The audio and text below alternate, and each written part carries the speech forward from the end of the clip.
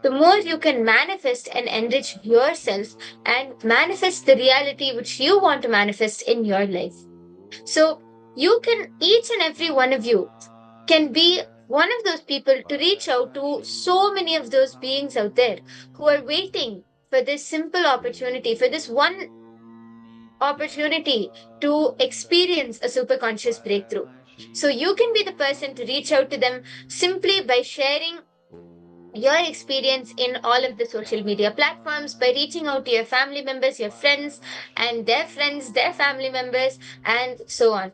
Just through these simple acts, you can actually enrich a whole being, a whole life to get connected and to experience this program in which they can experience a superconscious breakthrough. And they can also start manifesting um, a healthy body, great relationships, manifesting health, wealth, relationships, and so much more. We also have so many exciting powers which we're manifesting throughout the session. We are having the amazing darshans of Swamiji every morning. So all of these this whole Paramashivoham program is jam packed with so much.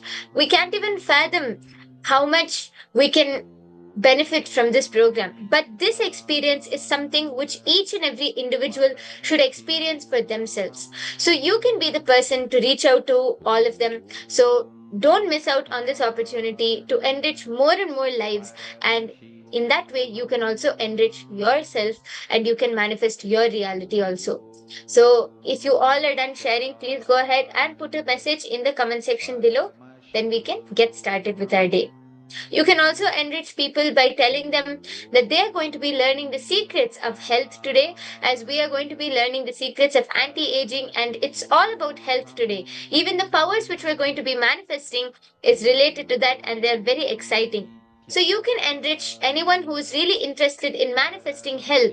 You can enrich all of them to come and experience even this one day, even just today. You can enrich them to come and become a part and experience this for themselves. So please go ahead and continue sharing. Nithyananda Paramashivoham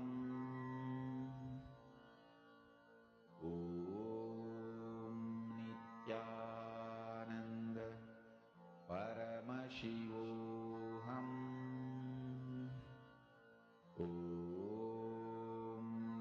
Nithyananda Paramashivoham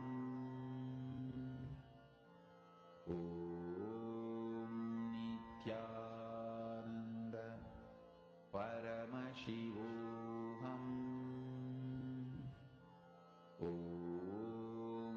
Nithyananda Paramashivoham Nithyananda Paramashivoham Nithyananda Paramashivoham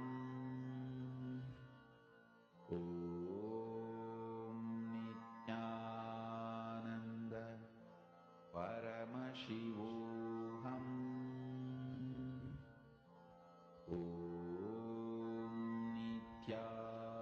Nithyananda Paramashivoham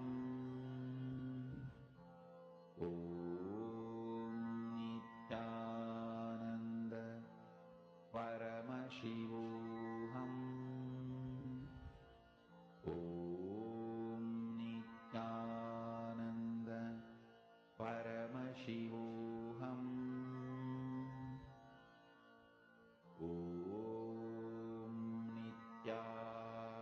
Nithyananda Paramashivoham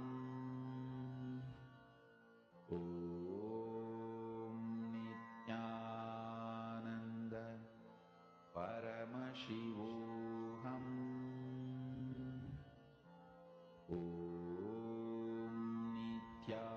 Nithyananda Paramashivoham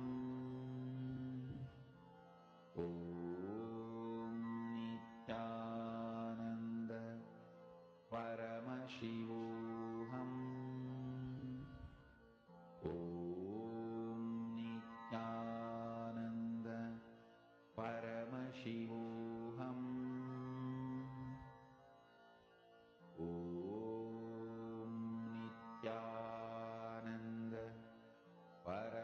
Paramashivoham. Om Nithyananda Paramashivoham. Om Nithyananda Paramashivoham. Om Nithyananda Paramashivoham. Om Nithyananda Paramashivoham. Om Nithyananda Paramashivoham. Om Nithyananda Paramashivoham. Om Nithyananda Paramashivoham. Om Nithyananda Paramashivoham. Om Nithyananda Paramashivoham. Okay. So, as all of you are doing that, I request all of you to also pen down what are the exact changes which you want to manifest in your health today.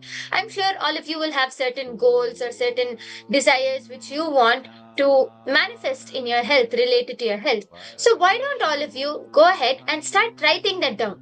What are the changes which you want to manifest in your health? It can be, I don't know, growing taller, it can be anything, it can be anything which you want to manifest related to your health. Can all of you go ahead and start writing that down? Ma Margarita and all of those who are sitting with us through various social media platforms, please take a pen and paper and write down what are the changes which you want to manifest in your health today. Om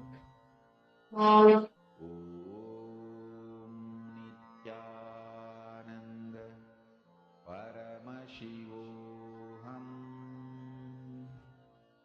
Om Nithyananda Paramashivoham.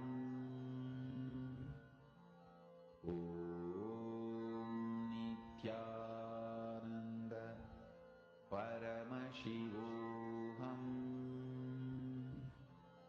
Om Nithyananda Paramashivoham. Om Nithyananda Paramashivoham. Om Nithyananda Paramashivoham. Om Nithyananda Paramashivoham. Om Nithyananda Paramashivoham. Om Nithyananda Paramashivoham. Can all of you go ahead and start penning down? Om Nithyananda And once you're done, you can also post it in the chat section here. Whatever you want to manifest as, whatever changes you want to manifest in your health today. You can also post it in the chat section here. Paramashivoham. Om Nithyananda Paramashivoham. Om Nithyananda Paramashivoham. Om Nithyananda Paramashivoham. Om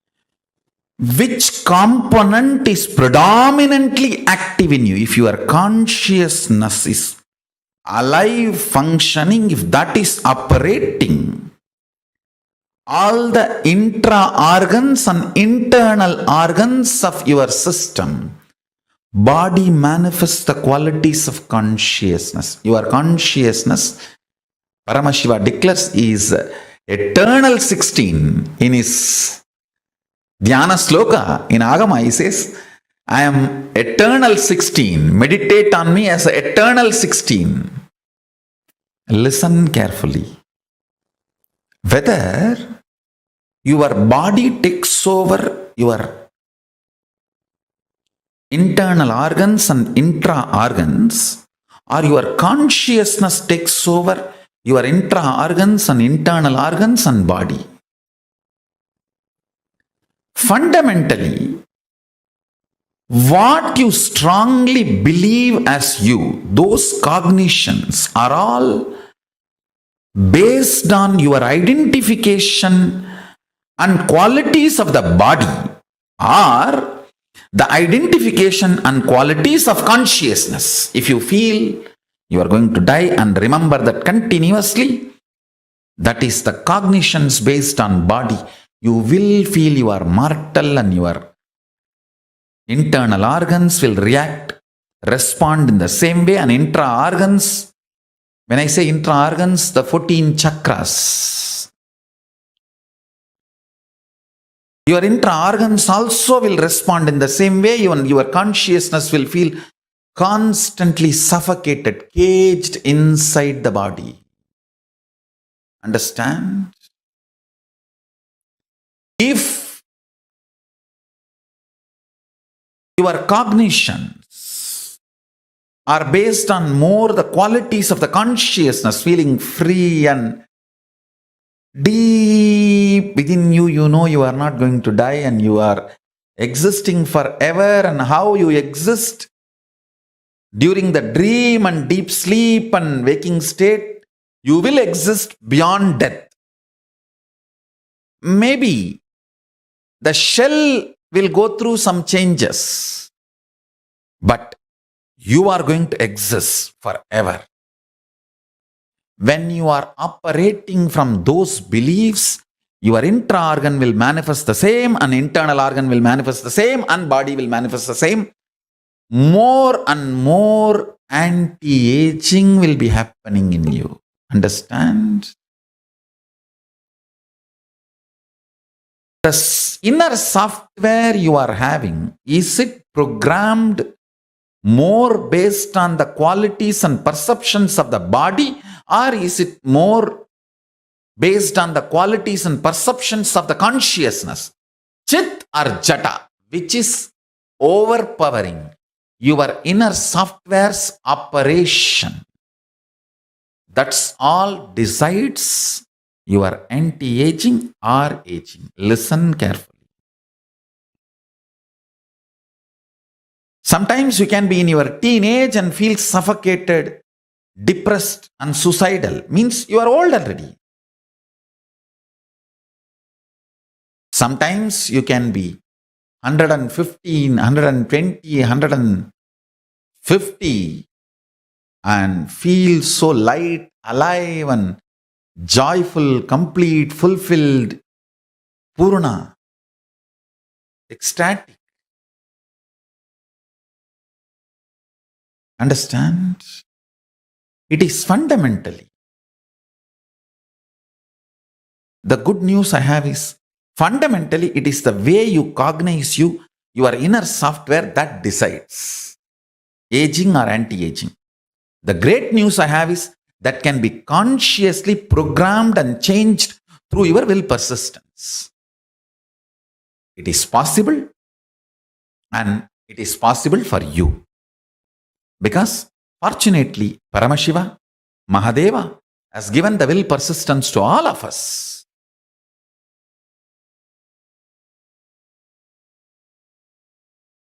Listen carefully. The cognitions, inner software which operates your system, which generates your desire patterns, your joy patterns, your pleasure patterns, your greed patterns, your fear patterns, your anxiety patterns, your depression patterns, your frustration patterns, your good idea of your bad, your right, wrong, all which you generate, which is generated inside your system.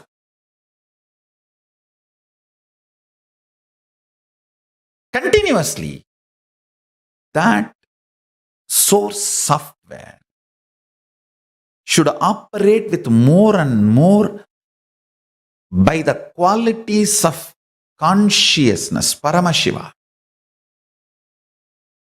not by the qualities and ideas of body, but by the qualities and ideas of Paramashiva, superconsciousness, consciousness, the state, space, powers, and being of Paramashiva. I gave one example. Body is mortal, consciousness is immortal. Deep down, what you believe as you, what is your inner software believes, that is going to impact your internal organ. Intra-organ means chakras. That is going to impact your intra-organ and internal organ and body.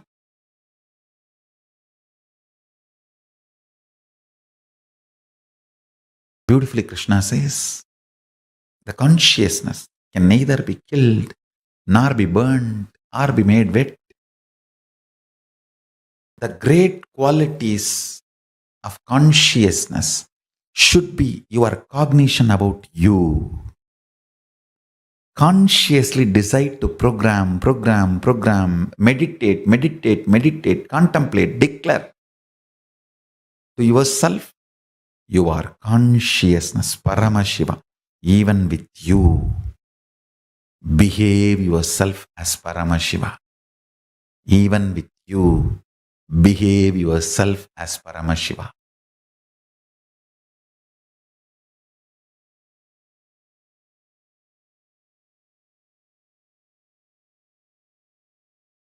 Listen.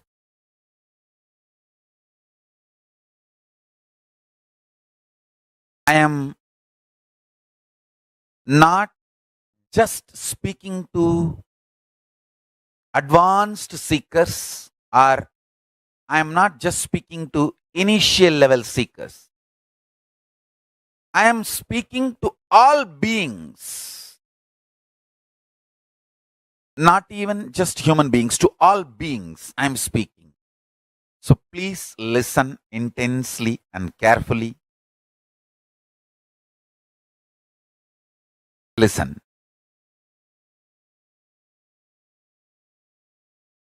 The first truth I wanted to reveal to all of you. Our biology thinks. Listen.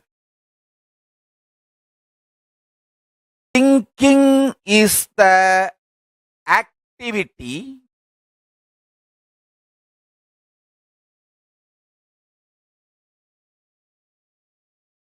that affects directly one end the consciousness, the other end tip of your fingers, nails, tip of the hair. I mean, the whole thing is directly involved, affected in thinking. Understand? I'm using two words. Your nail, the fingertip, or tip of the hair. Don't think it is not involved in thinking process. It is only affected by thinking process. No.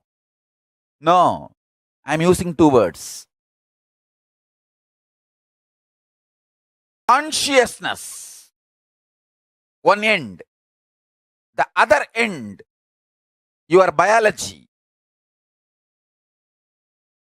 Whole thing is involved, responsible, and affected by your thinking. Involved in your thinking, responsible for your thinking, affected by your thinking. Understand, please understand, do not think, only your mind thinks, or only your neurological parts are cognizing. No. I am revealing the Sankhya, multi-dimensional logic of thinking to all of you. Please internalize. You can become enlightened today. Please internalize. You can become enlightened today.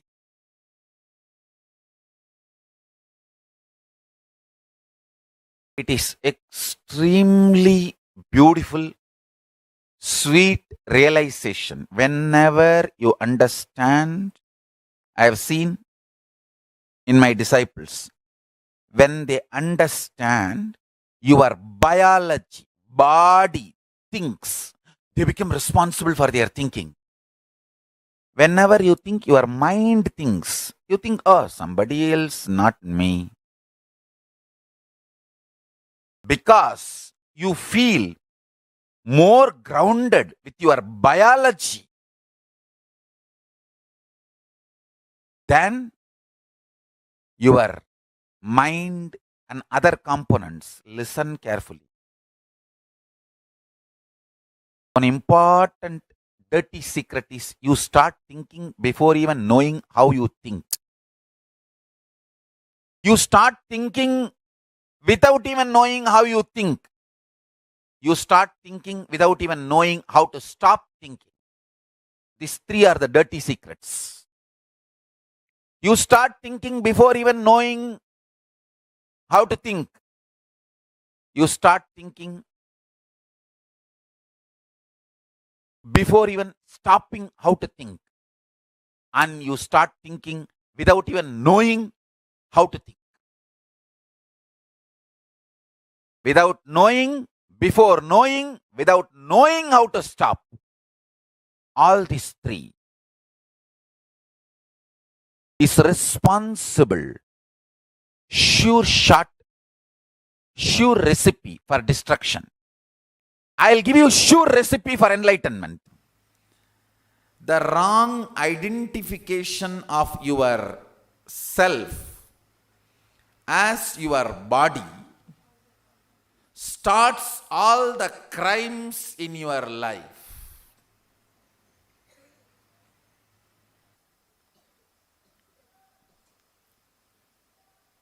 When this Kundalini awakening happens, the first thing will happen in your system.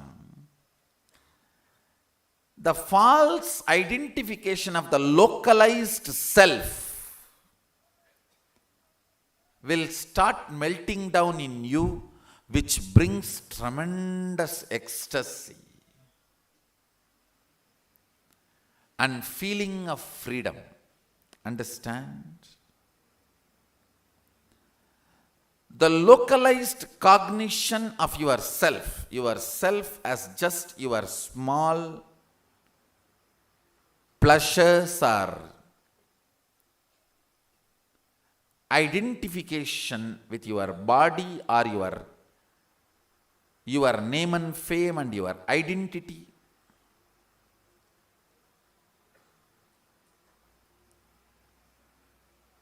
The localized logy with which you are functioning, I'll call it psychology. The logy which functions locally on your physical system.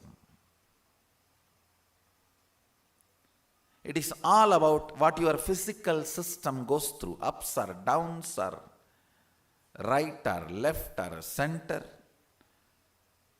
The logy which functions constantly centered on your localized system.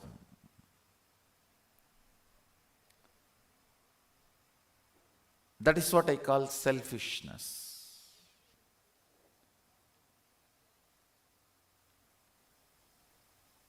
When the Kundalini is awakened in you, the larger understanding of the self liberates you from the shorter understanding of the self. that brings tremendous healing. Effect of time or your internal organs and intra-organs are healed. Anyhow, listen. First things first.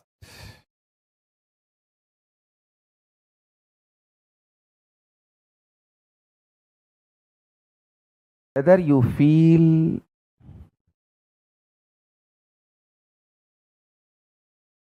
respected, disrespected, supported, or exploited, oversexed or undersexed,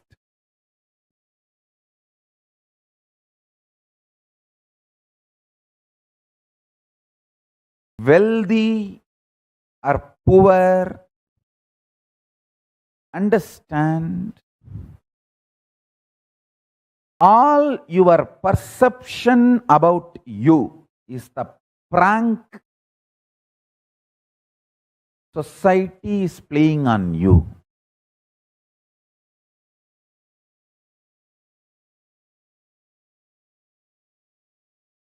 You can play prank on pranksters. I'll give you the technique to play prank on pranksters. People who are trying to play prank on you, you can play prank on them. How? Some of the pranksters, both of the whole team is paid actors. They enact the prank, but the viewers are thinking it's a real spontaneous happening and getting pranked. I tell you, you can play the prank on the pranksters in multi-level if you learn this one trick, one technique. Extremely peaceful unclutching,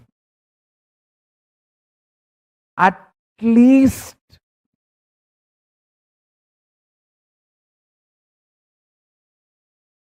for 21 minutes a day.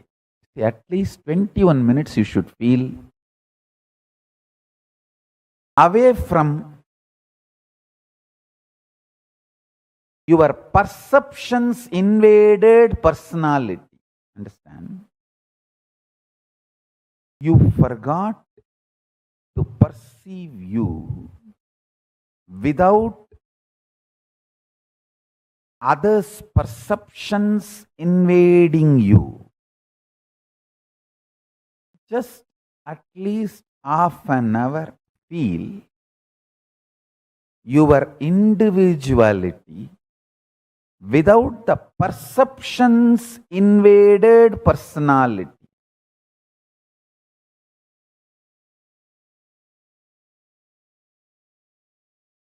So many perceptions about you from others has invaded your personality, and you started believing that your personality perceived by others is you. No. Listen.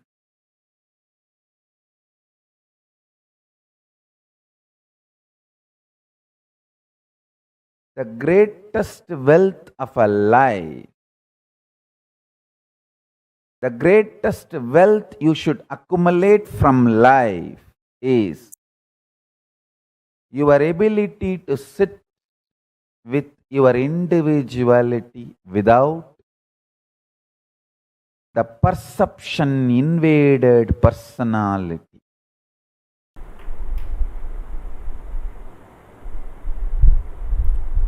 As per the Hindu tradition, I should say as per the reality, time is also a matter, subtle but matter.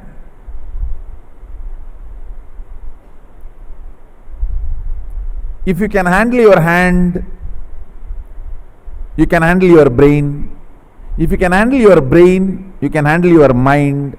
If you can handle your mind, you can handle time. Subtle, but matter. Time is matter. It's not consciousness. So consciousness can handle matter. Consciousness can handle matter.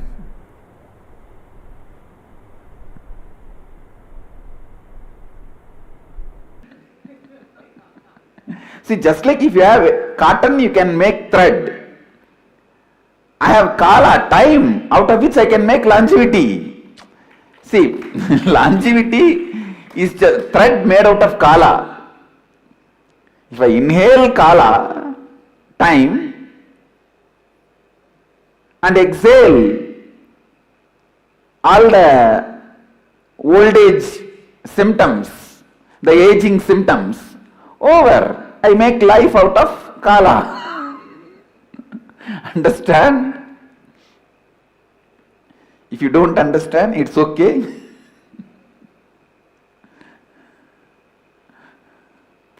See, just like how you can make thread out of cotton, you can make longevity, life out of kala, time.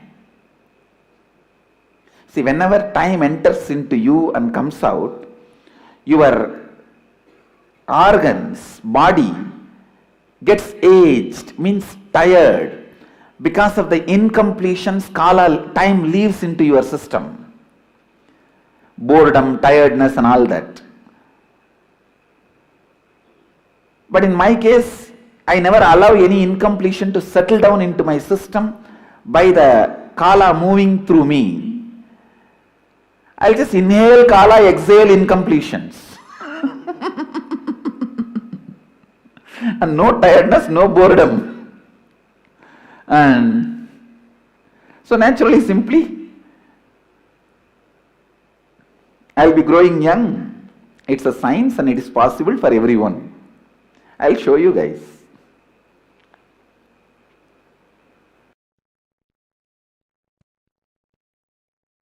Tyaga. Tyaga is the superpower for anti-aging. Understand? Tyaga is never age. Do not allow your anger, negativity to push you into disease, death. Do tyaga of all the powerlessness and internal, external emotions. I have seen how fools age and destroy themselves. I have seen how tyagis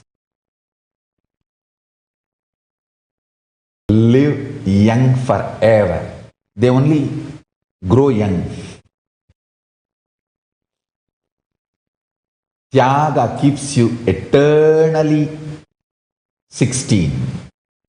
So many people are asking me in the Facebook, what's the secret of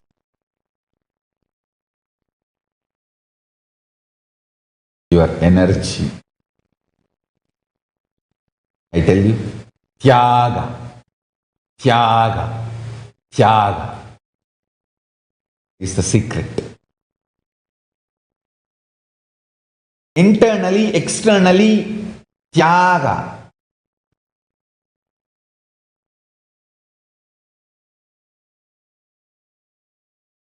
Extreme tyaga.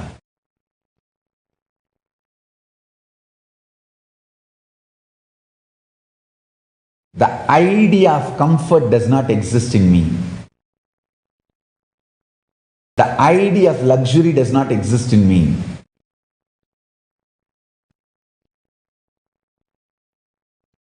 The idea of wants, doesn't exist in me.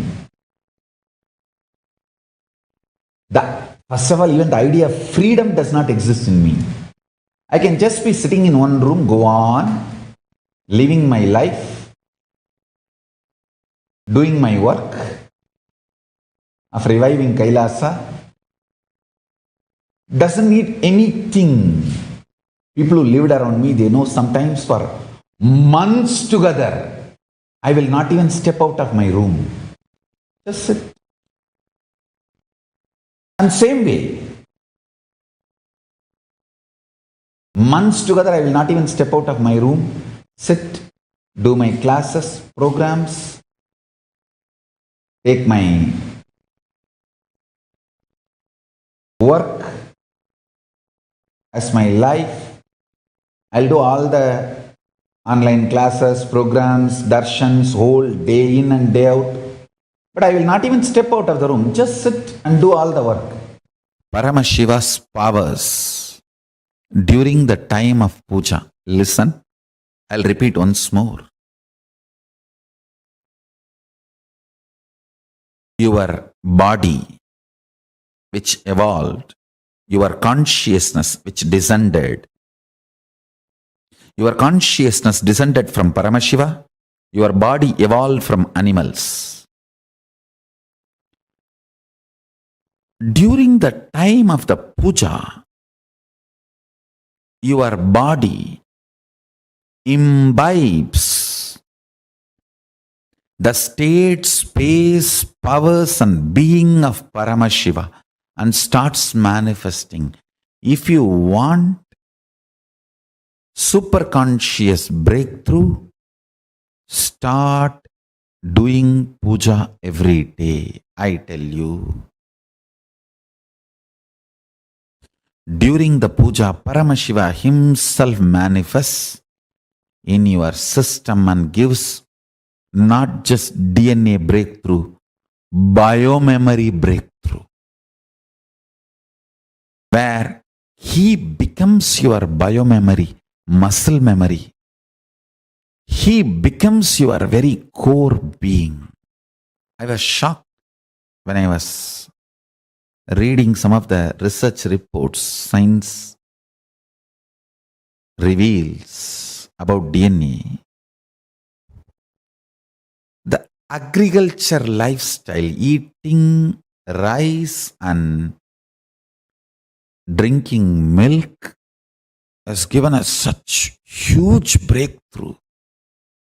For the human DNA, brain started growing bigger and multiple benefits have started happening. That was one of the main reasons why human beings have become supremate beings. Why our species have conquered the planet. I tell you. If you start doing puja every day, your internal organs, intra-organs and physical body absorbs the DNA of Paramashiva, biomemory of Paramashiva. Bioenergy of Paramashiva fills you and manifests in biomemory of you. Bioenergy of Paramashiva manifests in your bioenergy. Biomemory of Paramashiva manifests in your biomemory. Muscle memory of Paramashiva manifests in your muscle memory. You will manifest the state, space, powers and being of Paramashiva.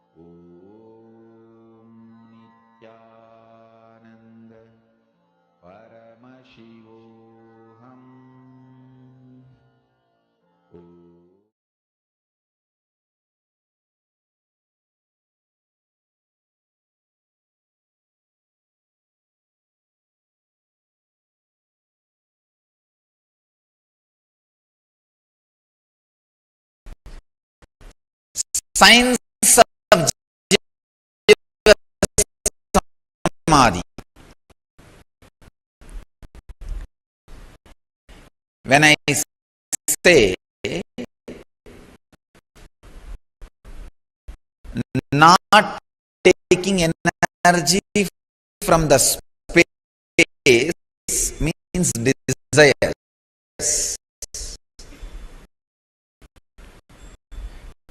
Desires are the energy from the space.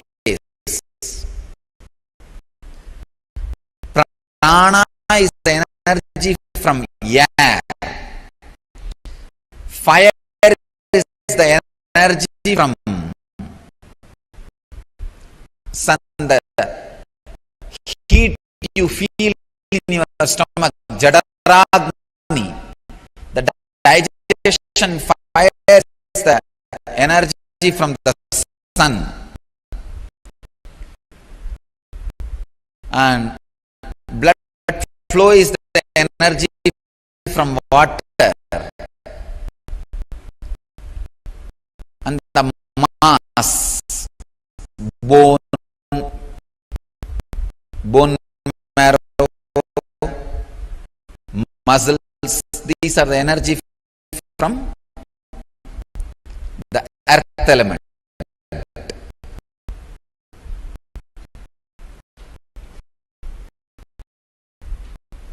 Let me give you the process. For Jiva Samadhi. Jiva Samadhi means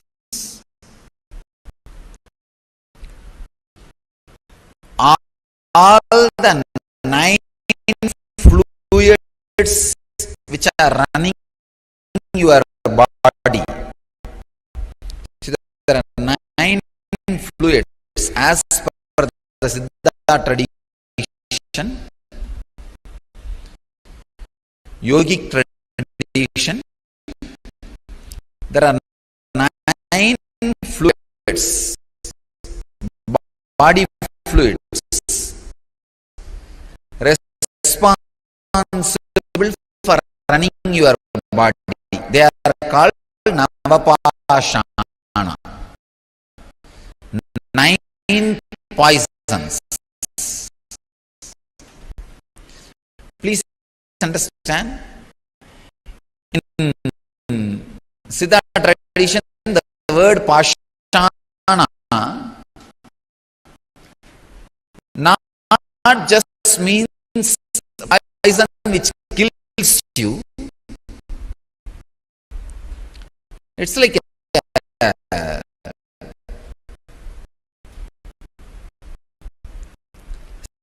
certain high quality alive chemicals are called pashana. But the pashana word is unfortunately translated as poison. In English, we don't have any other word. So I am just allowing that word. Maybe I can use the word catalyst agent instead of the word poison. I can translate catalyst agent. The word for pashana means these 9 body fluids, if it is properly handled, will keep you alive. If they are imbalanced, will kill you. Blood and the water in the eyes, saliva and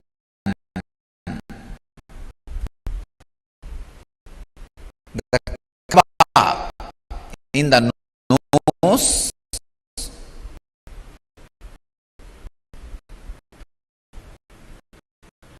the 9 body fluids, the seminal fluid, these 9 body fluids are called navapashana. 9 poisons. If you are able to, instead of the word poison, let us use the word catalyst agents. The 9 catalysts, if you are able to produce all these 9 catalysts without any input from the outer world, like desire, please understand, desire is the input that immediately produces the semen, body fluid, and water immediately produces blood flow.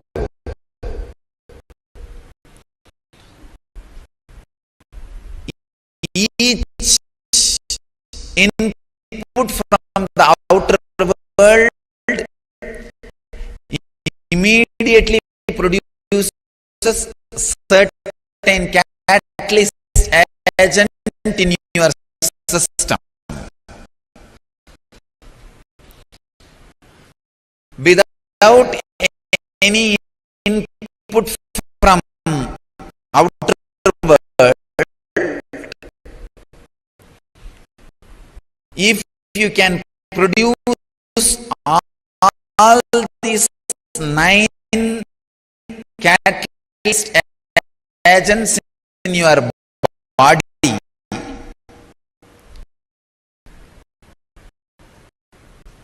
you are a siddha who can sit in jiva samadhi, means Your body can be buried, but you will be alive forever. Even without your body, you will be alive forever. Understand this science?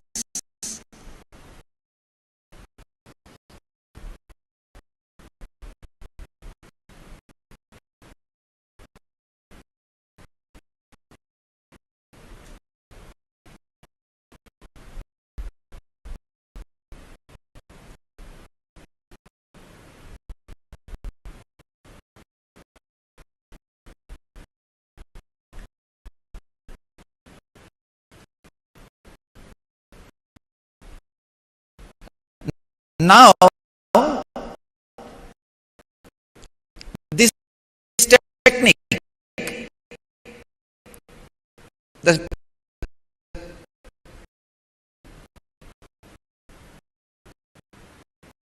Samyamanda Vishuddhi Chakra,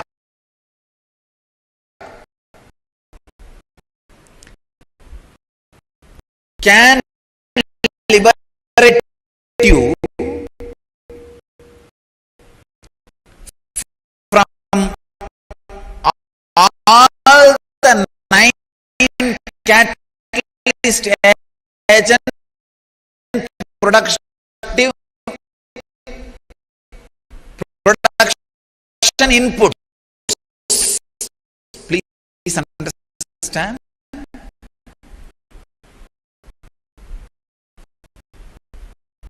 For all the 9 catalyst agent production, whatever input you need from the outer world, you can be liberated from all that input.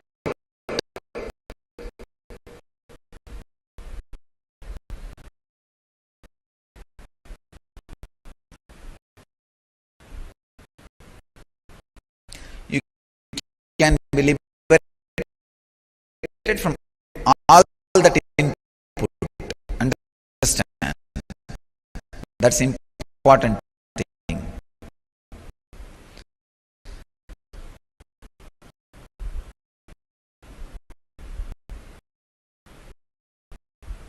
And you can go on be producing it so that your body is, I can say that you are alive.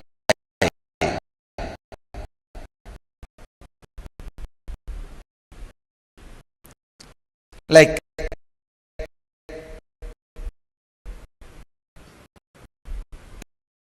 Raghavendra Swamigal, a Vrindavan, a great yogi. He is still alive, sitting. Don't think he is dead. It is Jiva Samadhi. He is there alive. Still is beats roll.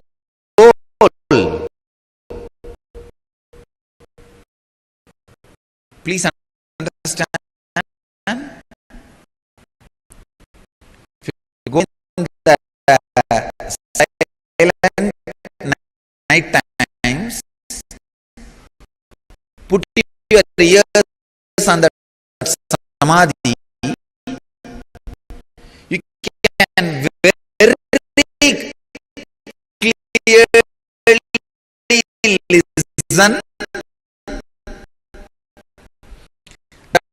the beats rolling and that sound of the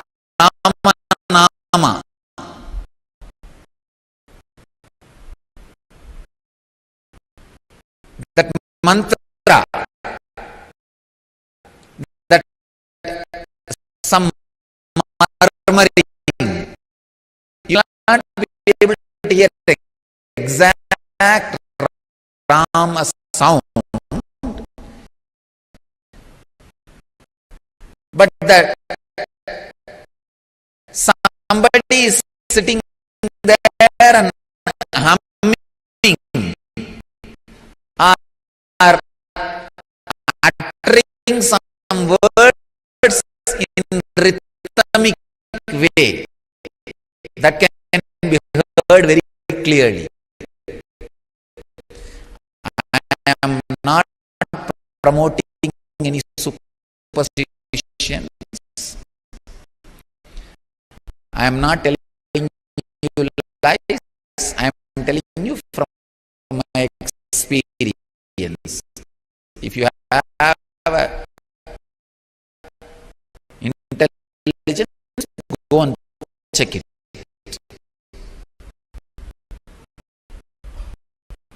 Still, he is there counting the beats.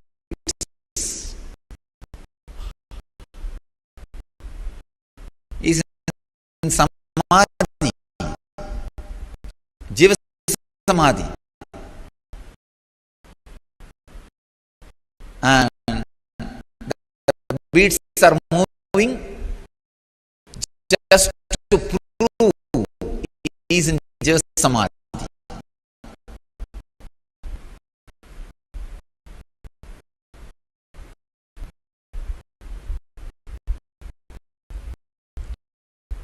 I can give you thousands of examples of jiva samadhi in India. Trilinga Swami,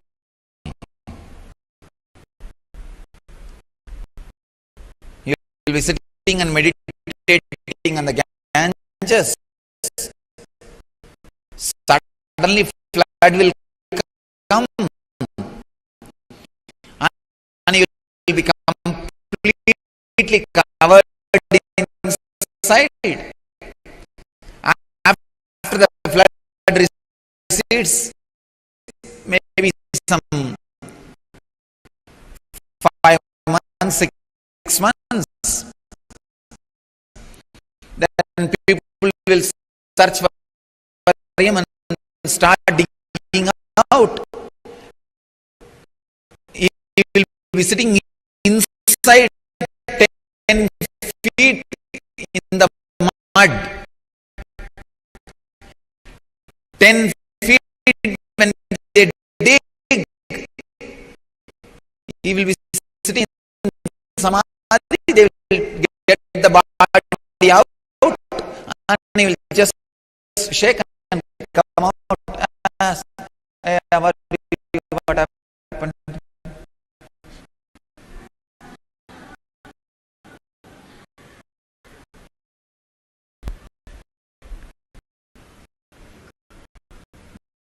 Near my native place, Arunachala, there was a Swami Pundi Swami, a great Siddha Purusha. Same only, he will sit on the banks of the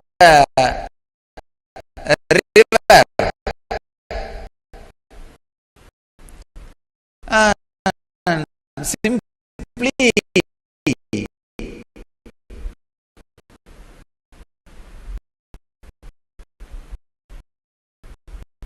flood will cover him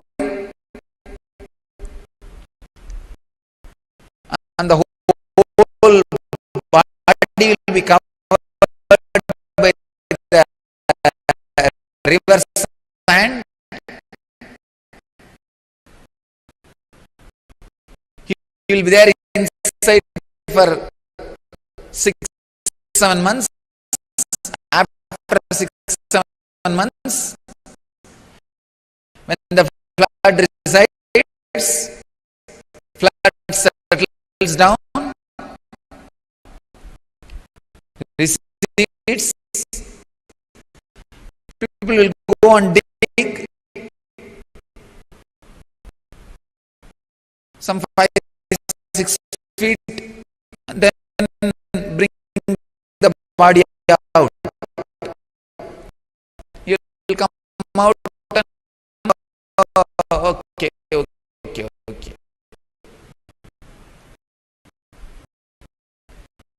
You'll talk to them and start living. These are not stories.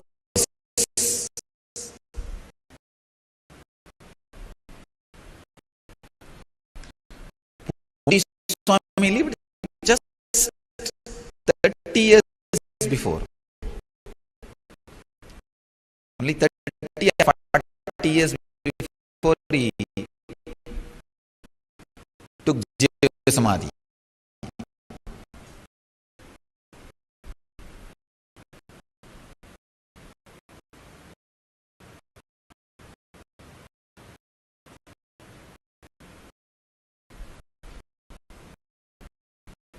Is a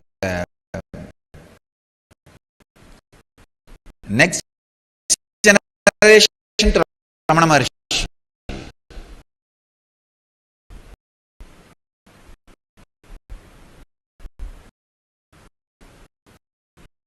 Must be 30 to 50 years only. You would have had Jiva Samadhi. And Trailing Swami, he also lived. He was seen by Ramakrishna at darshan of Trailing Swami. Vivekananda had darshan of Trailing Swami. Means 100 years before.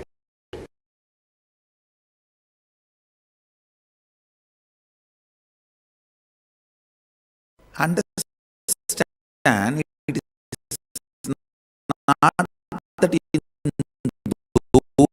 those days, even now,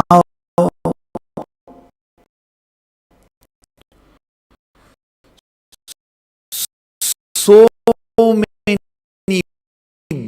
beings achieved the space of Mahadeva. It's just moving around here and there.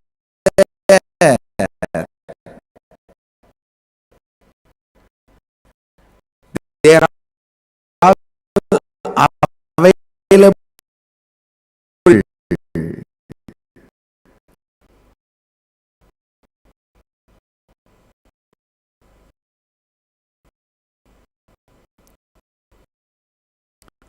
Kinaram Baba is one of the great Tagore.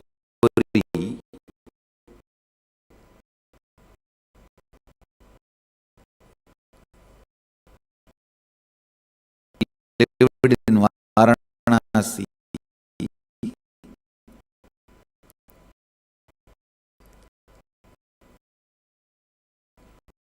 His recorded biography goes to 440 years.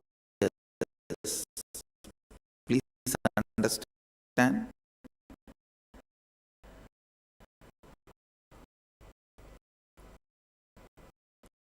And another one, Trailing Swami.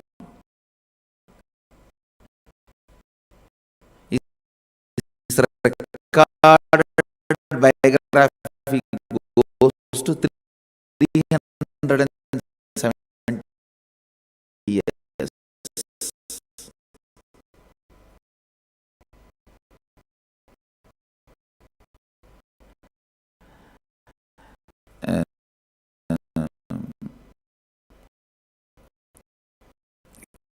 Kinaram Baba and Trailing Swami. Both of them are seen even by recent day people. Ramakrishna is seen Trailing Swami.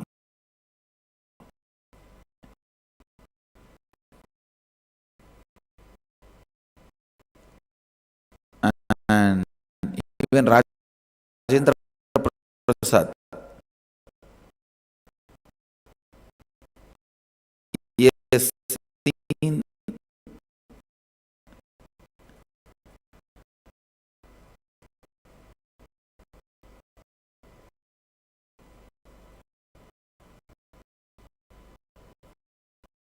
the Trailing Swami. They were all just in last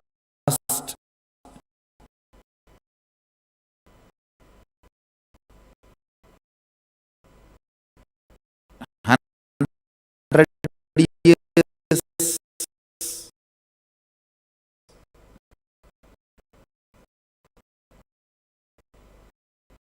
name.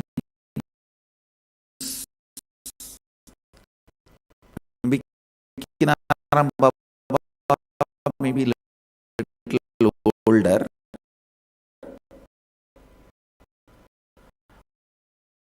but historical figures,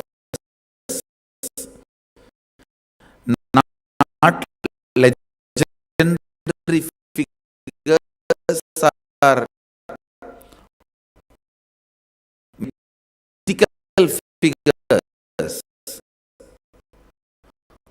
who lived here now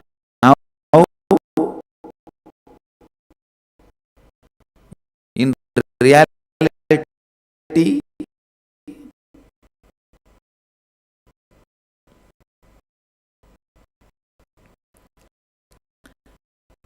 Kinaram Baba used to have a cart.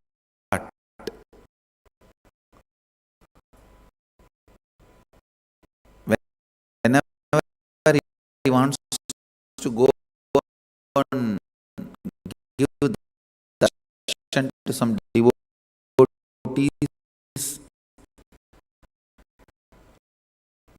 wants to see somebody, he will just tap the cart and it will fly.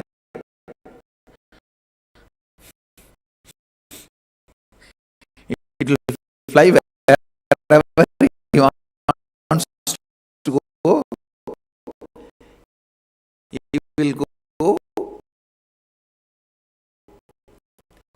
and bless people. Then he will come back.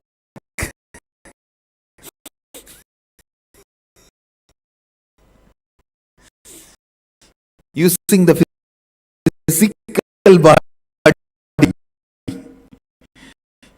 Using the physical body, he'll go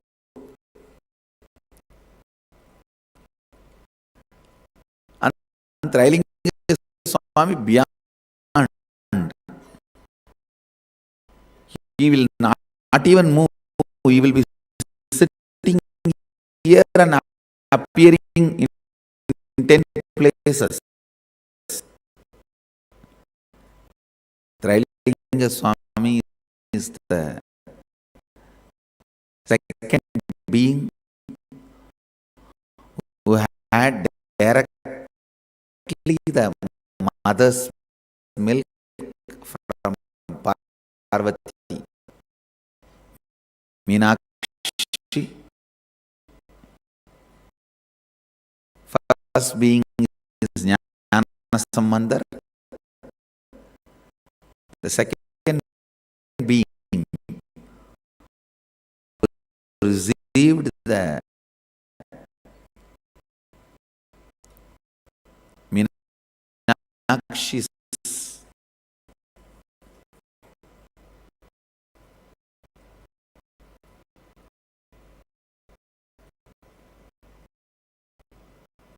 prasada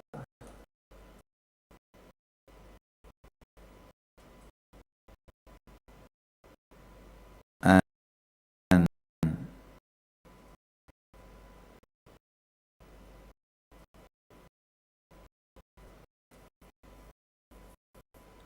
sitting here among all these beings,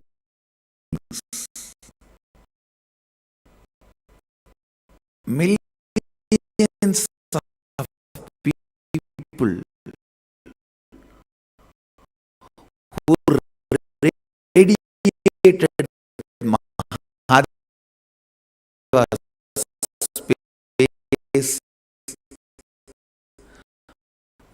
walked in this city.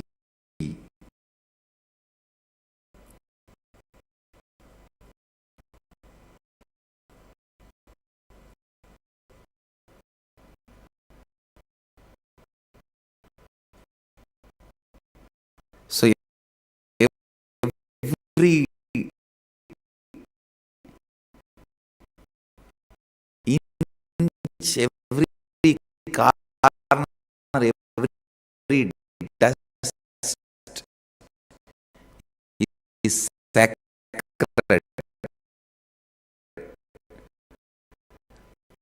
by them putting the feet in this place.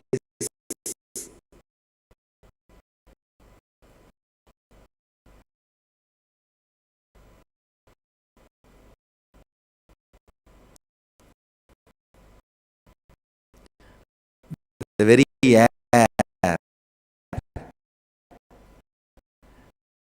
which they all breathed. This Trilinga Swami will sit in Samadhi. Ganga will overflow for 6 months. When the water recedes, he will be sitting in the same place. That's all. In Samadhi.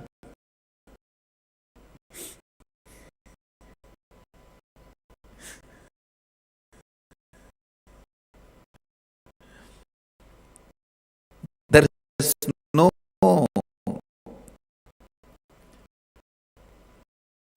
physical, physiological, psychological rules for them.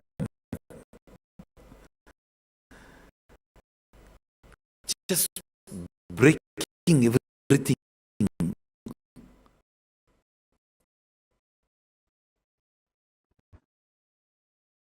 The Jagannath temple is the place where Krishna, Balarama, Subhadra's bodies physically is in Jiva Samadhi.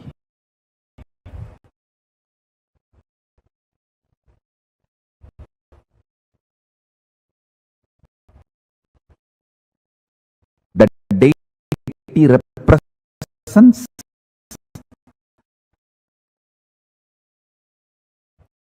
see the body after Krishna leaves the body, it floats in the ocean and goes to that side as directed by him. The body filled with the salt water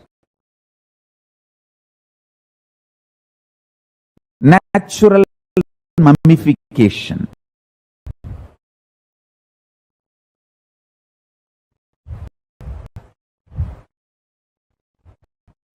Then all the three bodies were recovered by the Surya Vamsa Rajas, and they built the temple and they are maintaining it.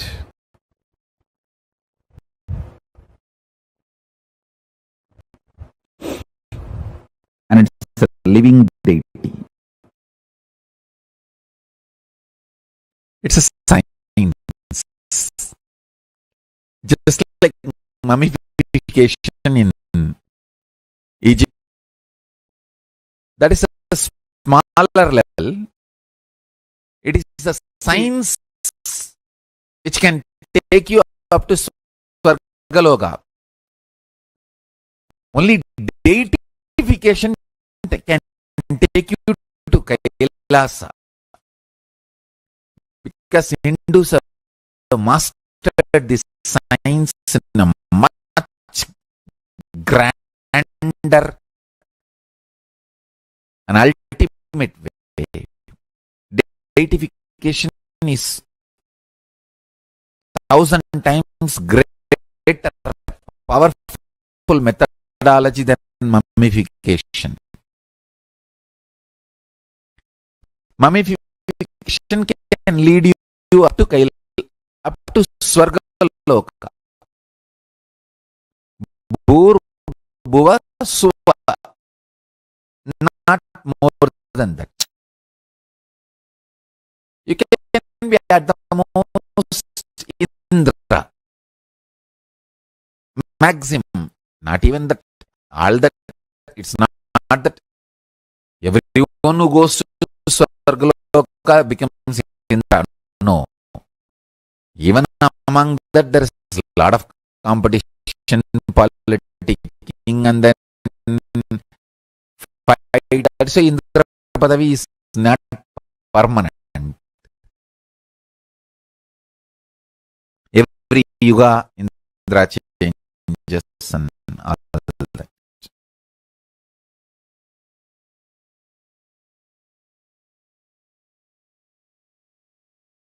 No, I'm not saying Indra is less powerful. No, surely is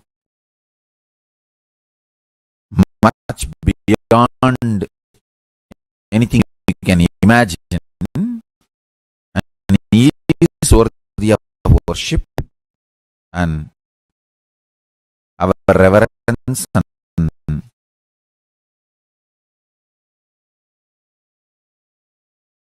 everything.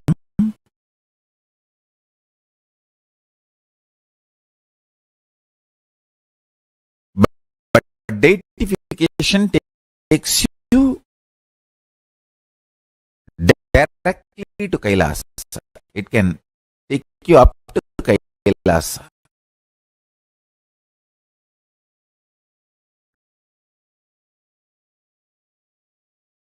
Humans should not die. When the science is available in Kailasa, why should you die? No. No death.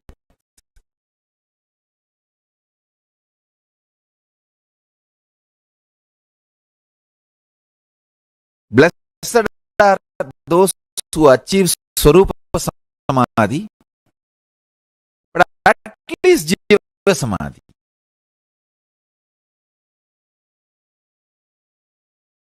At least Jiva Samadhi.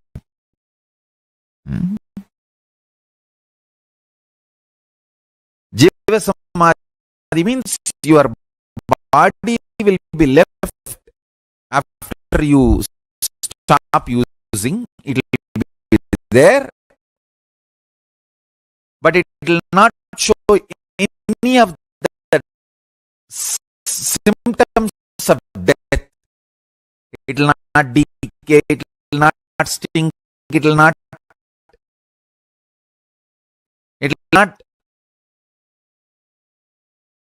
go into any deformity. Just it will be there as if you are in samadhi. Swarupa samadhi means like jnana sambandhar, andal, vallalar, carrying the body itself. Even body will not be left. It will just dissolve into the light.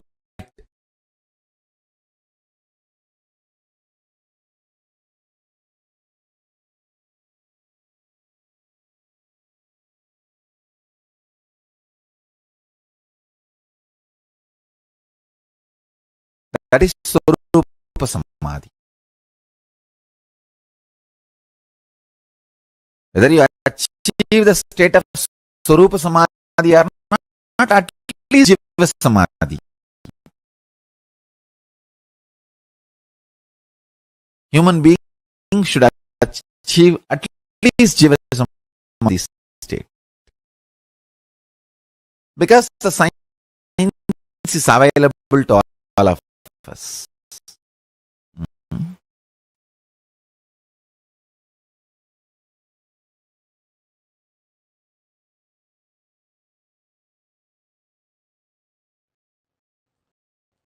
You may have mind, you may have body, you may have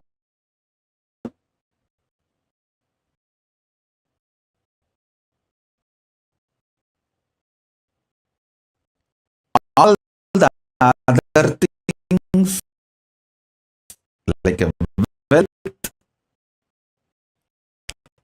relationships,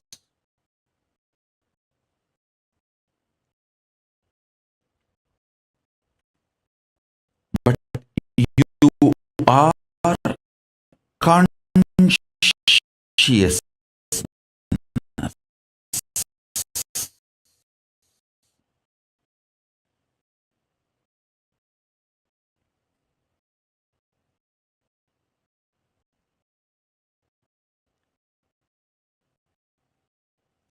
Second, consciousness is the ultimate.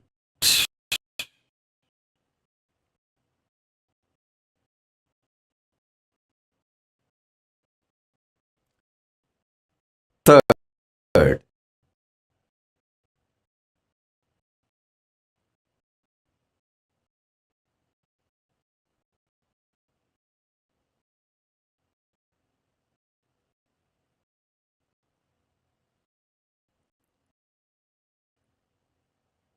ding the sovereignty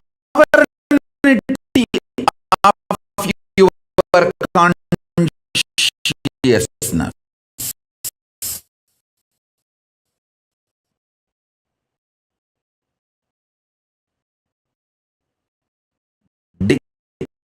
Declaring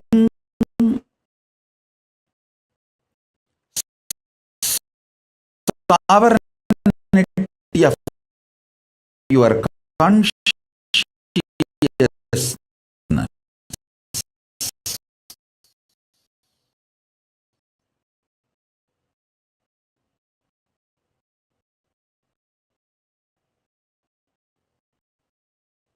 Your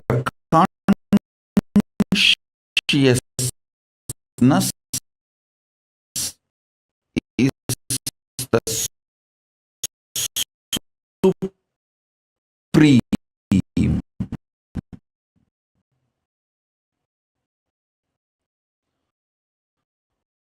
most powerful,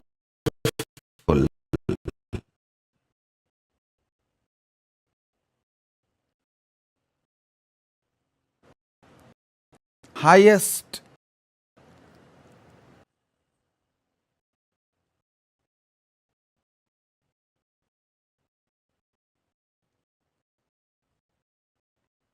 Your consciousness is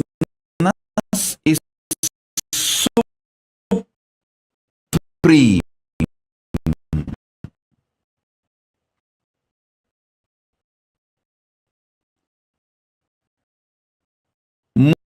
Most powerful.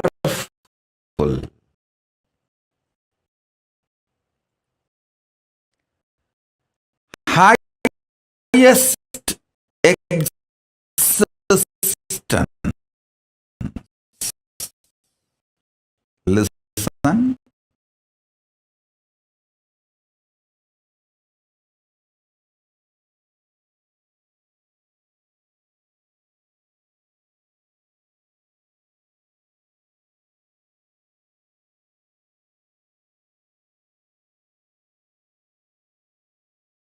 Whether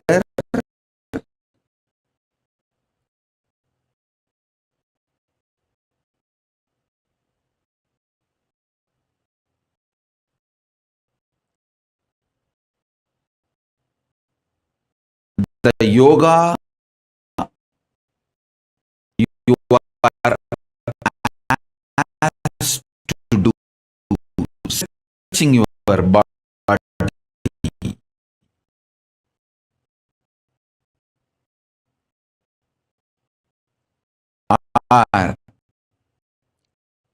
pranayama you are asked to do, like a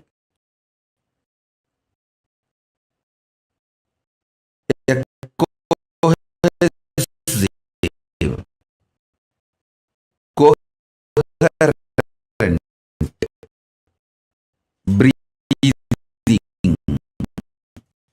pattern,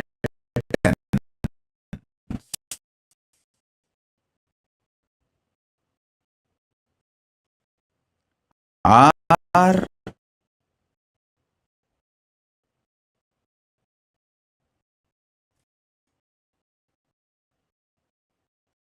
the puja, the worship you are asked to do, or listening to these great truths and internalizing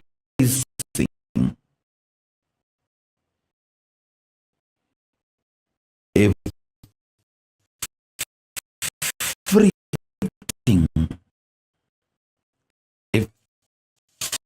everything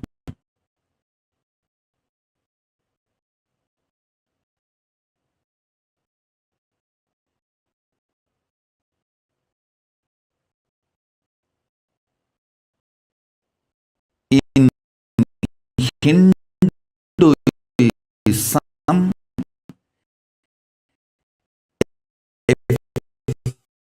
everything is to make you express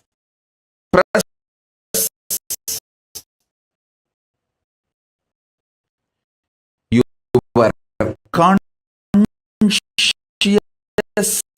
sovereignty, manifest your conscious sovereignty.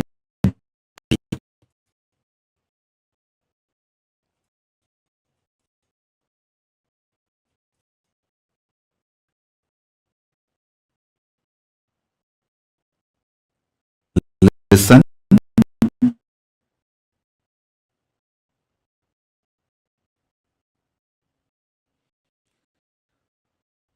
From your conscious sovereignty, when you manifest,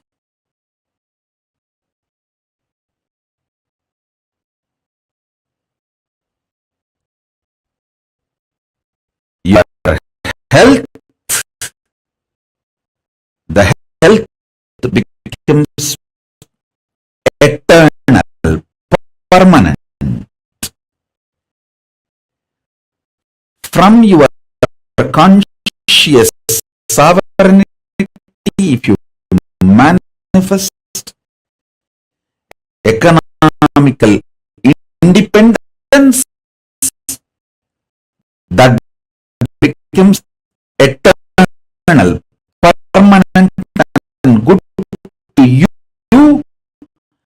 and to the society, because a conscious sovereign being will never harm society and generate wealth. Understand? There are many people wealthy by grabbing, centralizing, redistributing, not by generating. The real wealth is always generation focused. Generating focus.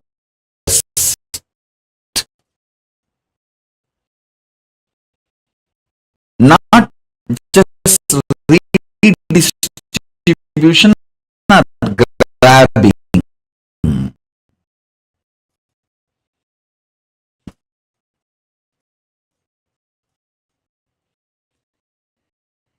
A conscious being will be wealthy by generating,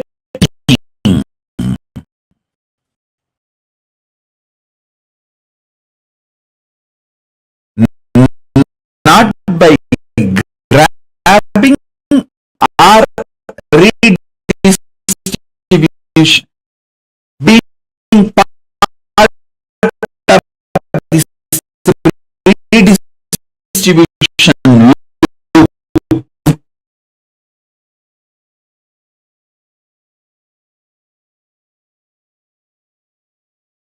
So understand,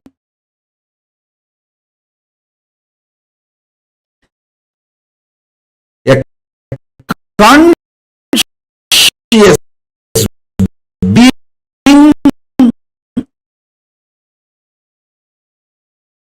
when he declares his conscious sovereignty and manifest health,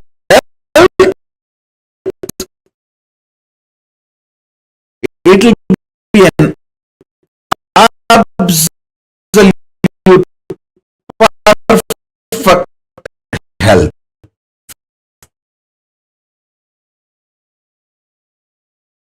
He knows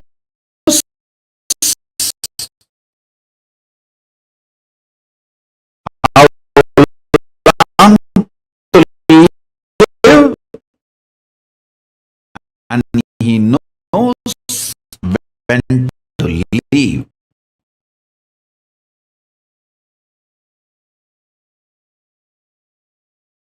I can give the example of Paramashivoham.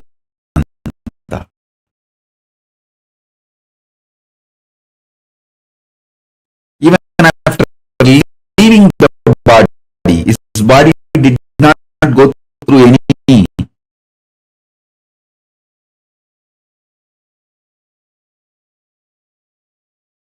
symptoms of death, deterioration of death. My own guru is Swami.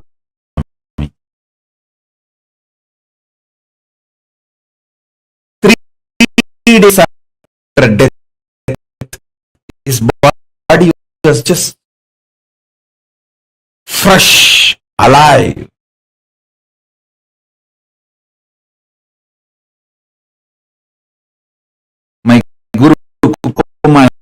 asked Bhagavan, please do Padmasana, we keep Jiva Samadhi.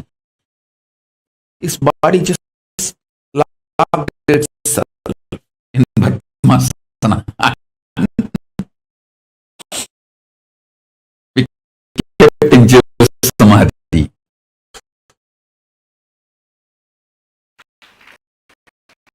All you need to do is just only one thing.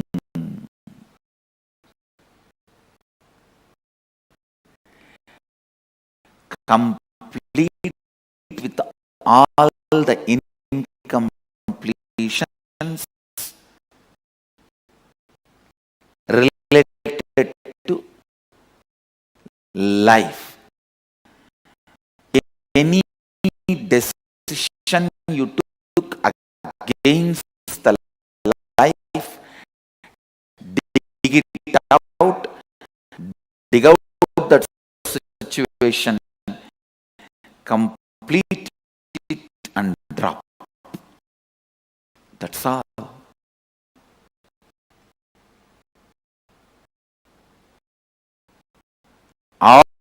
Always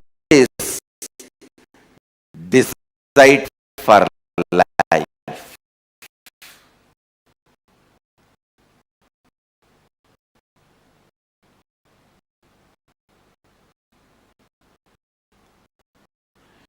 You have a right to live.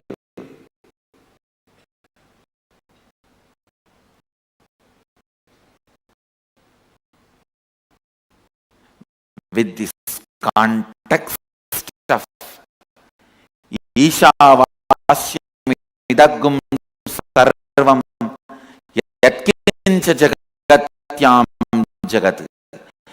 Even if you have not achieved that context, decide to live and align that context to you more and more. Because you have not yet achieved the context, don't decide not to live or against the life. No. Decide.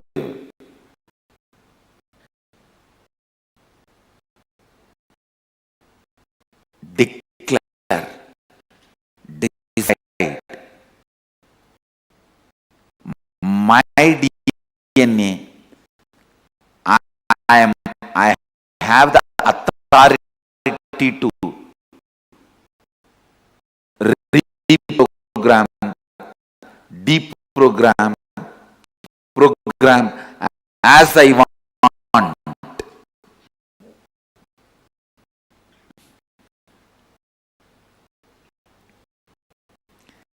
Decide to live. And even one corner of you has self-doubt.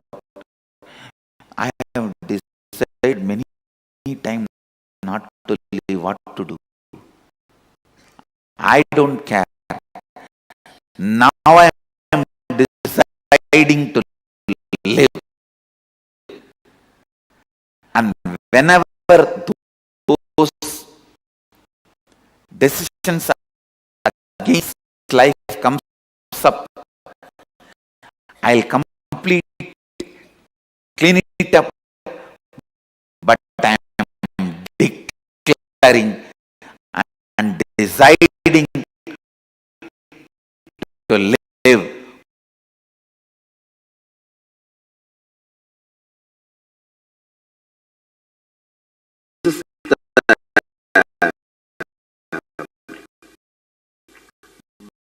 Bamboo stick for healers to heal others. This stick has a big story.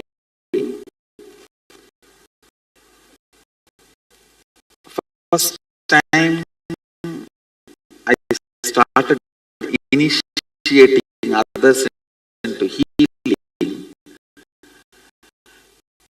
in a Jiva Samadhi, means the living tomb called Nehru Sadasiva Brahmendra Samadhi. In Tamil Nadu, there is a Jiva Samadhi of a great enlightened master,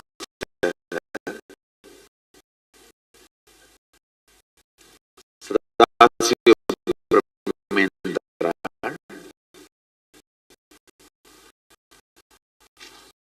I went to his Samadhi after I realized my Sadashivatva,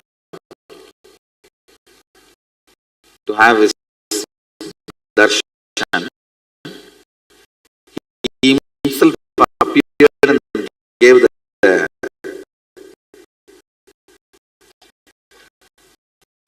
Dhruva grass and said, with this, start initiating anybody, they will all be able to heal. He gave me that science and Dhruva grass. And I brought the Dhruva grass and put it on in our ashram. The bamboo grew. The bamboo grew was dead at that time. I put the Dhruva grass, whole thing came back to life, and the bamboo came back to life. From that bamboo, you are all given a stick.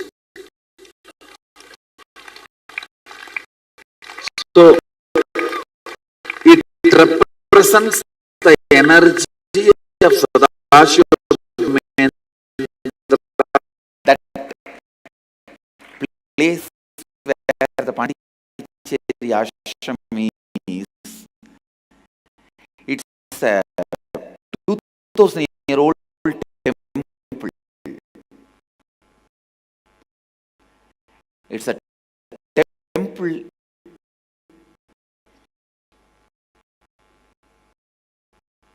from Chola period.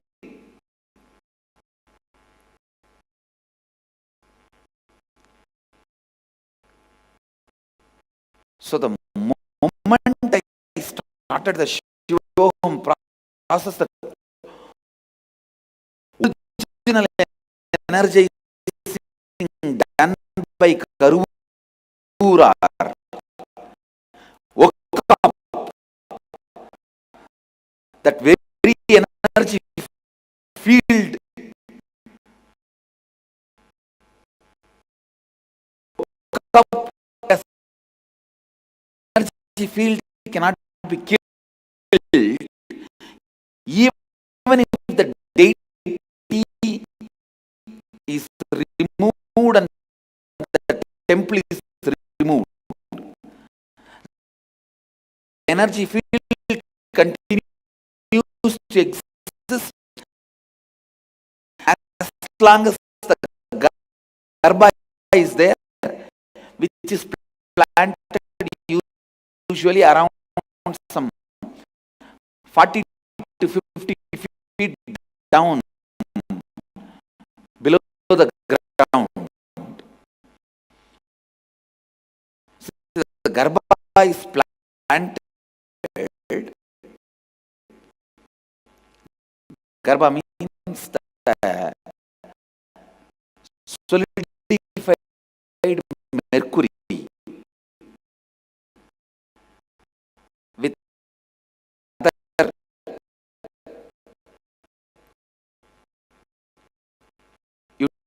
utility, other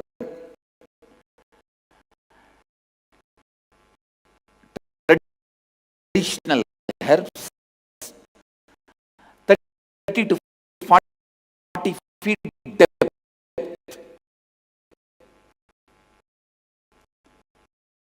As long as that is there, energy field cannot be moved. And in Pondicherry ashram, still that is there. 8 garbha is there inside. Means 8 garbha mandirs garbha is inside. It is there.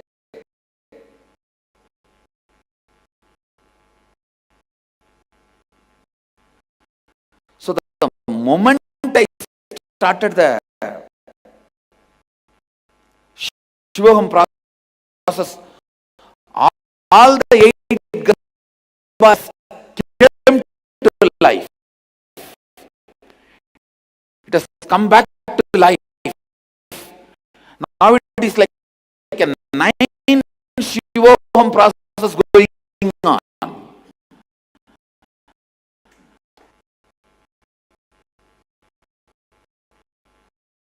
Garbha is a energy battery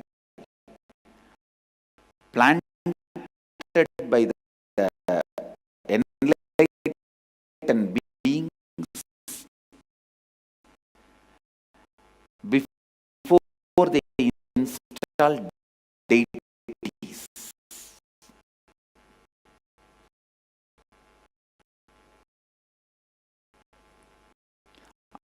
All around Biddi, I have installed 108 garbhas. In 108 places, solidified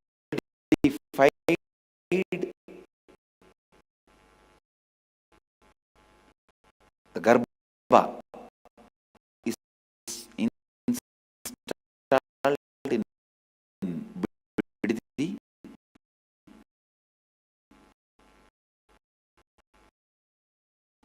Now made it into compound wall. Earlier, under each pole I have installed.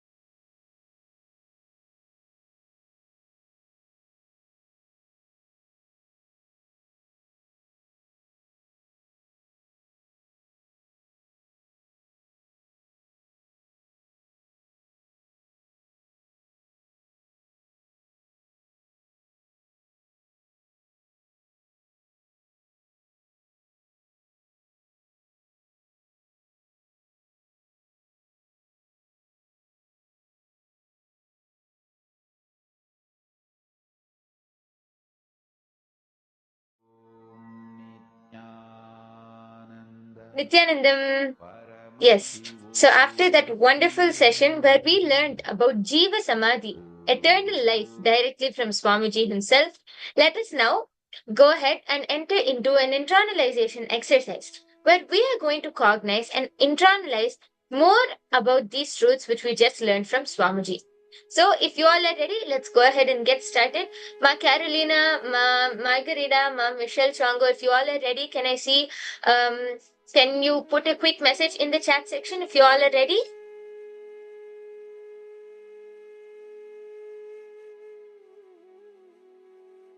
Okay, so let's go ahead and get started. What is Samadhi?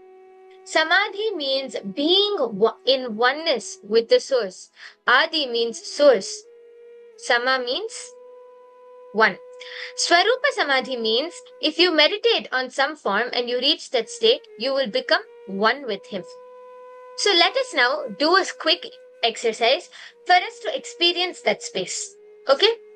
Take a pen, pencil, paper, anything which you are comfortable with, and pen down at least 11 situations when you made decisions against life, the thought currents you entertained against life, the thought trends you entertained against life. Pen down all those incompletions and incidents. For example, suppose you're not able to complete your assigned tasks on time. You decide to shrink and reduce your responsibilities for the day. So even though you feel like I'm not able to finish the tasks which are given to me, the responsibilities which are given to me. So because you feel like you're unable to finish it on time, you're not able to finish your assigned tasks, you start shrinking away from those responsibilities. You start shrinking away from life. That is indirectly a decision which you have taken against life. These thought currents are the thought currents which you entertained against life because you are shrinking from responsibility. So, I request all of you to now pen down at least 11 situations where you made decisions against life, when you cherished thought currents against life. Okay, so let's go ahead and get started now. Please start writing.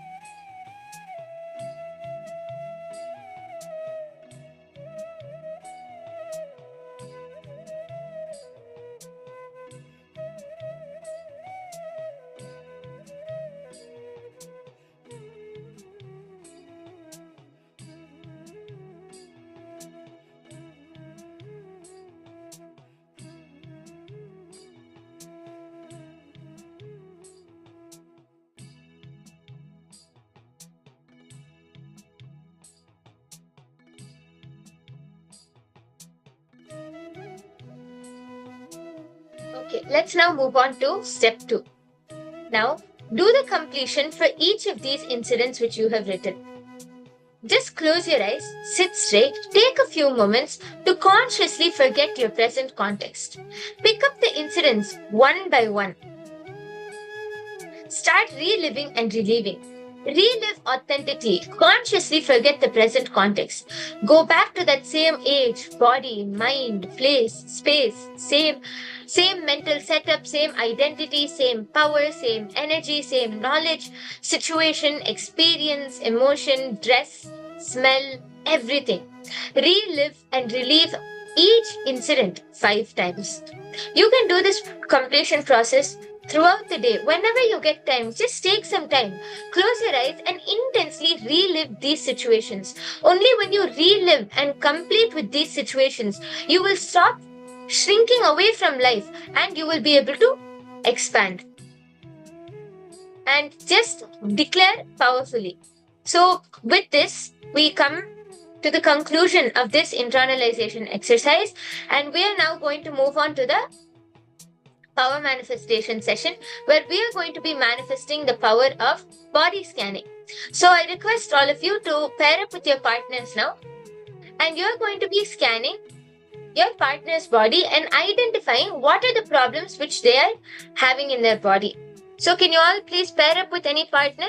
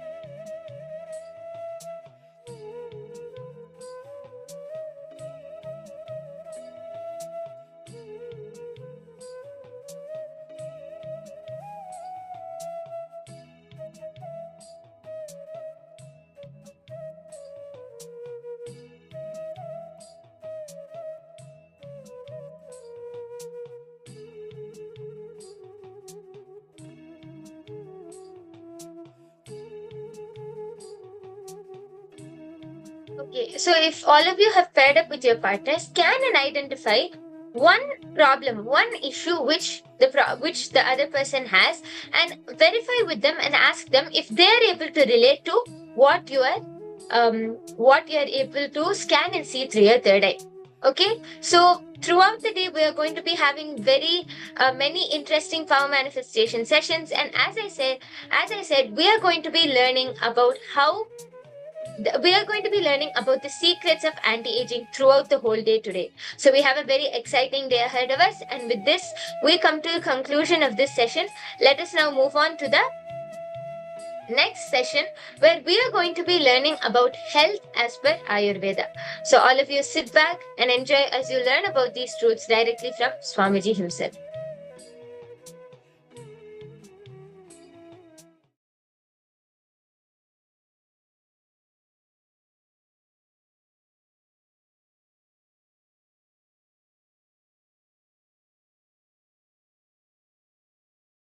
Health means not letting your chemicals, hormones disturb your thinking towards your goal. Pitta, fatigue, stops your flow towards your goal, you are not healthy. Pitta, fatigue. If it stops your thinking towards your goal, you are not healthy. Means when you are sitting in your puja and satsang, if you fall asleep, pitta, fatigue is taking over you and stopping you flowing towards your goal. You are not healthy. Something seriously need to be done.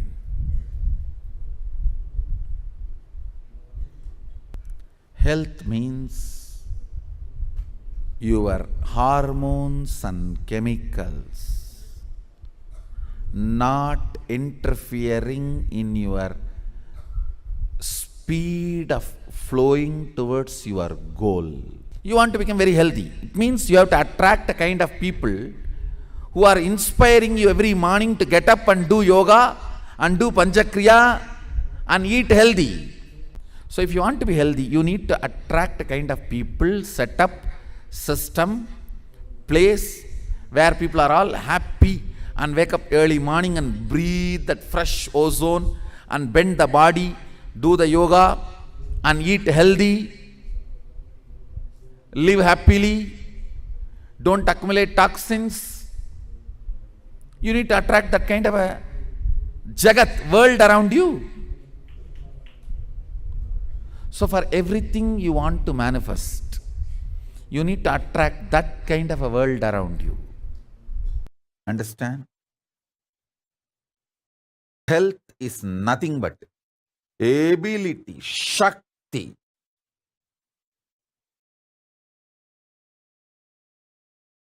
to digest anything put inside the body. Food or information. Food or information, anything.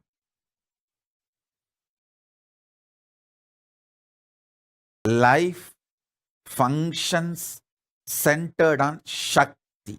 Law of life is Shakti.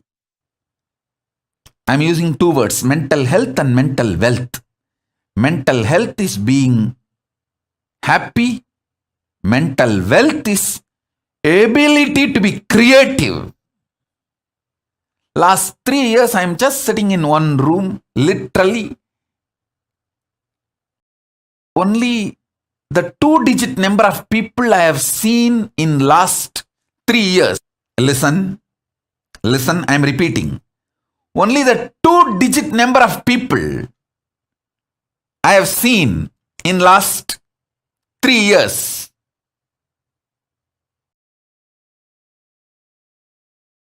Per day, I see only 1-digit number of people who give me little juice which I am drinking,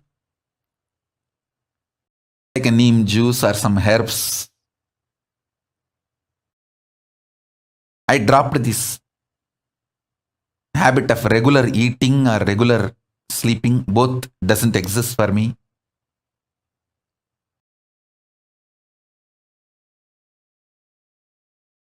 Sitting in one room, no food, no sleep, no people.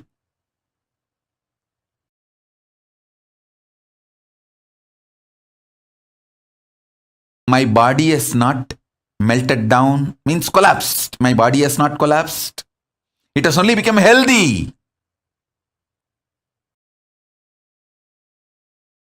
ஊனினை உருக்கி உள்ளொளி பெருக்கி. My whole system has become so healthy, alive. 100 times healthier than earlier it was. Of course, even the question of mental collapse does not exist. Not only neither my mind collapsed, it is so alive, active, creative, manifesting all the great gifts of Kailasa. To all of you, consciousness becomes so powerful in this tapas. It can manifest anywhere, anything, for anyone, wherever you are.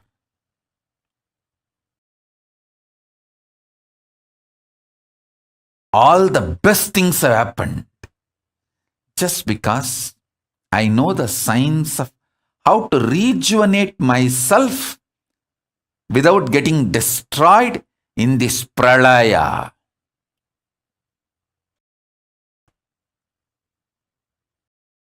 In this pralaya, great deluge, if you get destroyed, you are fool, stupid. Your ideas about yourself and life, everything is wrong. Instead of getting destroyed, if you get rejuvenated, you are right. Everything you have about you, you know about you, life, everything is right. Right things get rejuvenated, wrong things get destroyed in this pralaya.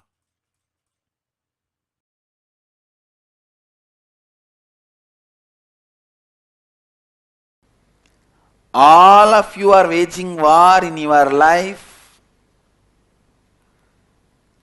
in your business, in your relationships, in your career, with your health. Understand? Even in your health, you are waging war. Even your health is a Mahabharata. Your eyes are Dhritarashtra. Shoulders are Bhima.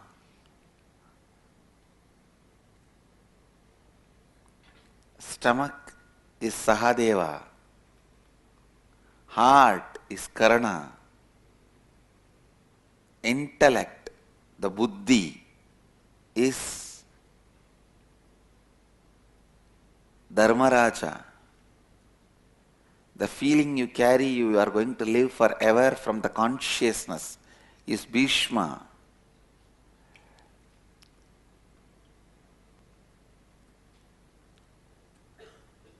Your knowledge is Drona.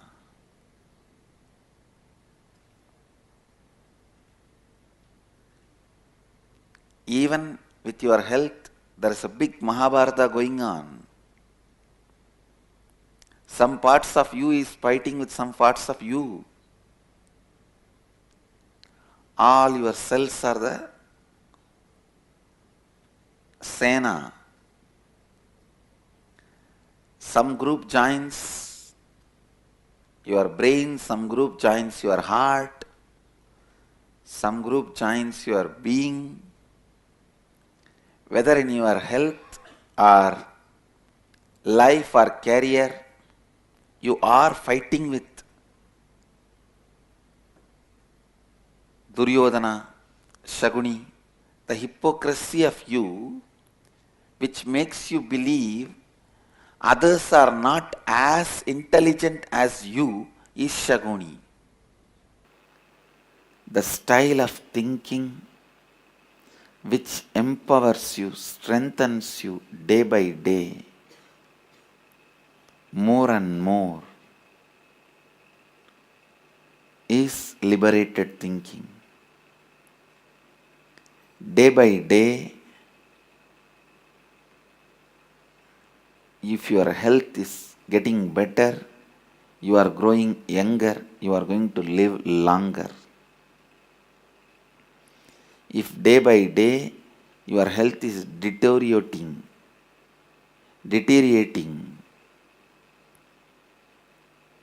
going bad to worse, you are not going to live longer. So, please understand, day by day, if your thinking is becoming more and more clear, powerful, intelligent, you are going to live longer. If your thinking is going from bad to worse, suffocating you, you are going to suffer. Worst thing, you will be ideologically imprisoned. The worst suffering which can happen to a human being is ideologically imprisoned. Instead of liberated thinking, you will be carrying suffocated thinking. Suffocated thinking destroys you. You may have any amount of money, you may have any amount of power, you may have anything, but as long as you have suffocated thinking, you will be destroyed, you will be suffering. In reality, you have a huge pot belly, can't move the body, too heavy. If you decide, understanding this fundamental principle, that demarcations of the past, present, future. For example, you think the present condition of your body is either yogic, unhealthy, or bogic, very luxurious and destroying, but not yogic. Maybe if you become sincere, in the future you may have yogic. These are all the thought currents usually run in your mind. Now the statement I am making, please understand. If you decide consciously you should have a yogic body, well built, 6-pack or 8-pack or muscled and fully flexible and energetic yogic body. If you create that Satya Sankalpa, intention, that becomes your existence in Turiyatita, and the influence of Turiyatita, that highest state, Paramashiva state, in your present condition, when that starts influencing your present conditions,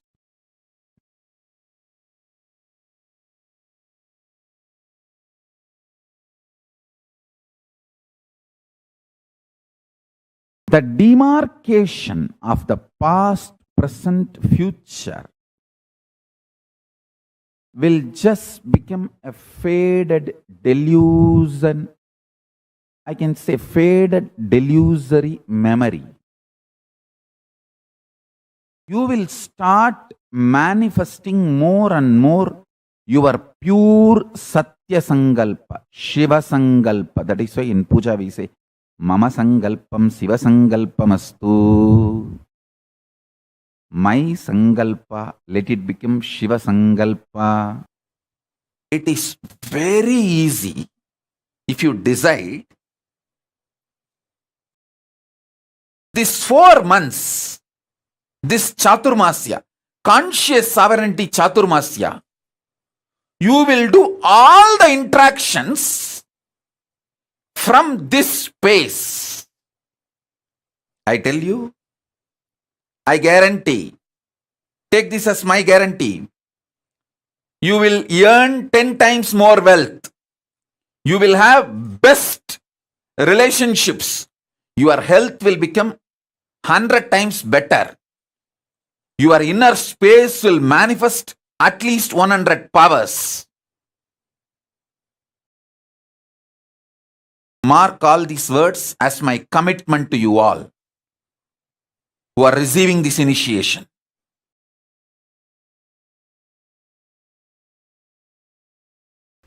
Actually, I feel that whole thing, all of you in front of me, and this whole hall, this mic, everything, this throne, everything kind of a liquid, semi-solid, where the bhava freezes into matter, where the ideas becoming idols. In that space, I can see the whole operation happening. From this space, I want to give you one advice. Please understand. Whatever you believe, your body makes that into reality. I can see from this space, if somebody believes sannyas is too easy, just body builds its structure, its DNA, to make sannyas simple and easy. If somebody believes it is very difficult, complicated, structure starts making that same thing, and you have a fear, it is very difficult, but you want to believe willfully it is easy, then that will persistence just swallowing that fear, like a saraba swallowing the simha, like a dinosaur swallowing sharks.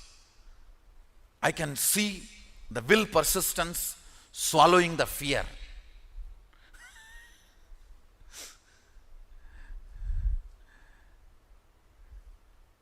If you feel living in this place is the best, I am seeing you manifest that.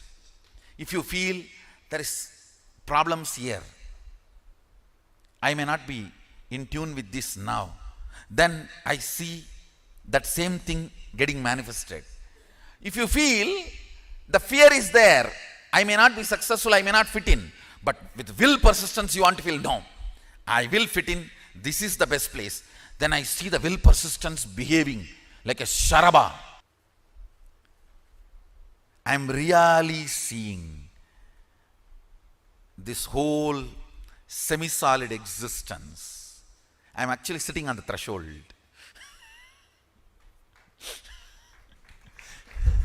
Because I have to be with the reality and I have to relate with your reality. I have to be with my reality and relate to your reality. Powers are nothing but your brain deciding to believe the magical existence of you against the logical existence of you, which is taught to you by your society. See, your society taught to you only the logical existence.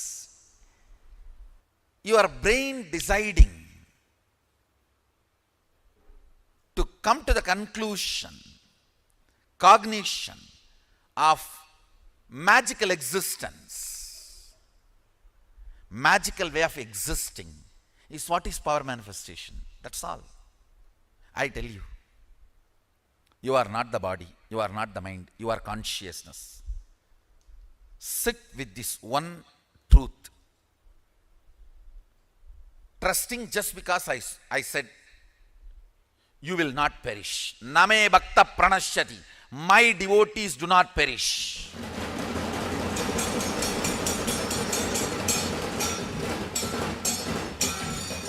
When you come to the conclusion, your consciousness, your pleasures will change. Your purpose of existence will change. Why you want to exist will change. I tell you, whatever you feel as you, whatever you concluded as you, whether you like it or not, just by your breathing you spread that. If you are joyful, by your breathing you spread that. Listen, I am not 4D theater, Universal Studio to shake you and give you the experience of earthquake, accident. No. I don't need to do any of that. My words are enough. I tell you, really I tell you, today I'll make you experience how liquid you are.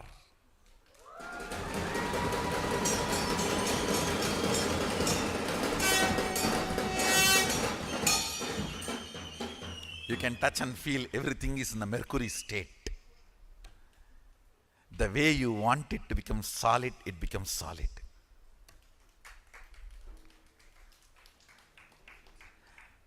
Your cognition solidifies it. That is what is consolidation.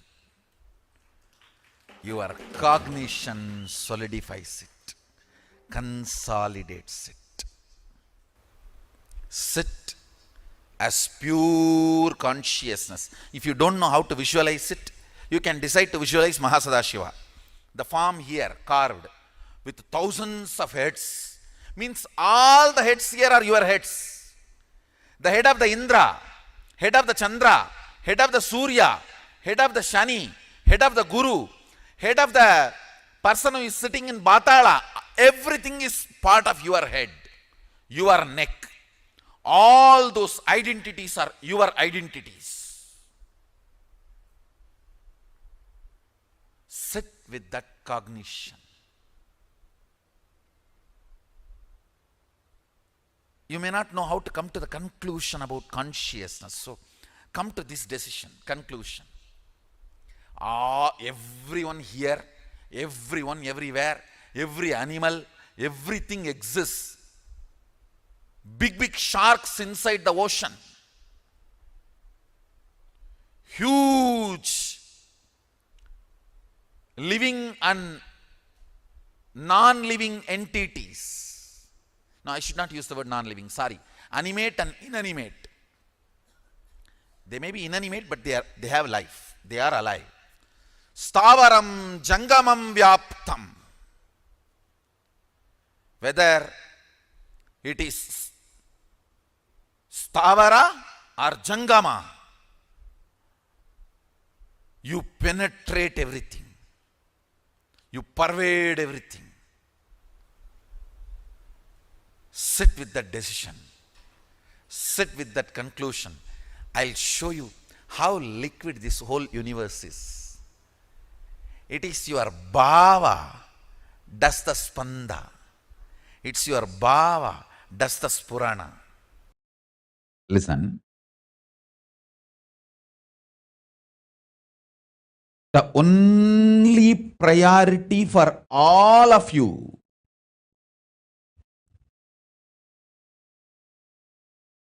please understand, I am talking to anyone who has a little love or sympathy for me.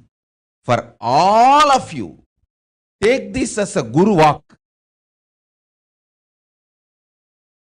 Make your body consciously strong. Listen, gym will build muscles.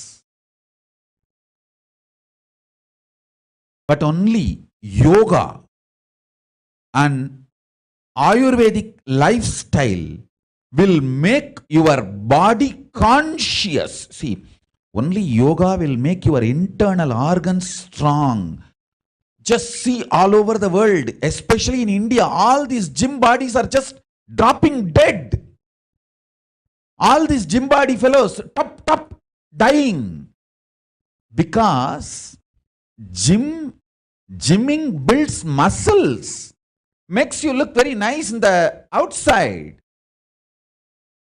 Yoga makes your internal organs strong and your ability to manifest consciousness strong. I'll describe more elaborate, detailed way, capturing exactly the impact of delusion on individuals. See, when you go to deep sleep state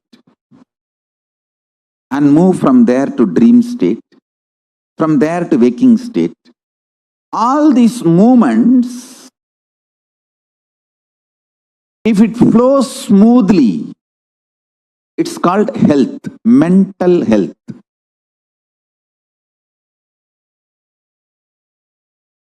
Your nervous system is strong enough to handle your identity. Understand?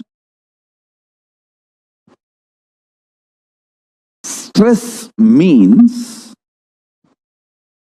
your nervous system's inability to handle what all you consider as you and yours. That is stress. I am giving you the definition of stress as per yogic tradition, as per Hinduism. Hindu definition of stress. Whatever you consider as you and yours, your nervous system's inability to handle it is called stress. I tell you, every situation you feel irritated, angry, violated, intruded, just don't react. Be calm and look in. What is making you feel violated? What is making you feel irritated? What is it that is getting into your nervous system? What is it that constantly shakes you? If you see, you will understand it has nothing to do with what is happening externally. It is something triggered internally. I tell you. Getting triggered internally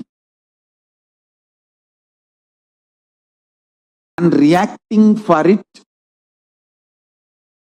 externally and making stupid decisions is called delusion. Delusion is worse than death because death is only 1 minute happening. Delusion destroys you, which is like a continuous suffering. The decisions you make in delusion is worse than death. Death is actually nothing. It's just changing clothes. But decisions you make during delusion destroys your life. Just understand, your husband, your wife, your house, your kids, your furnitures, your family, your friends, your external world is not at all bad and they are not responsible for the sufferings you are going through inside at least till December 14th. See, till December 14th, there is a huge prabhava energy, delusion energy getting released on this planet. At least till December 14th. Maybe you can make a chart. You can write on your bedroom wall or write on a paper and stick it on the bedroom wall. Till December 14th, none of my family or friends or external world is responsible for all my suffering. Understand? Everything you feel so logical and factually right. To accuse others, blame external situations. Everything looks so factually right, will suddenly collapse after December 14th because now the delusion energy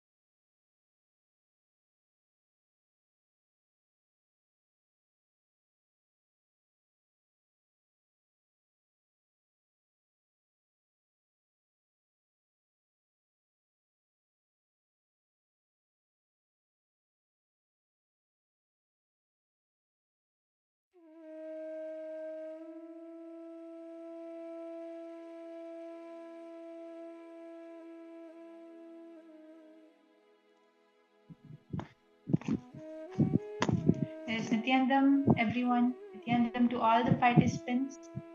Ma Kalahantrikananda, Ma Nithya Ma Tanja Devane.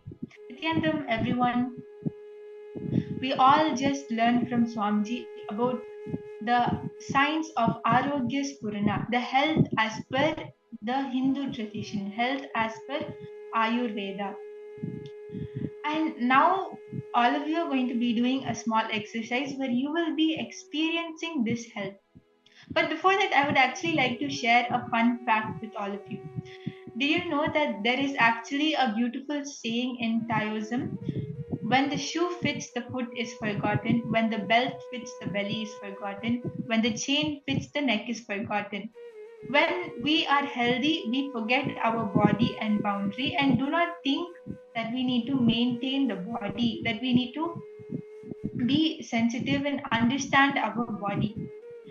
So this is actually one of the most important things. Not just being without disease. It's not just merely having no disease, but it is keeping the body healthy. That is what Swamiji calls as the definition for health. Well-beingness, not merely no diseaseness.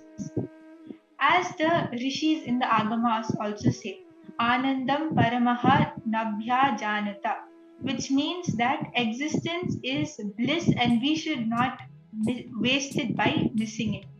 We should make sure we have a healthy, yogic, strong body to experience the bliss, to experience the existence around us. Whether it is the initiations from Swamiji or whether it is the high energy which all of us experience, everything becomes much more real and much more intense when we have a healthy and yogic body. This is one of the most fundamental important things for all of us to understand. And it is not just what we are taught in the outer world of building your body, going to the gym, having a fit body with muscles. That is all really good for us. But the most important thing is having healthy internal organs, your kidneys, your heart, your brain. All of this is vital. It is very important for you. Because when you have healthy internal organs, at that time, you're able to hold the power manifestation energy. You're able to hold the initiations which Swamiji gives us. Swamiji actually gives this very beautiful example. If we pour water into a pot, into a clay pot which is full of holes, the water is all going to go out. Whether we pour water, pure water in it, or even if we pour the nectar, amrita in the pot, it will be useless. The pot will not be able to retain any of it. It will all just flow out of the pot because the pot is not strong. It doesn't have the pot is full of holes. In the same way, only when our body is strong and we don't have holes in our body, which basically means that we have a healthy system, a healthy nervous system, we can hold the powerful energy which Swamiji is initiating us into every day. So now all of you are going to be doing a small exercise to experience that. So I request all of you to pull out your pens and papers.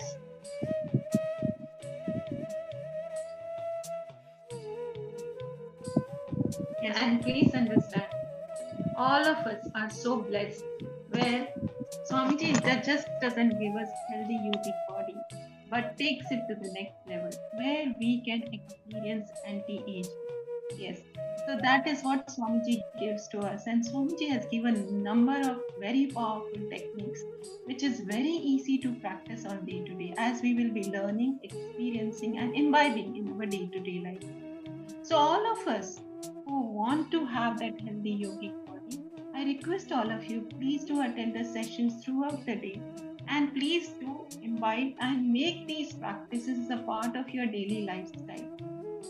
It has been the experience of so many devotees and millions of them around the world, how drastically the health has improved for a number of us, all of us, just by practicing these very simple, powerful solutions. So with this, we move on to the exercise for this session. Yes, so the first step is all of you have to look into your life and describe in detail the major fears which you experience related to health, both whether it is physical or mental health. For example, you have a fear that you may get a heart attack because your father had it. That is the fear you have with your physical health. Or you have another fear which is related to your mental health. Any fears which you have related to health, do take a few minutes to look in your life and pen them all down. There might be some unconscious subtle fears in you, something which you are not aware of, which does surface in you once in a time sometimes. But now if you think about it, you might not be that might not come up in you. So I request all of you to take a few minutes to actually look inside and contemplate and see what are the fears you experience related to health. It might not even be a specific disease like a heart attack. It can be in general health that you have the fear you might not be able to achieve the healthy body you want. Like that, all the fears which are there in you. Yes, so I request everyone to start penning down Ma Yoana, Ma Tanja Devane, Ma Ling Hong, Ma Julie, Sila. All of you can start penning down. If you have any doubts, feel free to post in the chat section.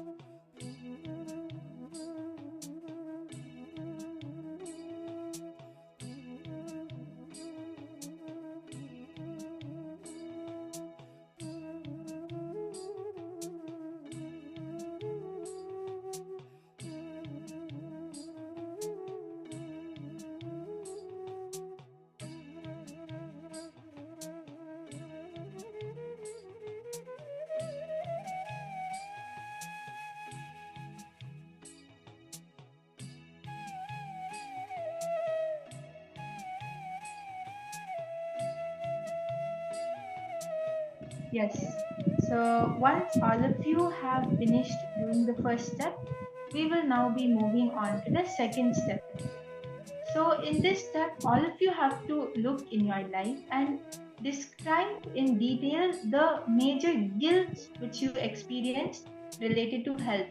So in the first step, all of you pen down the fears which you experience. Now is all the guilt which you experience, whether it is physical health or mental health. For example, you have guilt about your smoking habit or about your drinking habit. What are all the guilts which you face which affect your health, your mental health and your physical health? Yes, I hope everyone is clear. If anyone has any doubts, I request all of you, please you can post in the chat. As well as feel free to post what are your observations and what you are writing. If it helps you, you can post in the chat. And regarding any specific thing, if you have any clarifications, you can please post that also in the chat.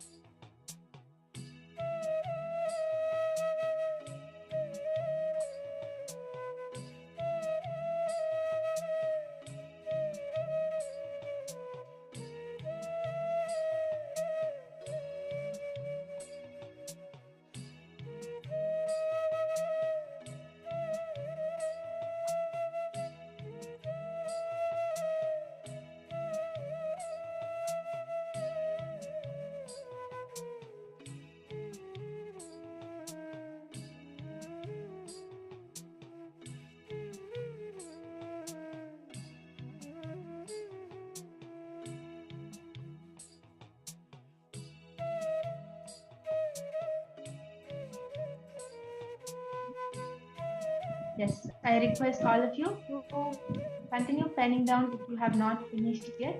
Otherwise, we will now be moving on to the next step. In the next step, you're going to be penning down the pains which you have experienced related to health. It can sometimes be physical, sometimes it can be psychological.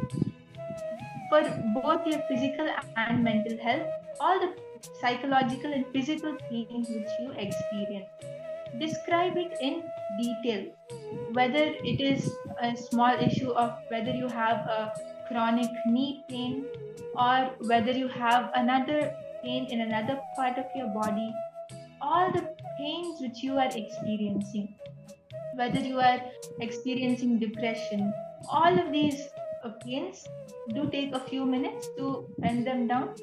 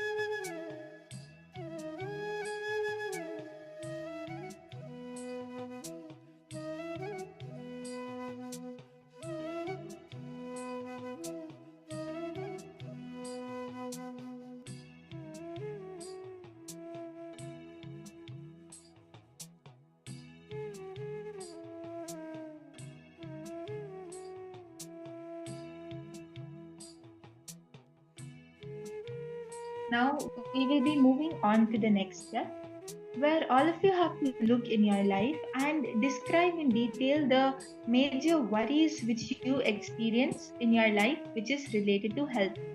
For example, you can be worried about your blood pressure level, or you can be worried about having less vitamins or less iron in your blood. All the worries which you experience, start penning them down.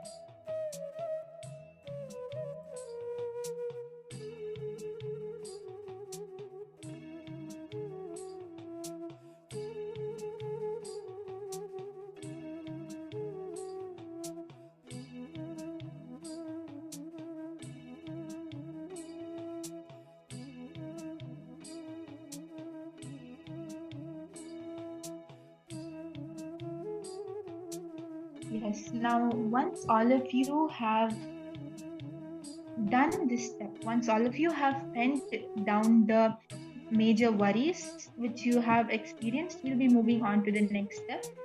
So I hope all of you have penned down all the fears which you have experienced, all the pains which you have experienced, all the worries which you have experienced, all 4 steps.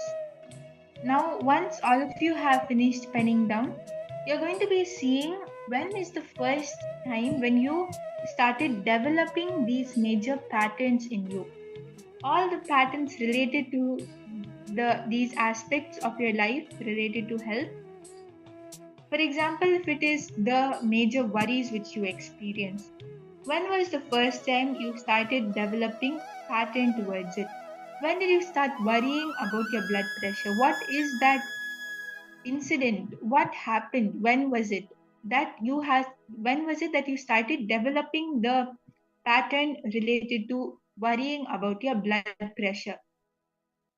Like this, all the major patterns, write them all in details. The whatever incident happened, whatever situation happened, write them all down, as all of you are also going to be reliving these incidents.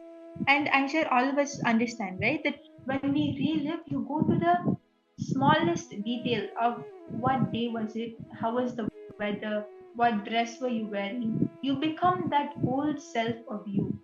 So that is why I request all of you to pen all of this down in as much detail as possible.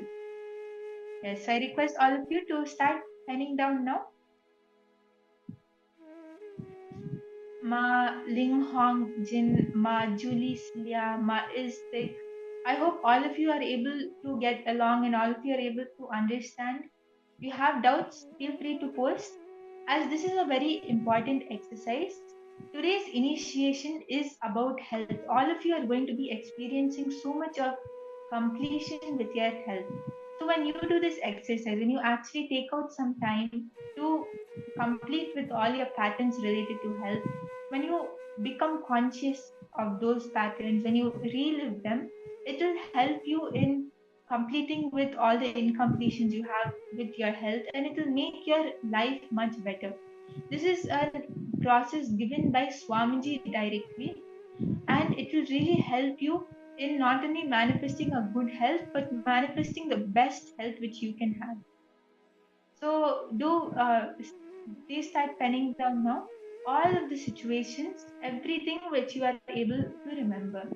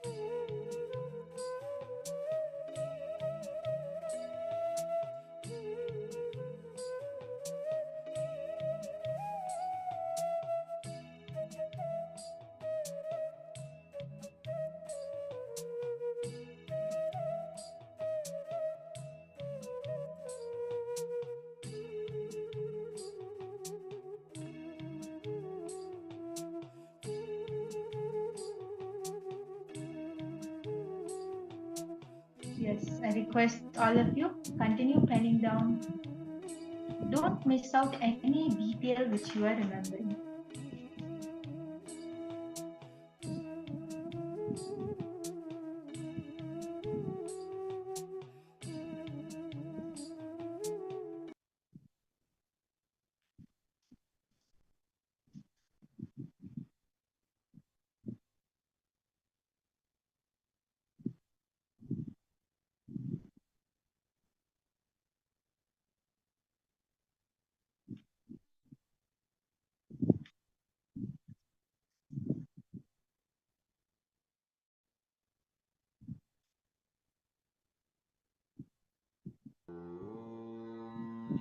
Nithyananda Paramashivoham Om Nithyananda Paramashivoham Om Nithyananda Paramashivoham Om Nithyananda Paramashivoham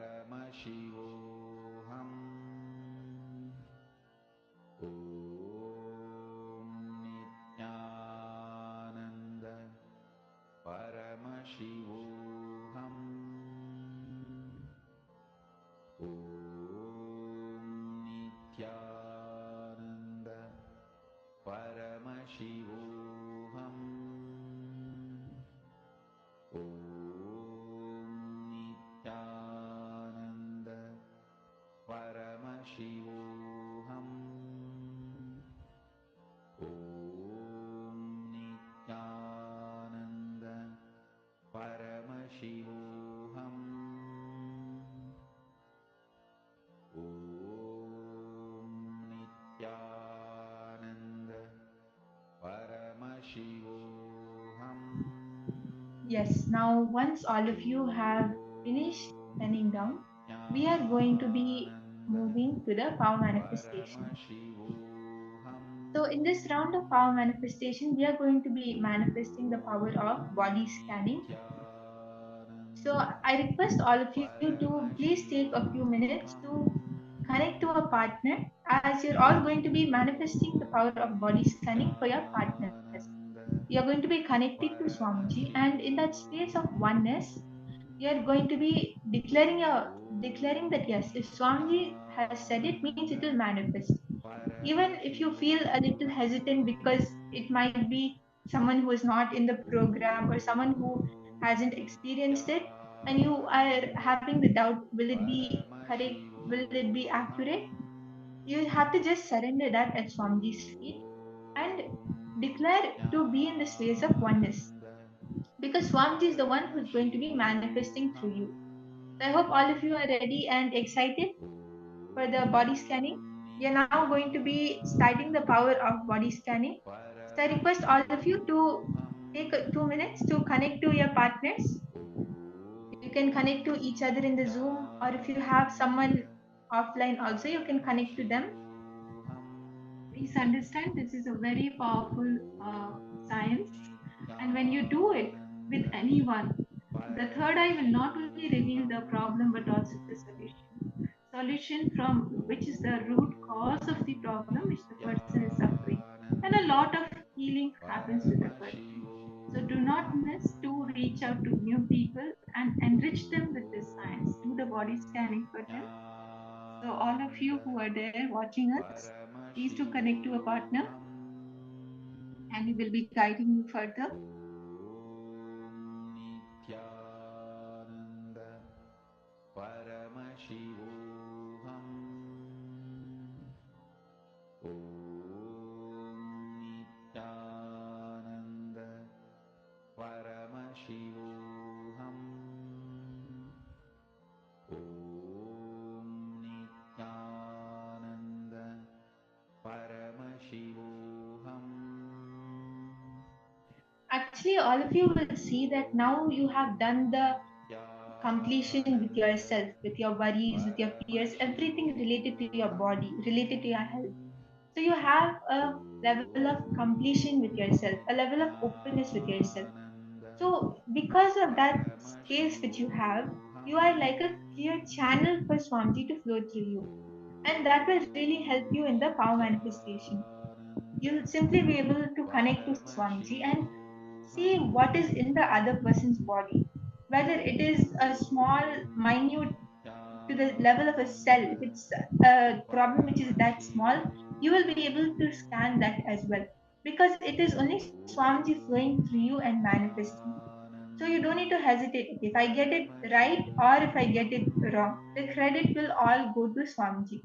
So just having that trust and surrender, we'll be starting the power manifestation. So I hope all of you have connected to your partners. You can post yes in the chat once you have connected. Ma Julie Silla, Maling Hong.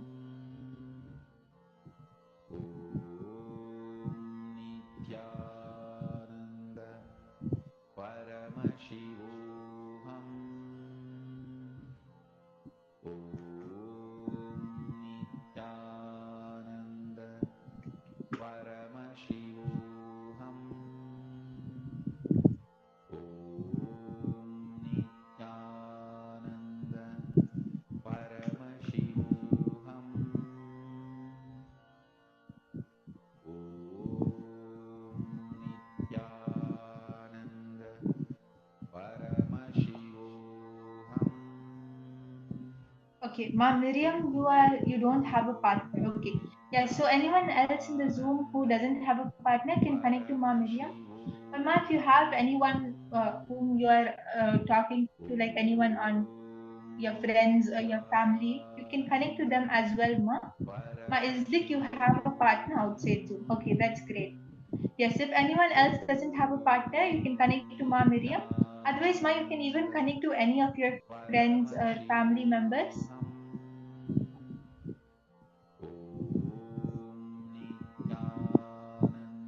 Yes, now we will be starting the power manifestation. So all of you are going to be scanning the bodies of your partner.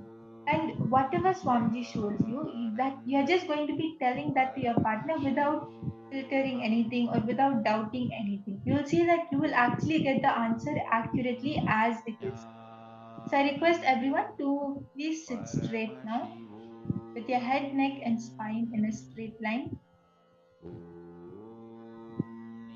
Connect to Swamiji in your third eye and start chanting the Mahavakya. Nithyananda Paramashivoham Just scan all the details which is there in your partner's body, whatever disease they are facing, or how is their health, if they have any deficiencies. See everything. Just scan your partner's body through your third eye, and you will see Swamiji will start revealing all the answers to you in your third eye. Paramashivoham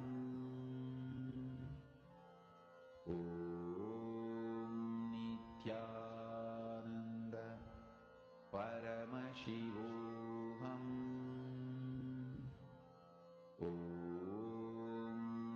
Nithyananda Paramashivoham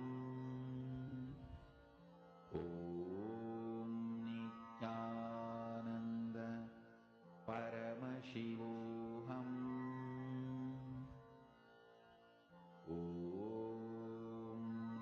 Nithyananda Paramashivoham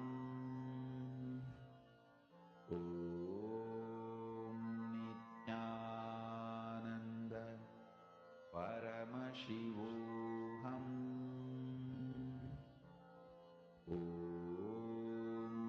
Nithyananda Paramashivoham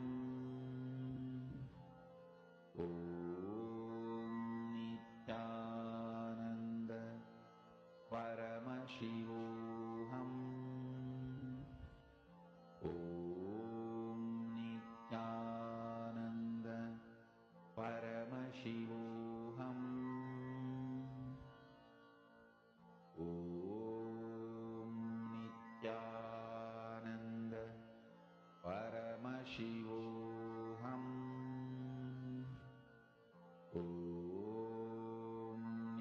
Nithyananda Paramashivoham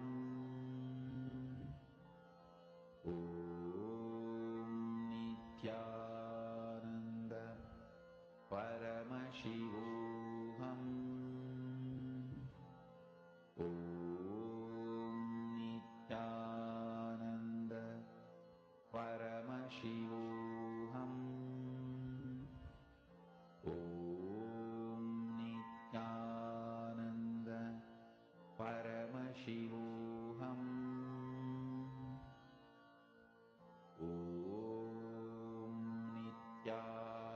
Nithyananda Paramashivoham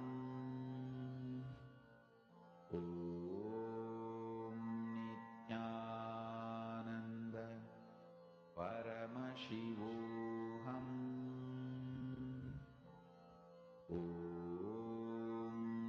Nithyananda Paramashivoham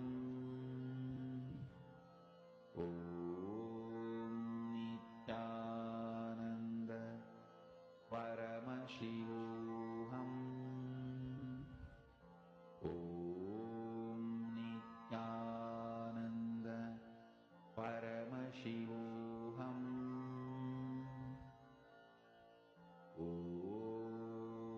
Nithyananda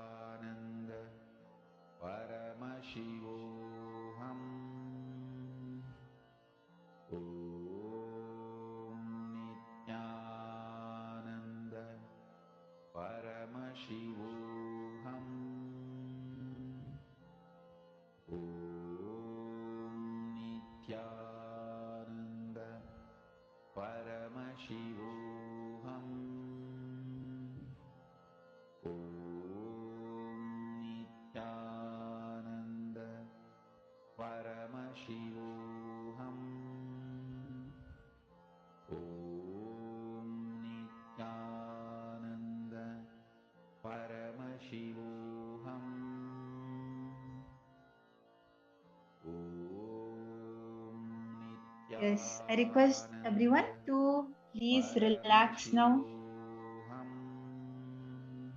And you can go ahead and share with your partner what did Swamiji reveal to you in your third eye. Share all the details. You would have seen the answer as letters, or you would have seen as pictures, or however your third eye revealed it to you. Whatever Swamiji showed you, you can go ahead and verify that with your partner. Ma Istik, Ma Ratna Prabha, Ma Tanja Devarne. Yes, I hope, please, I request all of you to share with your partners and verify the answer. And Ma Miriam, I hope you're able to find a partner and do the power manifestation. So if you have done the body scanning, please do share your answers with your partner and share. You can share on the chat as well, ma. What did Swamiji show you? What were you able to manifest? And ma, if you are not able to find in this short time, I request you later, please do whenever you can talk to your friends or your family, and you do this body scanning for them when you get a chance. But I request you to please do this. And once all of you have verified with your partners, you can share on the Facebook page, on Kailasa's Paramashivoham Facebook page. Do share your experience of the power manifestation. What were you able to manifest? You can share the results of your body scanning. Ma Anandeshwari, Ma Nithyananda, Ma Sharmeni, Ma Istik. All of you can share your experience on the Facebook page.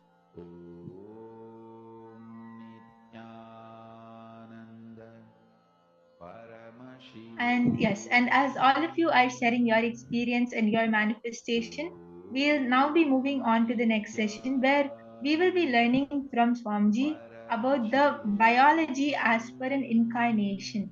What is the exact science behind the biology? So all of you do stay tuned as we learn about these powerful cognitions from Swamiji while we learn about the science of biology from an incarnation itself. So it's going to be a very interesting session. So all of you can stay tuned as we move on to the next session.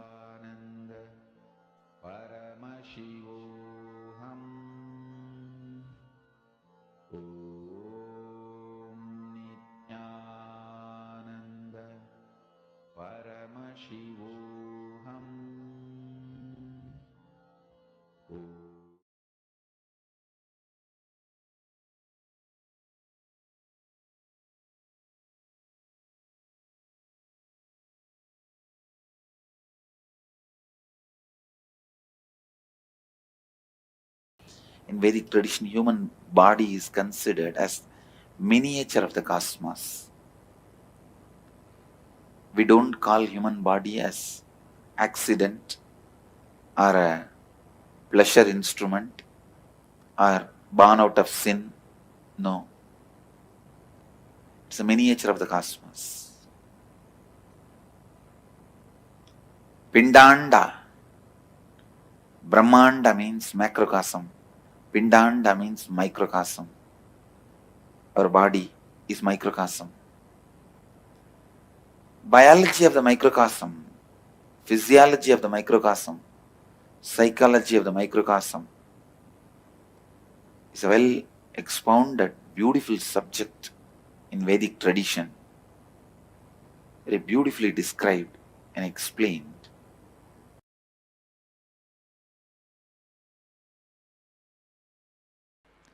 I am defining biology. Biology, please listen. Biology is the zone where your very core existence touches your body to operate.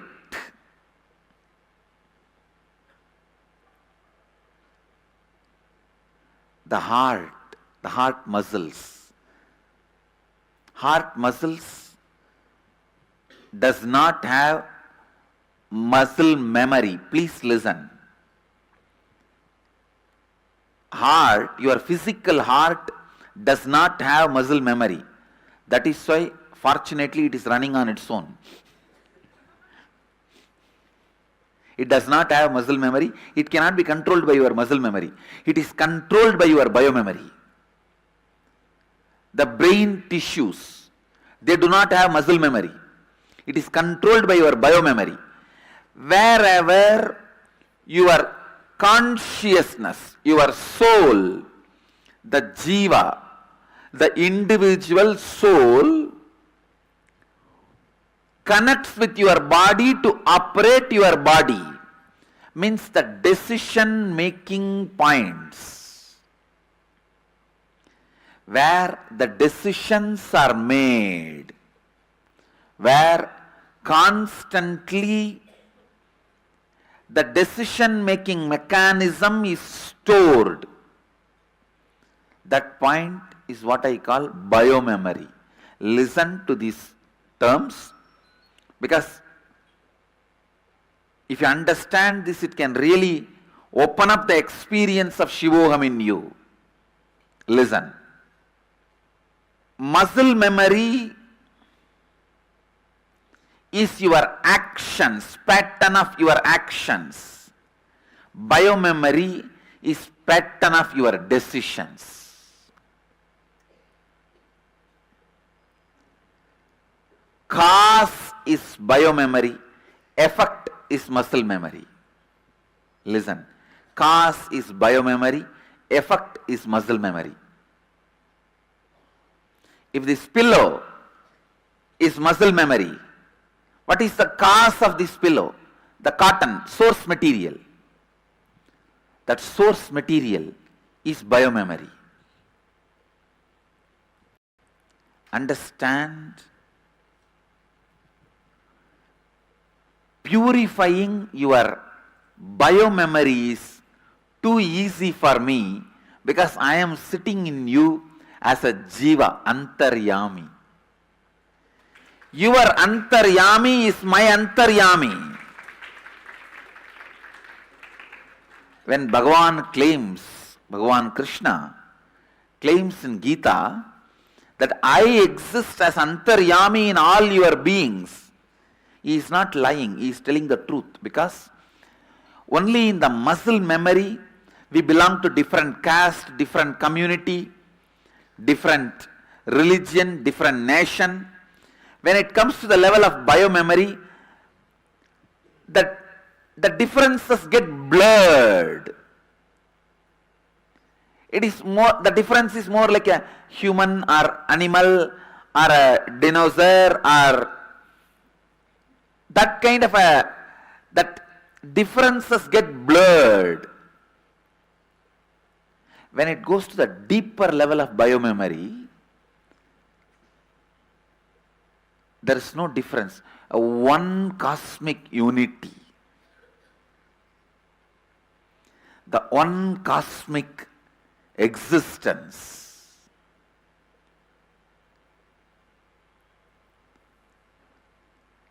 The natural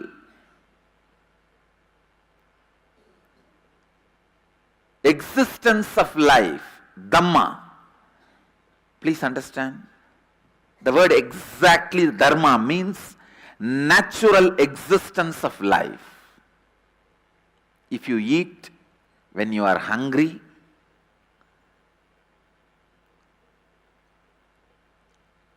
if you just sleep when you are feeling sleepy,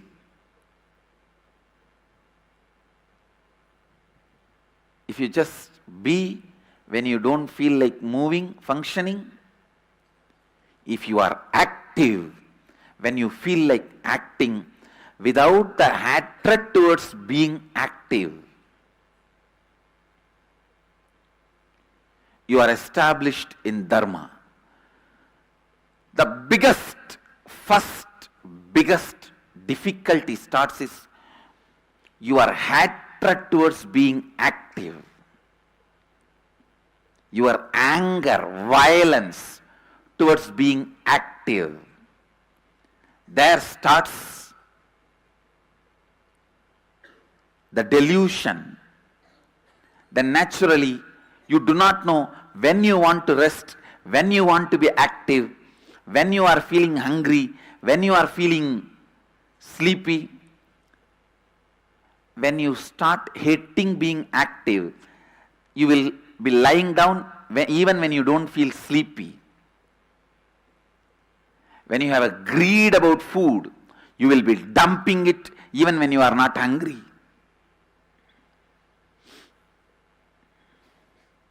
You will be dumping it even when you are not hungry.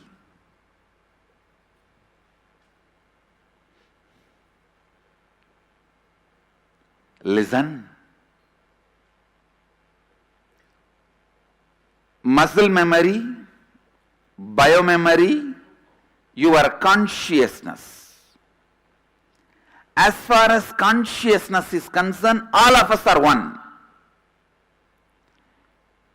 Slipping from your muscle memory to your biomemory is yoga, lifestyle, completion, all that. Slipping from your biomemory to your consciousness is Shivoham experience. Understand? Moving from your muscle memory to biomemory. How to do that? That is purifying your muscles, like morning yoga or this haritaki powder, panchakriya. All these lifestyle practices purifies your muscle memory. Shivoham,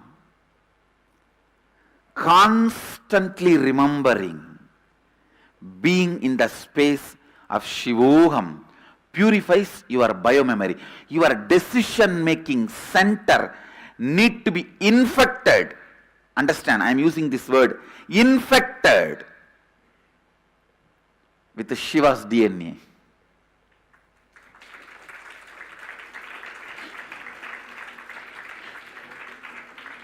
It should be infected with Mahadeva's DNA.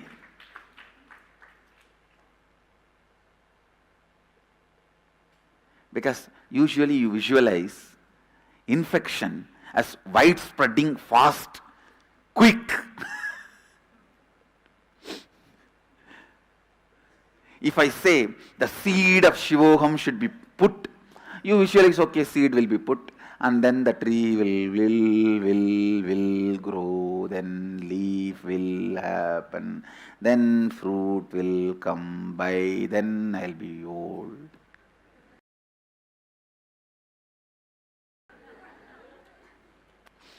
That is why I am not using the word putting the seed. I am using the word infected. Means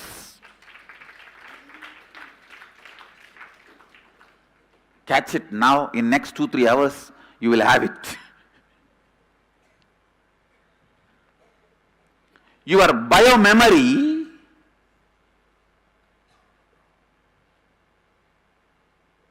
need to be infused. Your decision making mechanism need to be informed that the source of energy available to you, the source of life available to you, the source of love available to you, the source of wealth available to you, everything is unlimited. Please understand. Ability to make new bodies as you want. is one of the biggest wealth that is actually available to your biomemory. That is why you made this body. The body with which you are sitting is done by you. You might have forgotten. After 25 years, you forgot. You built your house with a lot of intelligence input from yourself. Maybe you took the help from other people. But the source was you. You forgot. Same way, the body with which you are sitting, you built it.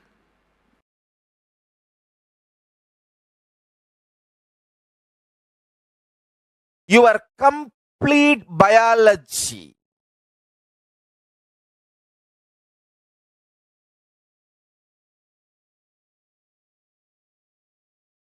is responsible and involved, actively participates in your thinking. That is why the posture you sit and the cognitions you have directly is connected. You can never lie down in a relaxed way and get angry. To get angry, to scream, you have to sit up. If you sit straight, you will always have a matured thinking. By sitting straight, you can never be confused. If your spine is straight, you cannot be confused. To be confused, your spine needs to be bent, crooked, convoluted. Your spine needs to be crooked for your thinking need to be crooked. You can never have immature thinking when your spine is straight.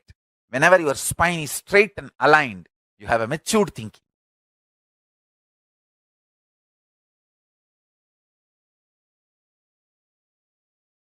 Listen, first thing I want to tell you. The moment you cognize, your biology thinks.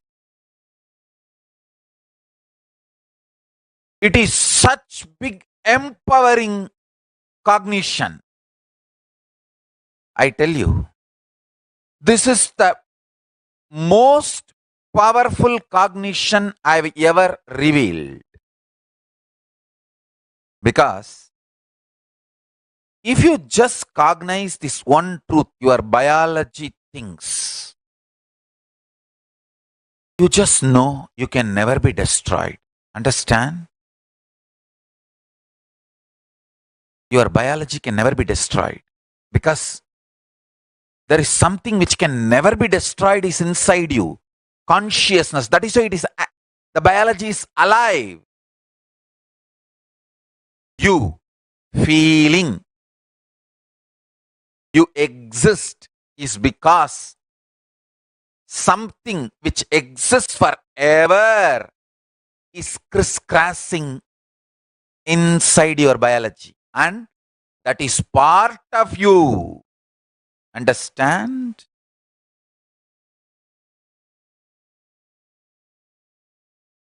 Understand the Sankhya. Multi-dimensional logic.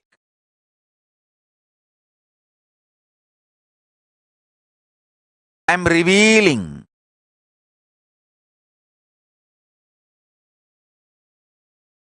Understand this one truth.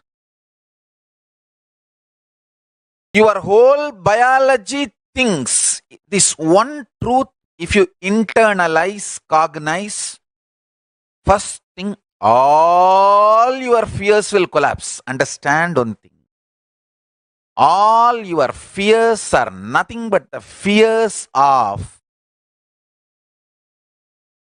losing your body or losing what you accumulated using your body.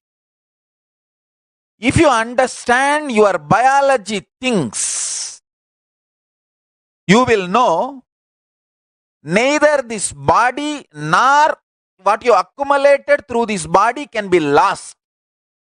The essence of this body and what you accumulated through this body, that conscious blueprint is always carried by you, and you can manifest it again wherever you want.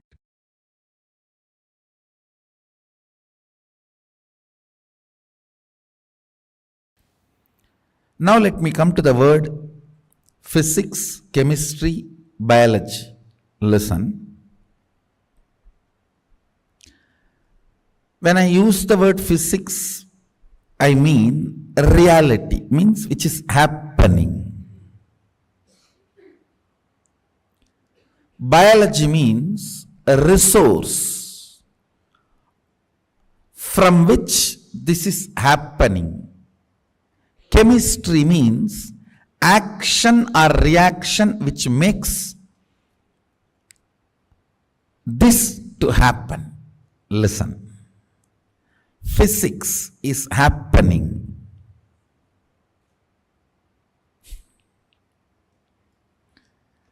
Biology is the resource from which it is happening. Chemistry is the action or reaction which is responsible for this happening.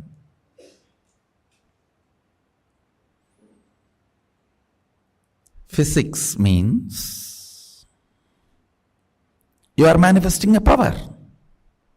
The power is manifesting.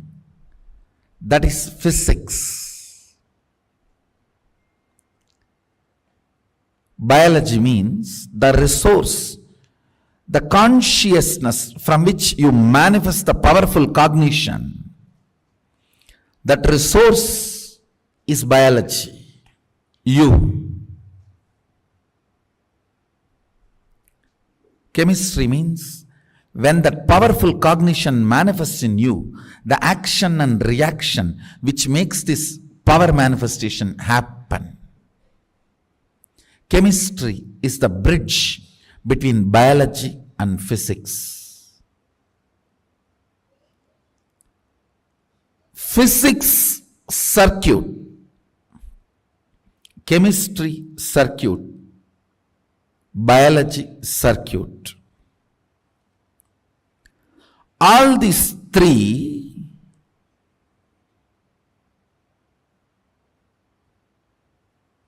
listen carefully. Physics circuit, chemistry circuit, biology circuit. All these three fields have been explored by our ancient masters, our great visionaries. Why it is called resource, you know? It is the source which can be replenished. The source which need not be replenished will be called as source, which is consciousness. The source, but not in its pure form, which is replenished again and again, is resource.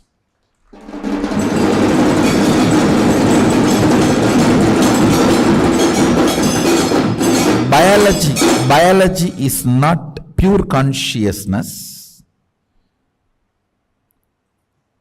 It is like source which need to be replenished again and again, which is replenished again and again. That is why I am using the word resource for biology.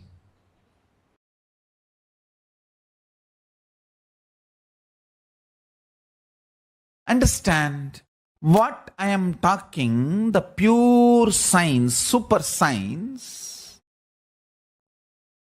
the pratyaksha pramana, the existential reality of super science, the physicality of the existence is physics in super science. And the physicality of the physics, what it goes through when its 5 dimensions overlap and dance with itself. The Shakti Chalana is chemistry of the cosmos.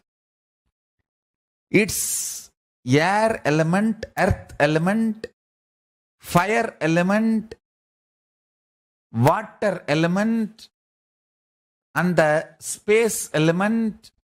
When they play with each other, what happens is the chemistry of cosmos. And listen carefully, the physicality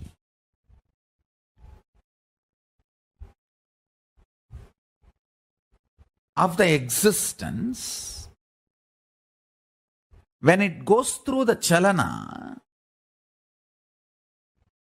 means its 5 fundamental elements play with themselves, and that process is chemistry. These two are not responsible for biology. Understand? The human science is trying to tell you these two are the responsible for biology. No. Biology is the pure gift from the existence into this. Maybe the growth of the biology and different permutation combination of biology may be impacted by the physics and chemistry, but the physics and chemistry is not origin of the biology, is the truth from super science. Understand? That is why I insist the evolution theory of the Darwin is not complete. Biology is purely the external intervention away from physics and chemistry. Listen, the whole physics is the right eye of Paramashiva, Surya. That is why the whole physics administration was given to Surya Vamsa. The whole chemistry is left eye of Paramashiva, Chandra. That is why the whole chemistry of our existence is given to the Chandra. Chandra manages the whole chemistry. All the art, all the chemistry related ups and downs, emotional components, art was given to Chandra Vamsa. And biology is third eye. That is given as Subramanya, which is away from physics and chemistry to the universe as the pure gift. Understand?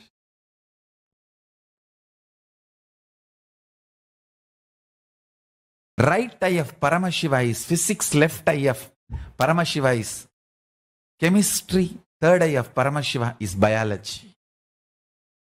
If you listen to this satsang 3-4 times, tons of things which I am saying will fall into place.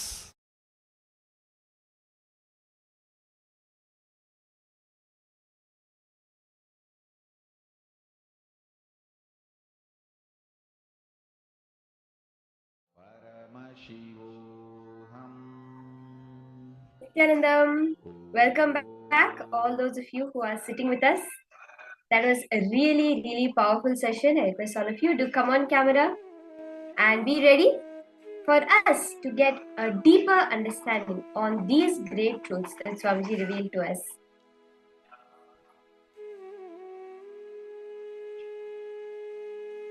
I request all those who are sitting here with us to first start with posting your understanding from this session. What was the higher cognitions that you received?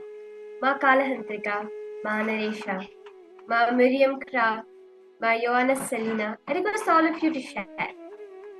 Ma Anandeshwari, Ma Yama, Ma Tanja Devarne, Ma Sarala, Ma Ling Hongjin, Ma Julie Sula. I request all of you, yes, Ma Nyan Sultan Yutuma. I request all of you to share. What was your powerful cognition from this session?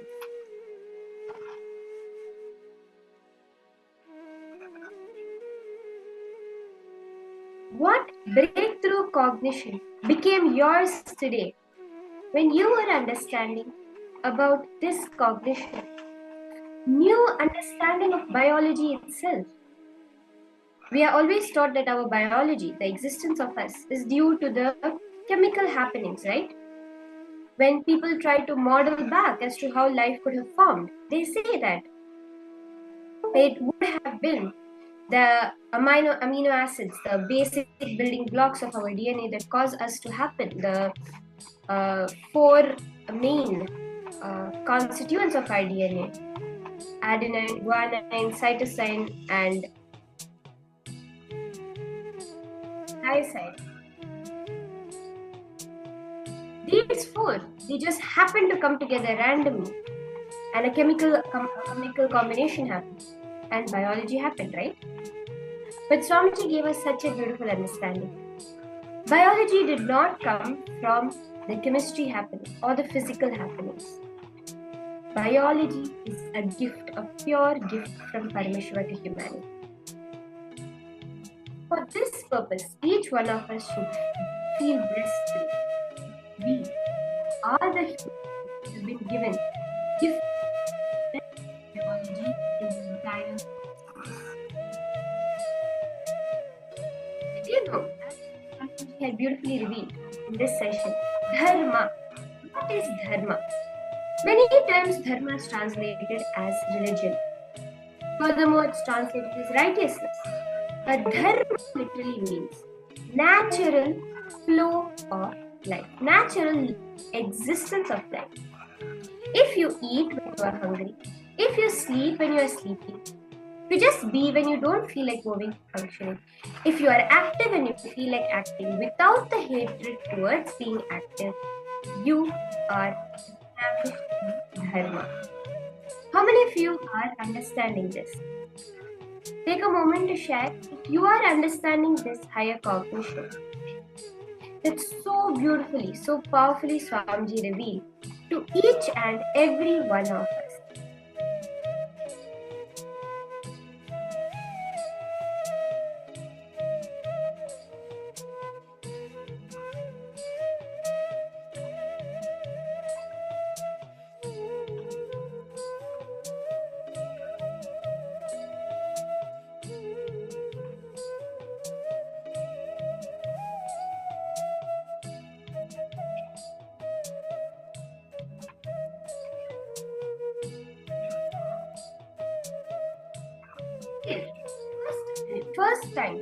First when we start to understand these higher powerful cognitions, we should start with understanding at every moment what we are doing. Are we taking decisions with the Dharma or against the Dharma? This is a fundamental understanding, fundamental awareness each of us need to bring into what we are doing.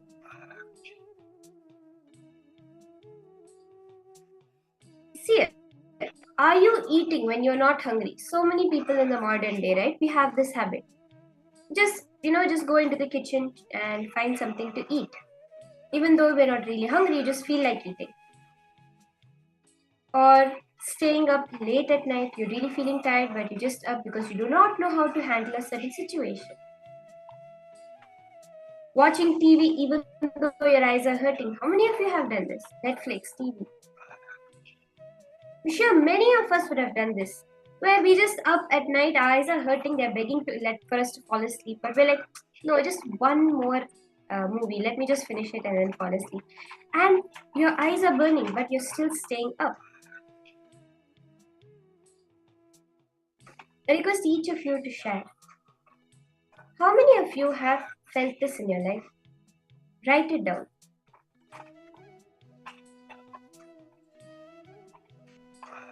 Ma'am Miriam Cry is saying you didn't understand.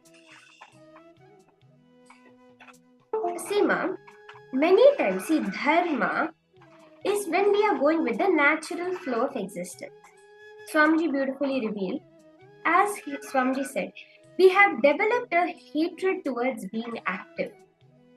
The feeling of, no, I'll just be in my comfort zone. That's what Swamiji says, right? Now, when you have developed that, even when you really, really want to be active, you're inspired. Still, you feel like it's okay, someone else will do it. Let me lay down for a few more minutes. You're not really tired in the morning when you wake up. You're wide awake, but you feel the bed is warm. Let me lie down for a few more minutes before getting up. You may be having the experience where you don't feel like talking or engaging in some activity. But most people today are not happy with the job they have to do or the work they have to do. They don't feel like doing it. But due to some cognition, some feeling that no, otherwise I can't survive, you push yourself to do it. Or else there are many activities you really, really have to do. How many times, whether it's filing your taxes or some action like this, buying the groceries, paying off your credit card. You know you have to do it, but you really want to do it also at that moment. But you just feel, I'll do it tomorrow, it's all right. There all you're going against what your being is telling you to do. Are you understanding this, Mama Miriam Craft? I hope it's giving a little more clarity for you about what dharma is.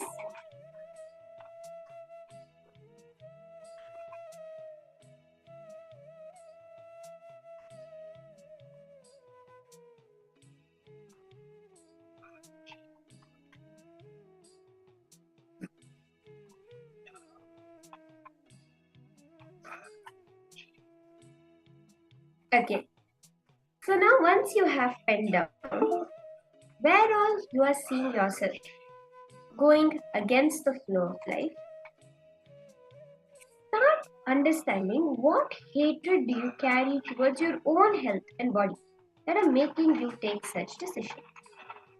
See, fundamentally, the only reason we go against the dharma is somewhere we have developed a hatred towards our own body and mind, towards either the demands based on the body and mind we're having, the expectations from life, the things you have to do because you have to maintain yourself. You have a hatred towards that. Are you all understanding this? Where all you have that hatred, write down that is what is causing these decisions.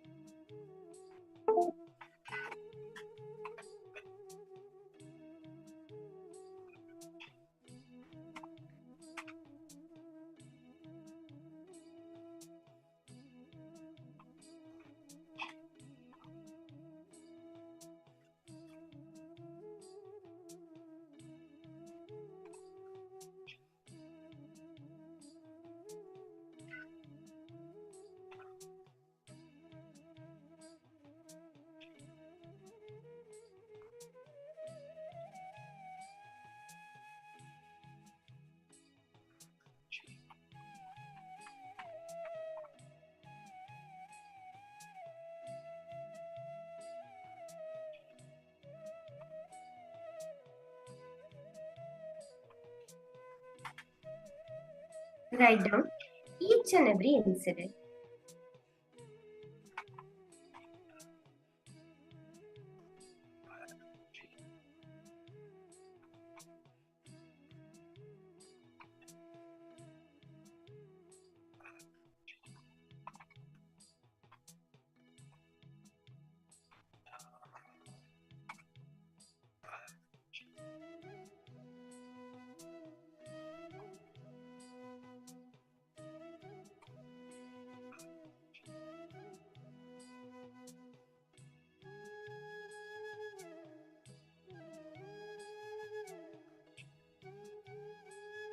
Now, once you have penned down, I hope all of you have finished penning down. If anyone is yet to finish, you can post, and if you have any doubts, any questions, any further help you would like also, feel free to share within the Zoom chat itself. I'll be happy to help you and give you any clarity that you would like.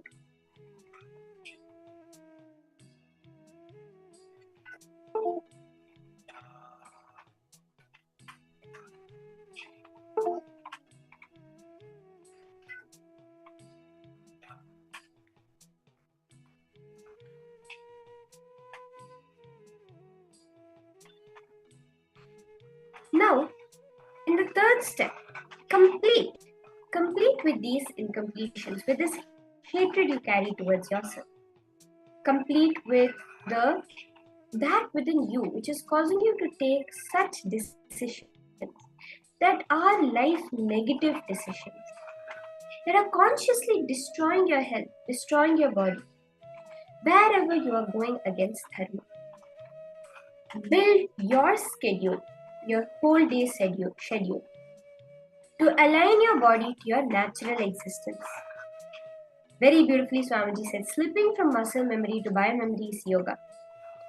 Actually, early morning is the time we are supposed to be active.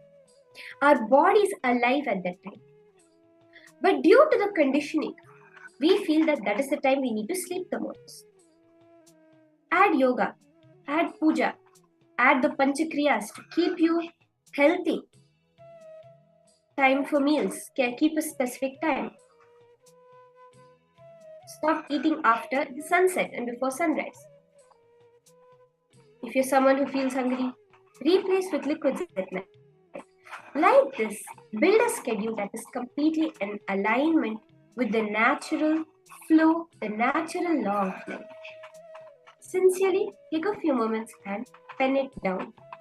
I request each one of you, Ma Johanna Selina, Ma Sukrignana Surupini, Ma Kalahantrika, Ma Nithyananda, Ma Miriam, Ma Anandeshwari, Ma Yama, Ma Jnana Pradayini.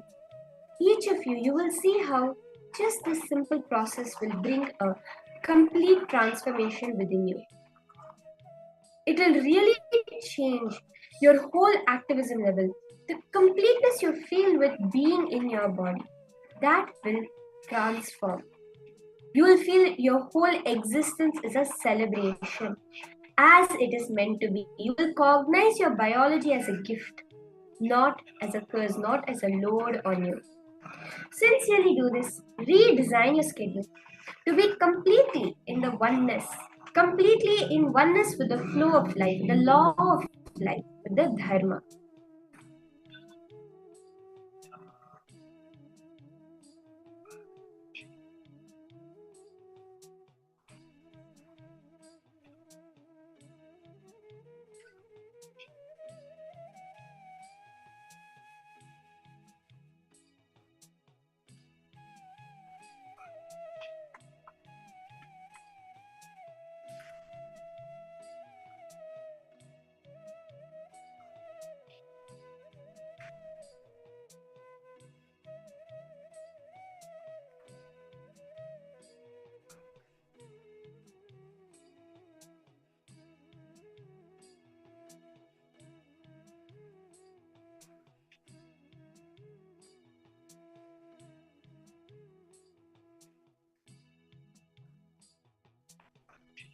Now with that, let us enter into the next session, which is going to be a very beautiful and powerful power manifestation session that each of you are going to be a part of now.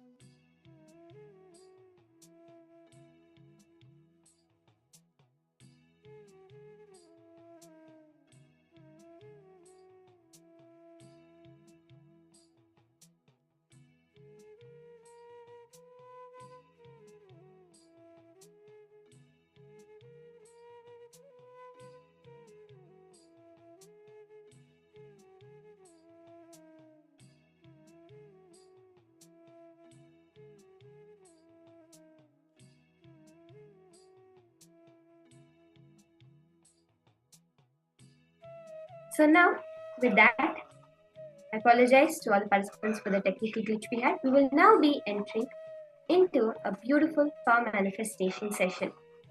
How many of you are excited for this? Take a moment to share. If you are excited for and ready to manifest the powers of Paramashiva.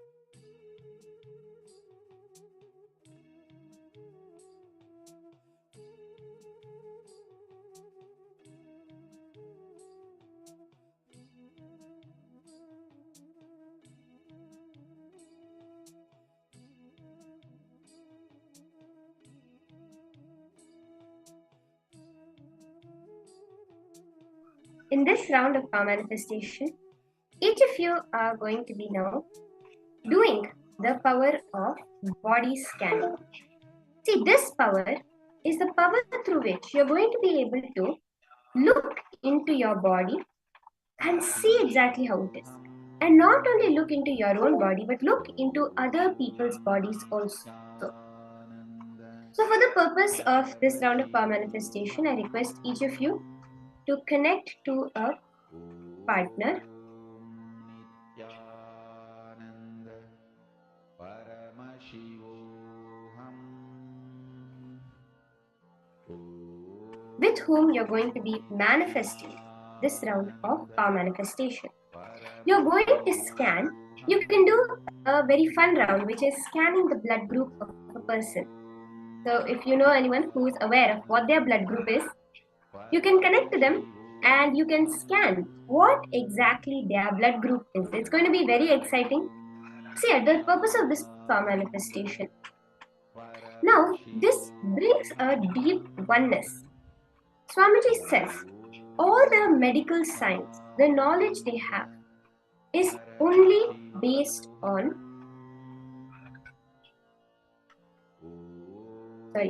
the whole medical science, the knowledge they have is completely based on the dead bodies. It is based on carcasses. The whole understanding that the modern day science is built upon is by solely upon the dead bodies. And that is why Swamiji has said that for us to manifest the power of body scanning is so important, because only by scanning, by doing the power manifestation on a living body, will you be able to understand, will you be able to start to cognize the reality of the whole existence, of the existence of biology. The Swamiji beautifully gave us such beautiful cognition upon what really is the whole science of the biology. Paramashivoham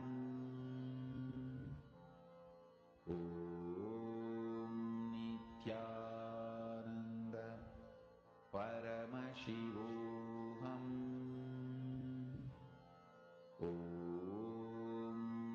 Nithyananda Paramashivoham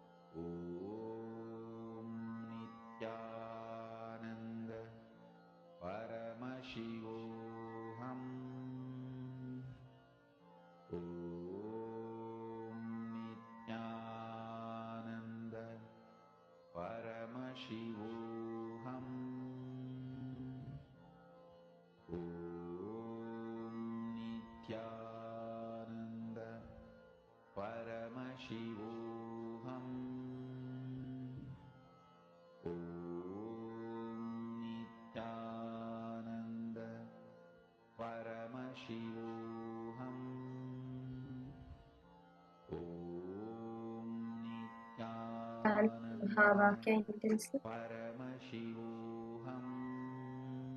As you're sharing with your partner,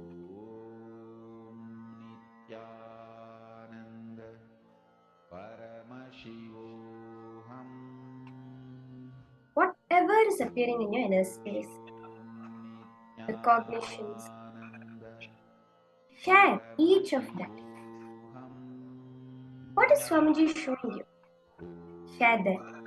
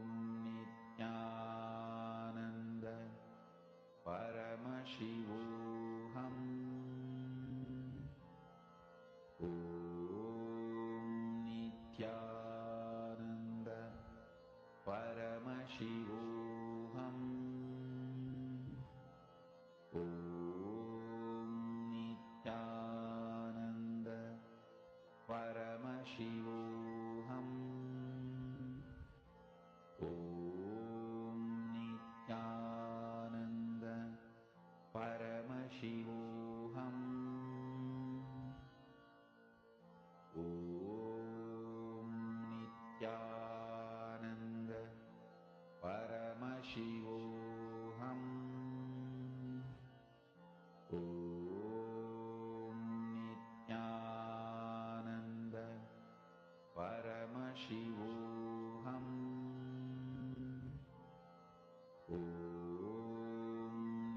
Nithyananda Paramashivoham Nithyananda Paramashivoham. Request all the participants to verify now your answers for this beautiful power of body scanning. Can you share it to your partner? With that, we'll now be entering into the next session. It's a very, very beautiful session and a breakthrough powerful session too. Now, in this session, each of you are going to be understanding, cognizing how your body is consciously 3D printed by you. It is not anyone else that is causing the body to happen. As Swamiji said, biology is a gift. And what happens in that body, how your body happens, that is consciously 3D printed by you. And this is actually a great news because that means you can print your body the way you want. So let us now understand these higher powerful cognitions directly from Swamiji himself.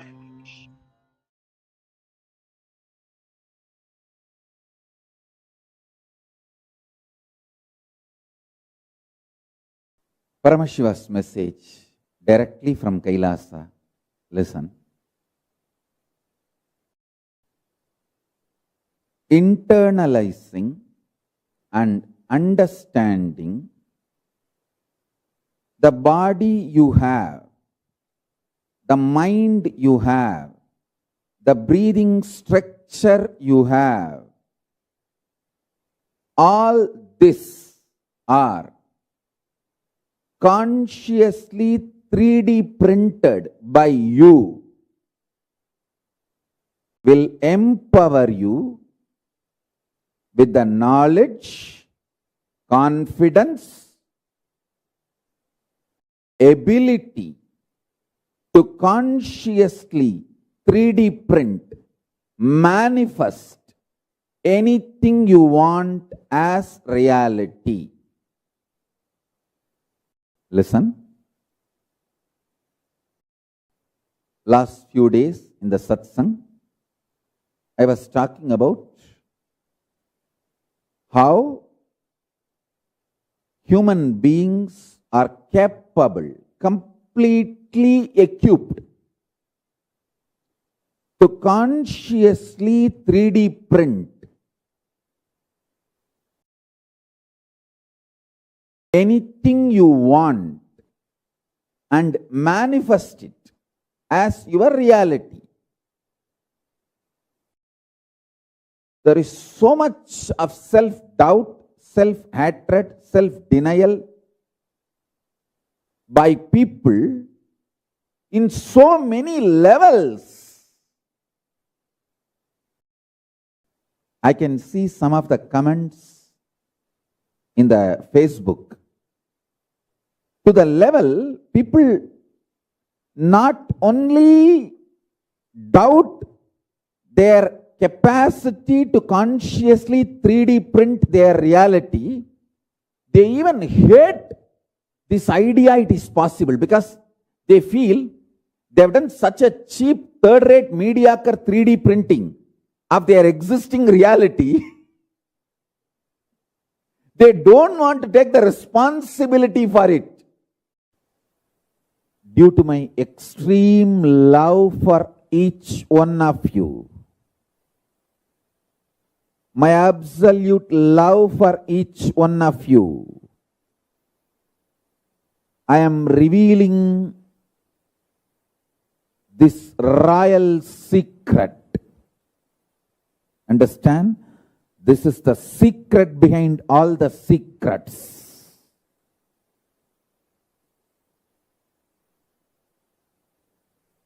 Listen to this truth. It is directly from Paramashiva, from Kailasa. Your consciousness, if you are in the human body and you are able to hear what I am talking and you are able to make meaning, if you are able to cognize, Your consciousness is capable of printing anything you want, just like 3D printers. In 3D printers, nowadays, even the homes, they started doing 3D printing. Full homes are getting 3D printed. Listen carefully. Just like 3D printer, how you can print anything you want out of the 3D printer and take it out.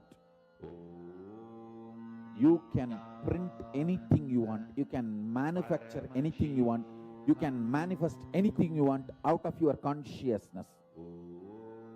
This possibility is freedom. There are multiple reasons why you strongly deny your capacity to consciously 3D print your life and reality and manifest. First of all, you feel, oh, then why did I manifest this kind of reality? Why did I consciously 3D print this kind of life I am having in front of me? And now I have to take the responsibility and redo the whole 3D printing. Listen carefully. Any one day you have to get mature. Maturity is mandatory in life.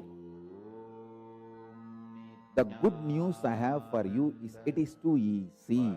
It is not difficult. All you need to do is get out of the impact of the gaslighting done on you by the unconscious.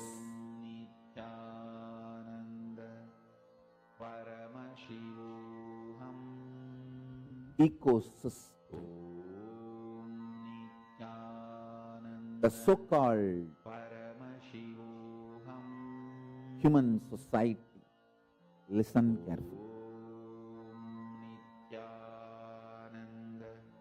The modern day human society you are living is such an unconscious ecosystem.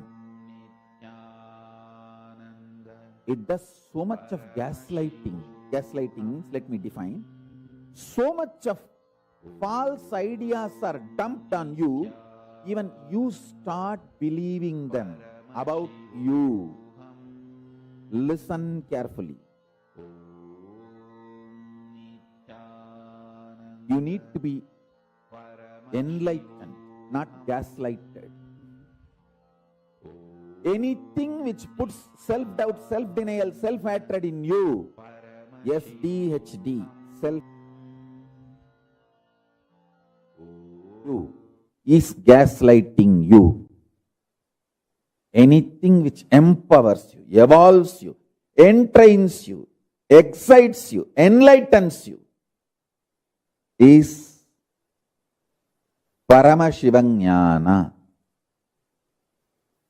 Listen to this truth I am revealing and internalize.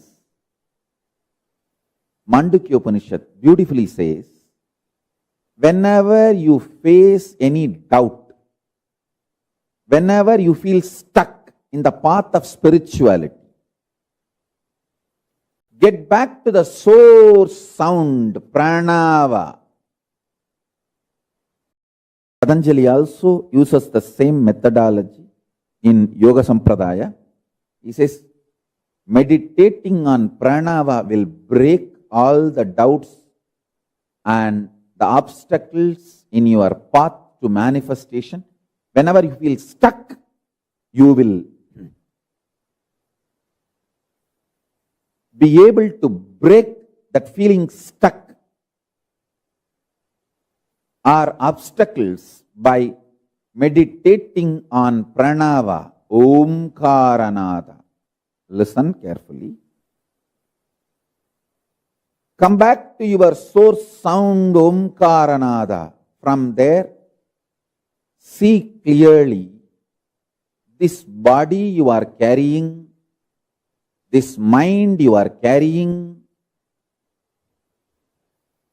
is consciously 3D printed by you. And you manifested it. And it is your own conscious 3D printing.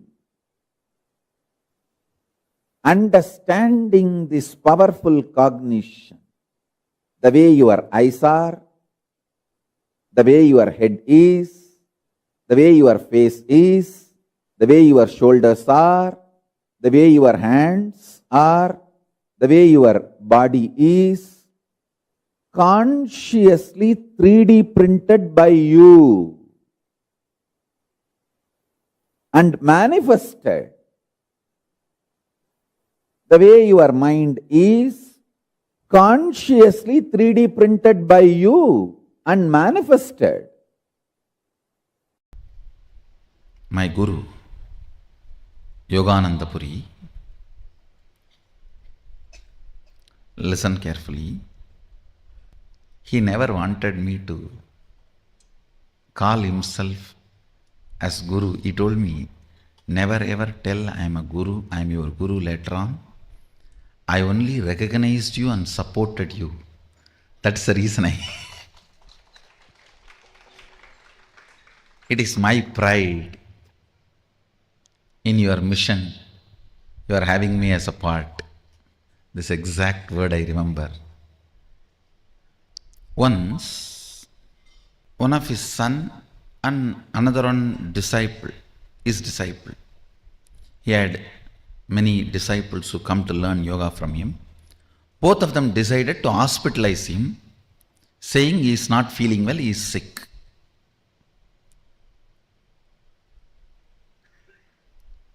And I was sitting away and seeing the whole drama. Little far I was sitting. I still remember the scene. He just got up from the bed. He was lying and got up from the bed.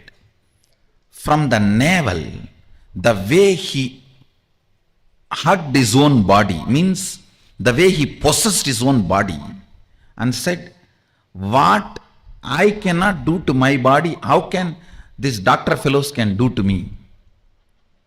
Listen. It was such powerful statement. I literally got the click at that moment. Oh God. So many things which cannot be expressed verbally landed in me. Like my consciousness is master of my body and it has a capacity to build the body as I want. It only built the body already. How can any other power can be more powerful than my consciousness? And I wanted to put this on record. He shocked doctors by making 47 heart attacks in the ECG machine. When he was hooked to the ECG machine, playfully, he will stop the heart for 5-6 minutes. The ECG machine will be showing flat graph and then he will start.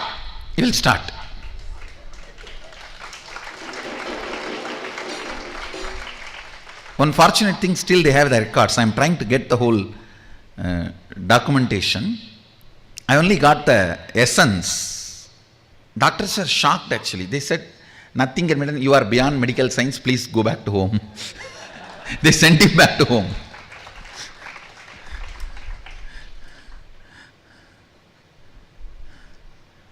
And then he came and again laid down in the home. Both the son and the disciple both were trying to argue with him. If you are beyond medical science, then why don't you be healthy? Why are you lying all the time? Means lying in the bed resting.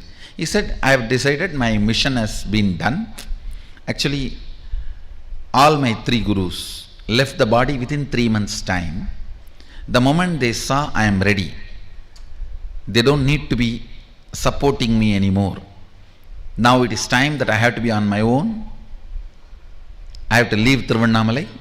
All three of them left the body within 3 months. They had a meeting and they called me and said, don't expect us to be in the body anymore.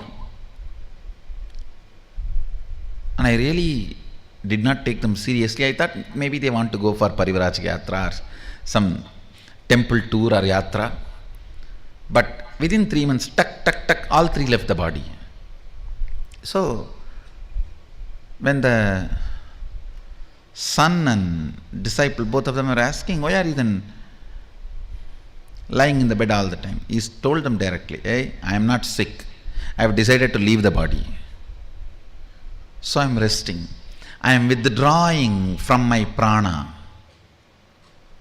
I am releasing my prana.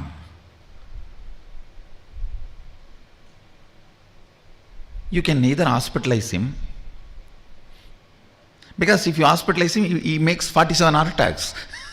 He gives heart attacks to doctors. They have to check the ECG machine 2-3 times, whether it is working or not.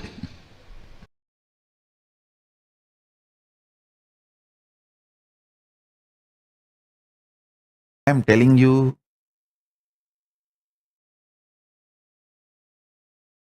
I'll give you one example.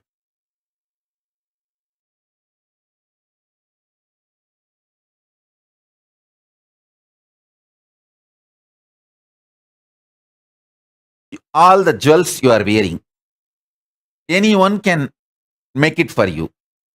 All the clothes you are wearing, anyone can do it for you and give you. All the makeup you are wearing, anyone can do it and give for you. But the internal organs you are having, keeping them healthy, only you can do it for you. Building your body healthy, muscled, the way you want, only you can do it for you. Focus on that which only you can do it for you. Everything else will be easily, freely available to you. This is the core value of life.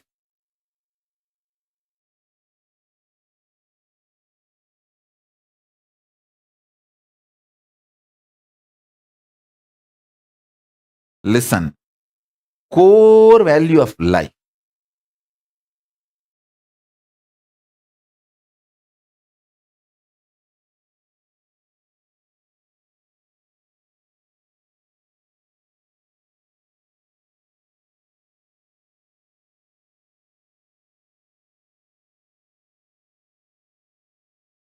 Sharpen your consciousness, your ability to stay in higher states of awareness, your ability to run the life without the drug called fear, confusion. Understand, greed is not a drug actually.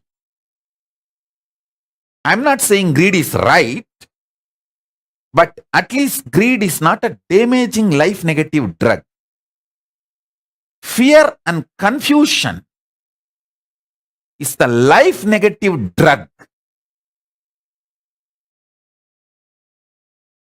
Stop taking the fear and confusion, which is life negative drugs, to run your day-to-day life.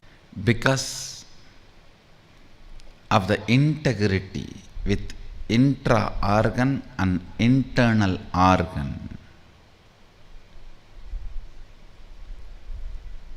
not only you manifest health,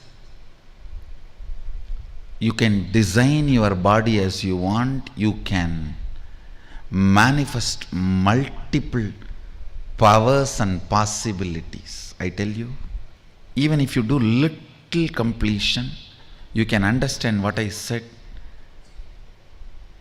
When Yogananda Puri got up and said, my body, how can they do something which I cannot do it to this body by myself? Contemplate on this. Contemplate on this. then you will understand why Balasans are able to manifest so much of power. I tell you, it is all simple. You don't need to build power station. You just need to be connected with a proper copper wire. That is called integrity. That's all. Power station is here.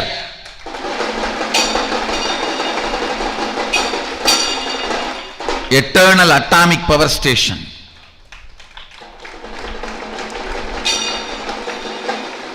You don't need to.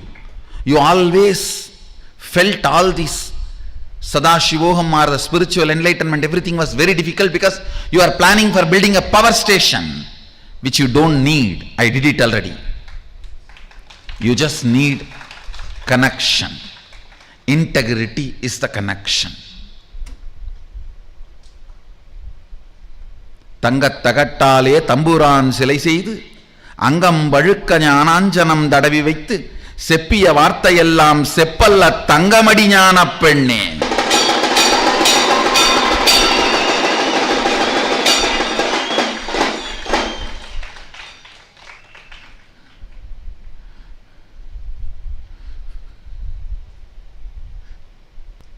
I'll give you a little detail when I say what do I mean by integrity to your internal organs and intra organs. When I say integrity to your internal organs, feel all the time you own them. You own them. So whenever there is a food taken which puts you in depression, low mood, do not eat that food again. When there is a action done by you which disturbs that internal organs, don't do that again.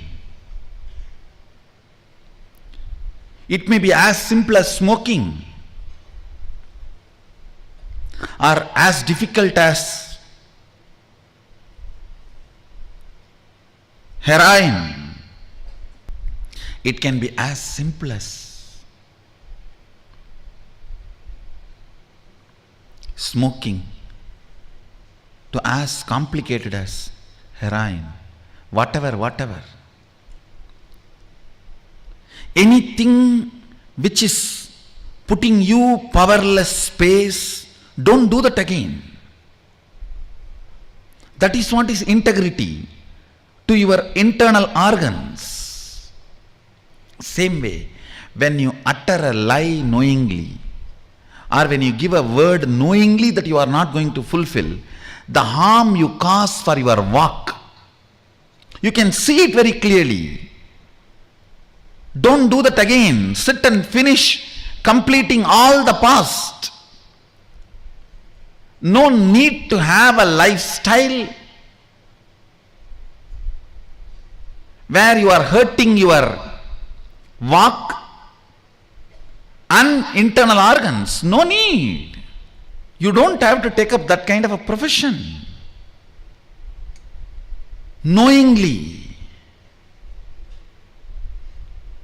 There are tons of professions where you can do sweet things, make money, live your life happily, blissfully, be out of the matrix. There are thousands of things you can do it without harming your walk, harming your intra-organs, anandagandha. Integrity to the internal organs and intra-organs. For example, if you eat non-veg, you feel dull, tired, heavy, then decide, I am going to complete with this pattern. What is it that pulls me to eat non-veg? Is that the food, the way it is presented, or the tongue, the experience of the tongue when I am chewing? What is it? Find that pattern and complete. The only priority for all of you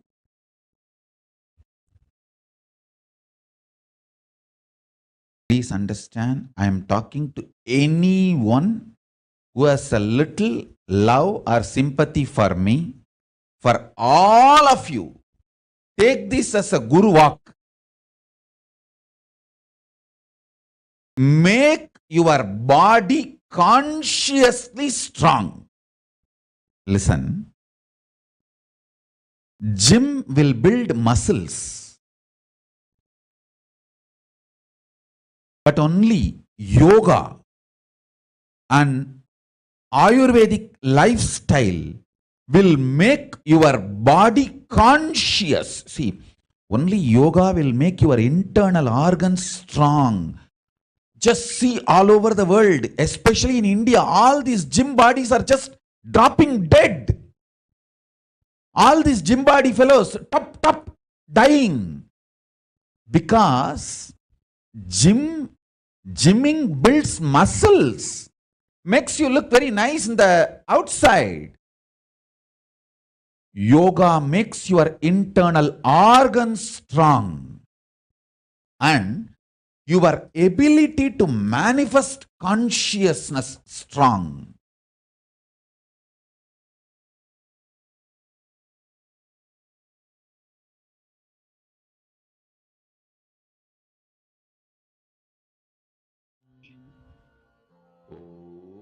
Beautifully. With that highest powerful cognition of how each one of you can design your body. With that powerful cognition, I request each of you to share your understanding from this session. Ma Miriam, take a moment, do post, Ma. What was it that you cognized? What did you understand from this session? Ma Jnanaswarupini, Ma Anandeshwari. I request each of you do share what was your understandings, your cognitions that you got from this beautiful session. How did you recognize your own ability for the freedom to design your body?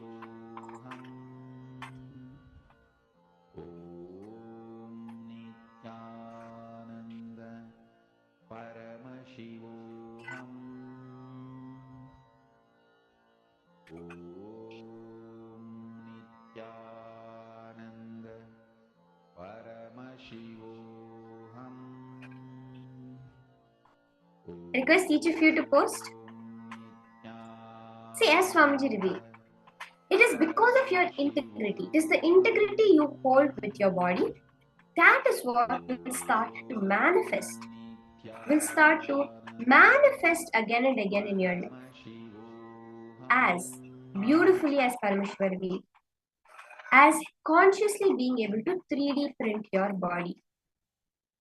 Integrity with your intra-organs and internal organs. Not only will you manifest health, you can design your body as you want. Manifest not only the possibilities, but also the powers of Paramashiva.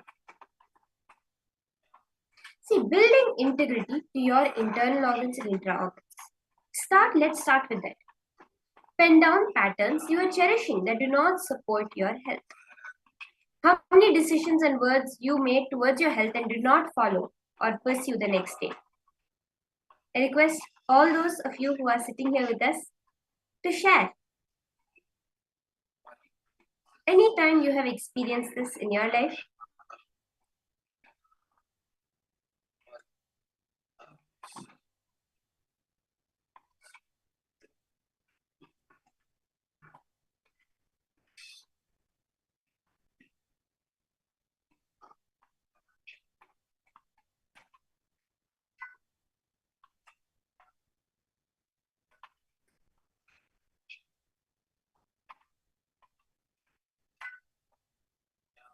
where all in your life do you see that happening of where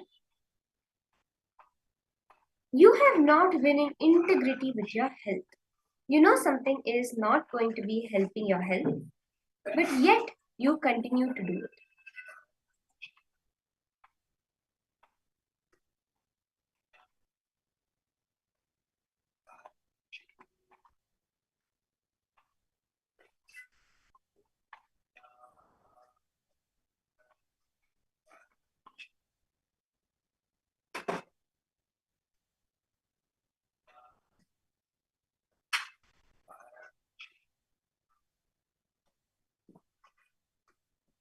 See here, go back to the whole day. Like, for example, you took a decision. No, I'll really cut down on my sugar and stop having so much sugar. But the very next day, early morning, you feel like, I need an extra spoon of sugar with my morning coffee. Or else you took the decision, no, I need to consciously build my body, I need to detox. I need to ensure that I have my haritaki every night and I do my panchakriyas in the morning. But the next day you're running late for work, you think, it's okay, let me skip my panchakriyas. Or within 2 days you feel like, it's fine, let me skip it today. This is where you have encouraged non-integrity towards your body.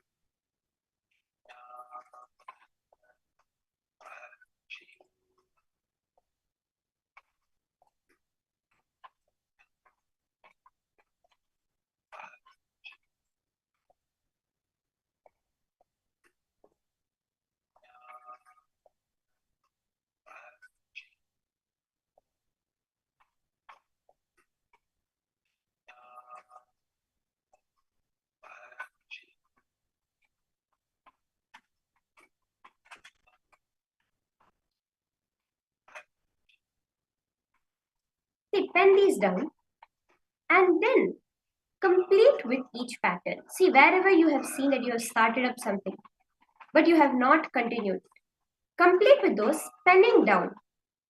What was the justification you used? When you broke your word, it's okay, I'm still young, I have a lot of time ahead to fix my health.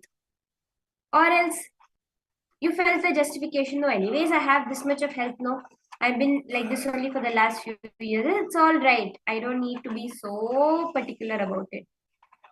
Once in a while, it's not wrong for us to indulge. What was the justification you used to break your word towards your health? Complete with these patterns.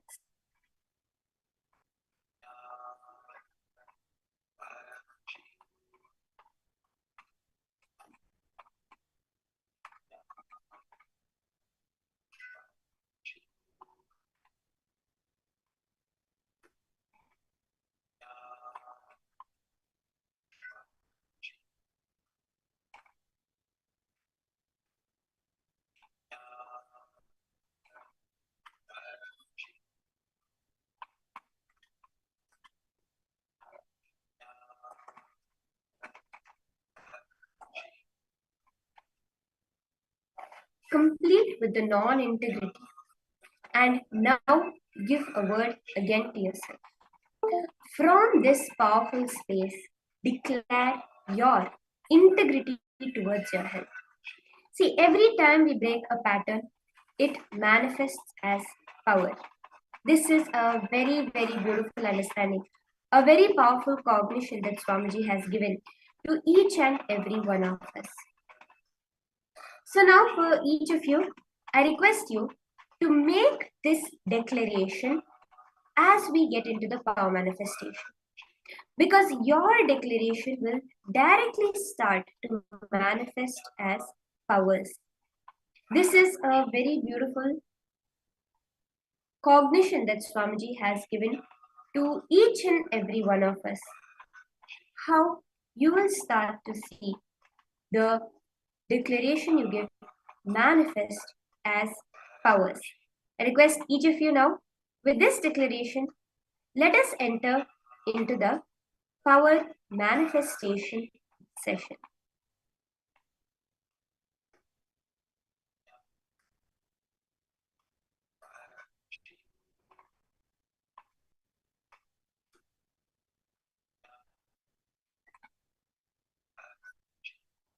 Make a conscious declaration now. your integrity towards your health is going to now manifest as powers. I request each of you to now connect to a partner with whom you're going to be beautifully manifesting this power of body scanning. You are with them now going to be manifesting the power of knowing the body as it is. So in this round, you're going to connect to a partner and you're going to explain to your partner a medically diagnosed disease they have. You can do something like this, where you're going to scan what their blood pressure is at the moment. Of course, if you have a blood pressure machine, you can use that. It'll be very beautiful to see the manifestation. But even otherwise, you can ask them, you can scan any problems, any diseases they are facing in their body. And you will see how beautifully Swamiji manifests. How, when you are declaring to be in integrity with your health, Swamiji just flows through you and reveals to you the exact happenings of the partner's body. Because ultimately, we are all in the space of pure oneness. In that pure oneness is where all manifestation happens. When you declare, Swamiji says, when we take responsibility, higher knowledge, the more knowledge is revealed to us. When we decide to take responsibility for our own health, the science of health for the whole universe will get revealed to you.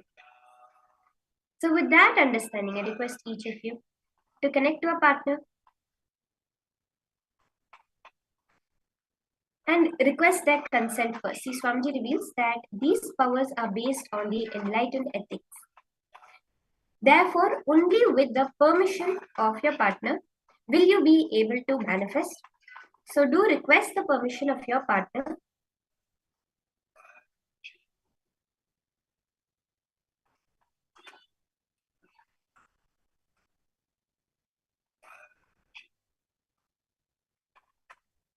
And start to look in. Just close your eyes. Chant the Mahavakya. Om Nithyananda Paramashivoham. Chant the Mahavakya. Nithyananda Paramashivoham. Nithyananda Paramashivoham.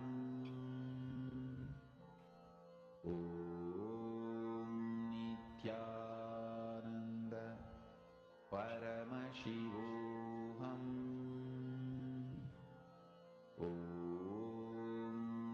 Nithyananda Paramashivoham.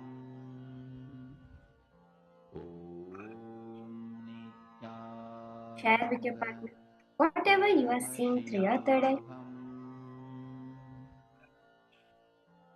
See, go to the detail. Swamiji always says, every time when you start to cognize the details, when you start to connect to the details, that is when you see real manifestation. Ultimately, like Swamiji revealed to us, right? We are 3D printing our body. At this moment, we are consciously 3D printing it. But we do not realize that. Because our mind, what is enabling us to interface, the user interface for us between us and this world is the mind, right? That mind is not cognizing that we are manifesting. That what we call as a consciously, we do not know that we are manifesting. That is why when we do power manifestation, when you reveal the details to your partner, when you go to the detail, then you yourself will start to cognize, will start to perceive, oh my God, I really am manifesting. And that click, one click you have, oh God, I am manifesting, is what will lead to the next manifestation, the next manifestation. Make you a beautiful power manifester.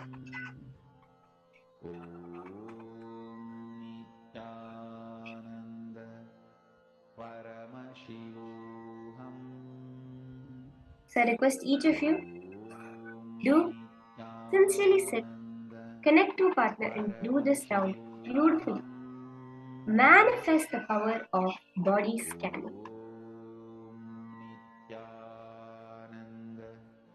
Paramashivoham.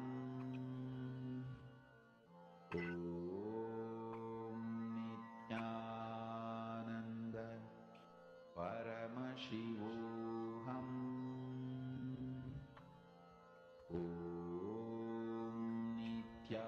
So now with that, I request all the participants to share whatever Swamiji showed you with your partner. Go ahead and share it.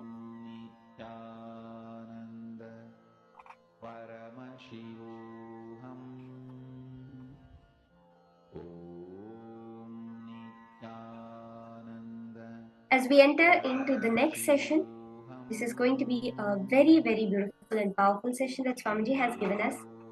This is the initiation each of you are going to be receiving today. Today, each of us are going to be receiving the initiation, the power of being able to heal a person, just purely through your spiritual power. This is a beautiful science Swamiji has revealed that gives us the ability, gives us the cognition of how we are manifesting our reality. Now, let us all listen directly from Swamiji about the science of spiritual healing. Do listen intensely, sincerely, because you are all going to be receiving the power, the science, this ability to give spiritual healing to others today.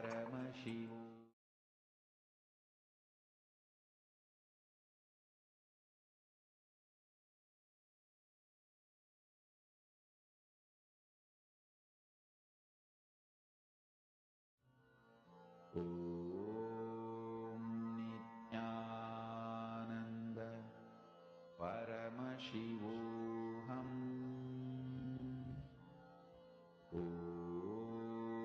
Nithyananda. Paramashivoham. Nithyananda. Paramashivoham. Nithyananda. Paramashivoham.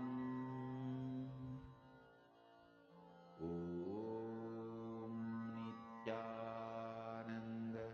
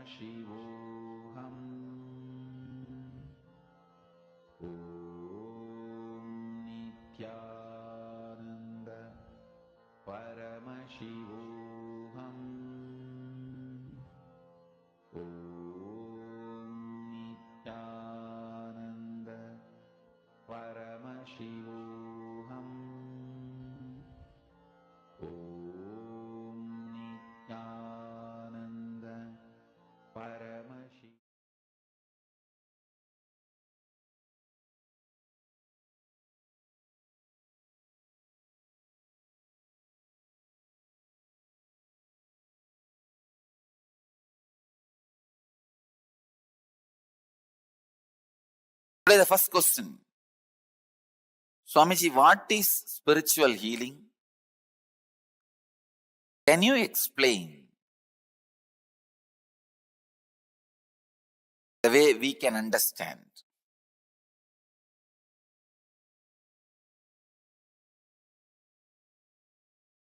First, I wanted to say few basic truths about the spiritual healing scientifically.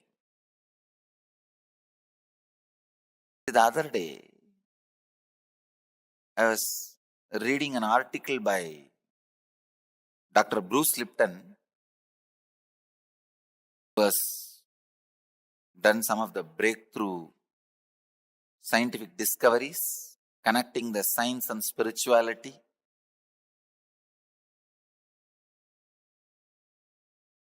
In his article, he is quoting a term called entanglement from quantum physics. In quantum physics, there is a term entanglement. Means when one energy source entangles with another, they interfere with each other. This interference can be highly positive and transformative and harmonious. Please understand? If one energy source comes in contact with another, one energy source entangles with another, they interfere with each other. That interference can be harmonious and highly positive and transforming. Another one physicist, Amit Goswami, he published an article in Physics Journal. In that, he very clearly proves entanglement directly affects human beings. Please understand, entanglement affects human beings. There are thousands of examples for entanglement. If you have some 200 pendulum clocks put on one wall, the wall can be any length. It does not need to be within certain length.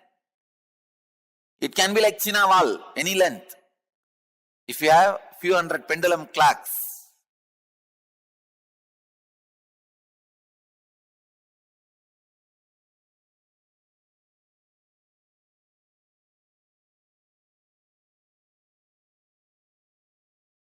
even if it is a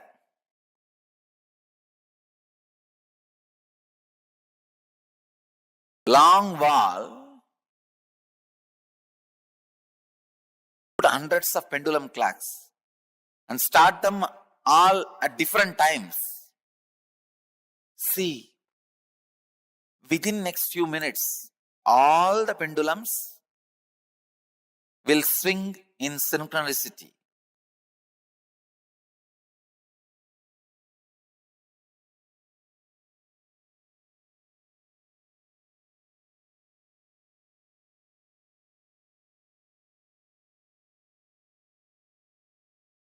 Exactly, this is what happens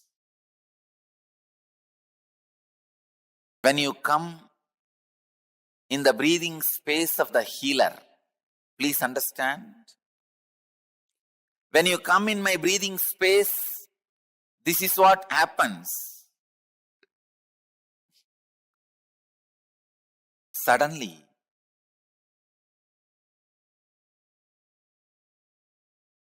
your mind gets entangled with my no mind. I wanted to tell you, entanglement is only in the thought level. If your mind entangles with my no mind, it is entanglement, thought level. Next, please understand, If your muscle memory gets entangled with my muscle memory, that is called entrainment. If your biomemory gets entangled with my biomemory, it's called enlightenment. Entanglement can move to entrainment, then entrainment can become enlightenment. You need to know a few things. How this healing happens. See, healing happens in the entanglement level.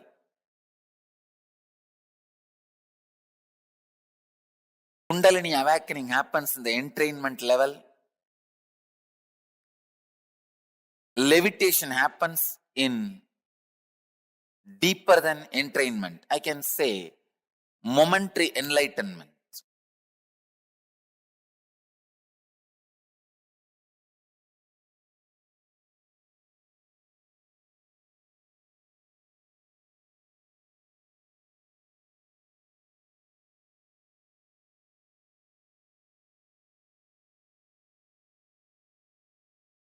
This is very important truth.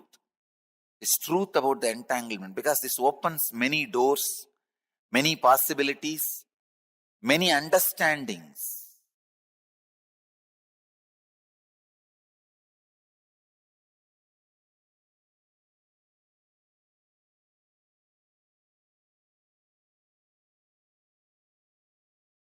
How I heal through healers?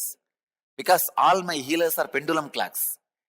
Any other broken, little altered pendulum clock, I add it in one wall. Both clocks start swinging synchronistically. Understand? That's all. Each one of my healer is my pendulum clock.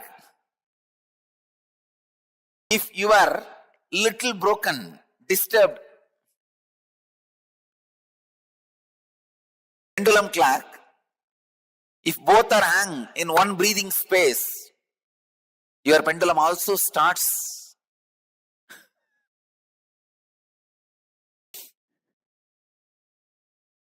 vibrating, moving.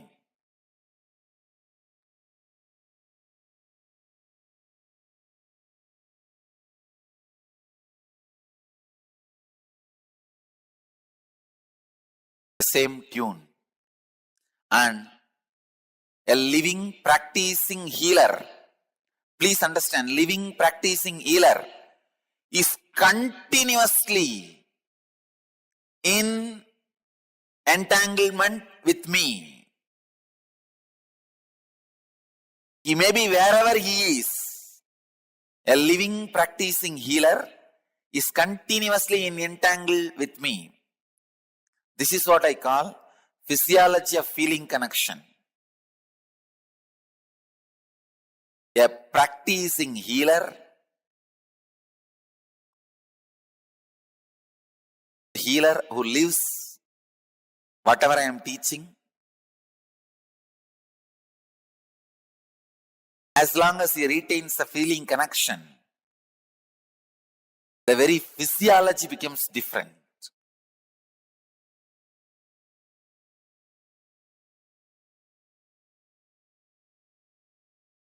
Entanglement means two-person falling in tune with same thought. Entrainment means two-person falling in tune with the same idea. Enlightenment means two-person uniting beyond ideas.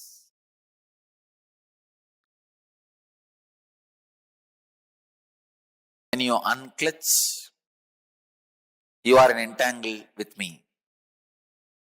You are in entanglement with me.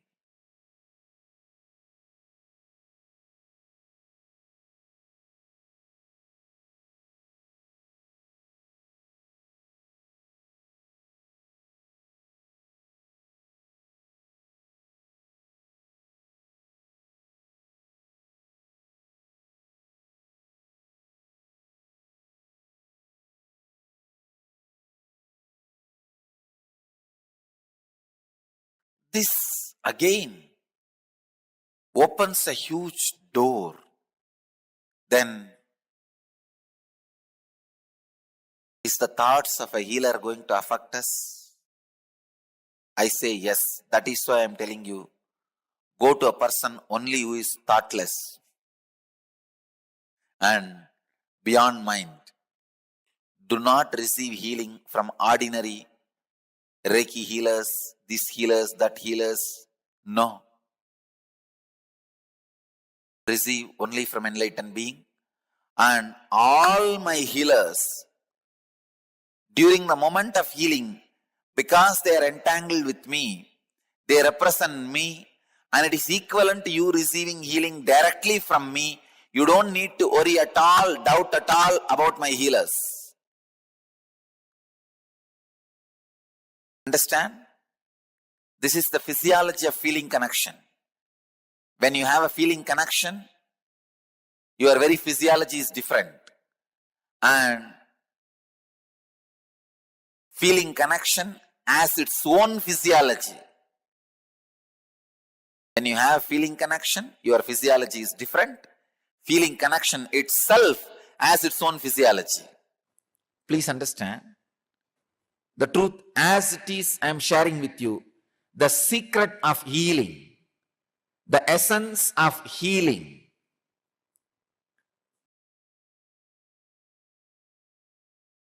the definition of healing. Just be.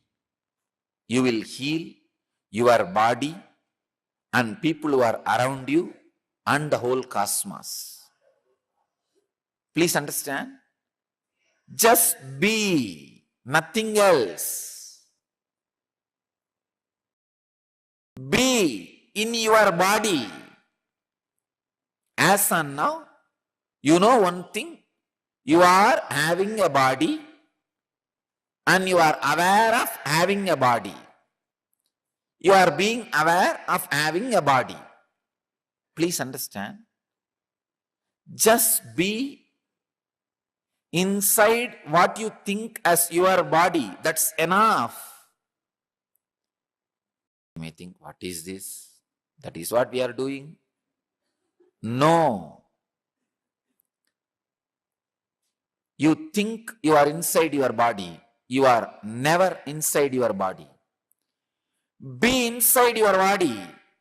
First thing will happen to you is, you will heal that intense pain and battered consciousness you are carrying.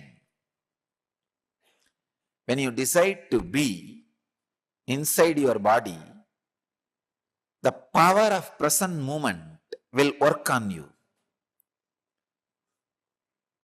Power of the present moment always heals your system.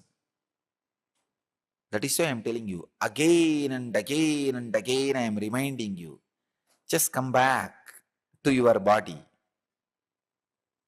Just be.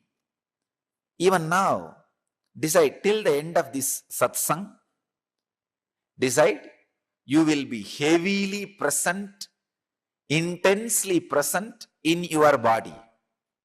You will see healing happening in you. Be. Just be in your body intensely.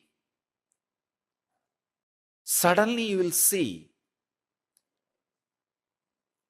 the compassion biomemory, intelligence biomemory, awareness biomemory, all of them are kindled, awakened in you for no reason, because being is the right button you need to push. Be intensely inside your boundary, inside your skin. In this moment, you will really see your body, mind, inner space gets intensely healed. Nothing else needs to be done. Anything else is a ring attached to the gadget for easy pulling and pushing. To heal the cosmos and to heal yourself, you don't need anything else. Just be. Biggest problem is we think that be is too simple or too difficult. Don't decide it is too simple and think it will not bring the result. No. Don't think it is too complicated because you failed last few times and stop making effort. No. Neither thinking it is too simple, it will not bring effort, bring the right effect on you, nor thinking it is too complicated, it will not be possible for you, is going to help you. Just try to be now. If you are not able to do after half an hour, forget about it. It's okay. Now, for the next half an hour, all of you have decided to be around me. Decide just to spend this time, be. Once you catch the taste of being, just be. I don't need to inspire you continuously. I don't need to give sermons to put you into the Vedantic experience. No. Your very living will be healing you and the cosmos. Understand? My message on the Healer's Day to all the healers who belong to Nithyananda Sampradaya and all the healers who belong to all the traditions, all the different religious, spiritual, ancient mystical traditions, and all the healers who belong to modern day traditions. Whoever is in the field of healing the body and mind of all the beings in the planet Earth, my message to all of you is just be. Even if you are allopathy doctor, just learn how to be in your system. The effect of healing you create on your patients will be intense, amazing, surprising, and positively shocking. Whether you are a medical professional or psychological healer or spiritual healer, whatever healer you may be, whatever way you may be healing body, mind, and the spirit of the planet Earth, add this one simple truth in your life. Just learn to be. You will heal yourself and the world. Even if you are not in the field of healing, if you want to heal yourself and the cosmos, I am giving you this process of technique. Just be. Intense compassion will start oozing out through your very system. Nothing can help you and the world like the intense compassion. I can say intense compassion which oozes out when you are just in being is the Sarvaroga Nivarani, cure for all diseases in the world.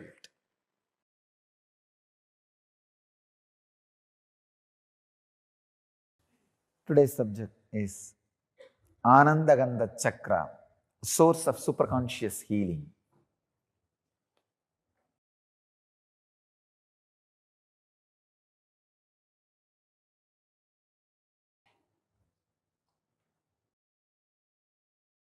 The truth about the Ananda Gandha. First, you should know a few things about the Ananda Gandha, the facts. Then you will understand the power of the science. In Bhagavad Gita, Krishna says, Raja Vidya Rajaguhyam Pavitram Idam Uttamam. It is the highest knowledge. That is why it is kept as a highest secret. Raja Vidya Rajaguhyam Pavitram Idam Uttamam. Ananda Gandha,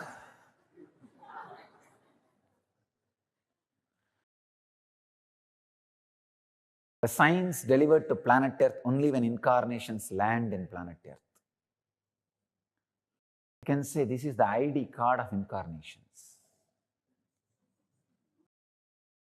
Social security number. Driving license. Maybe I can say flying license.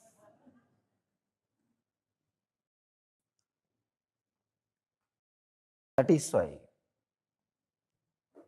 the truth, the secret knowledge about Ananda Gandha first time becomes available to the mass, because it is only now the necessity to reach the mass and possibility to reach the mass for enlightened beings have happened. One, the necessity to reach the mass has happened only now because there is no one geography dedicated to the enlightenment science. Till my last predecessor, there was always one geography dedicated to these great truths. They don't need to reach the mass. If they create one group and transmit that science, it is done and they take care. But unfortunately, after the India's independence, worst calamity happened to the planet Earth is the geography dedicated to enlightenment is destroyed. It lost its uniqueness. In the name of pseudo-secularism, understand, real secularism is taking the essence of all religions and using it, experiencing it. But the pseudo-secularism, discarding all great truths of all religions and living your own materialistic culture. Anyhow, so the planet Earth is now swindled. So now the necessity to reach the mass has happened. Second thing, the possibility to reach the mass has also happened. So understand, the need to reach mass and ability to reach mass has happened first time in an incarnation's life. After these two happened, maybe I'm the first guy happening.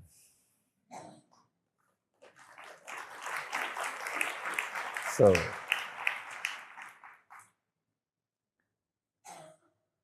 that is why I have to set all new trends.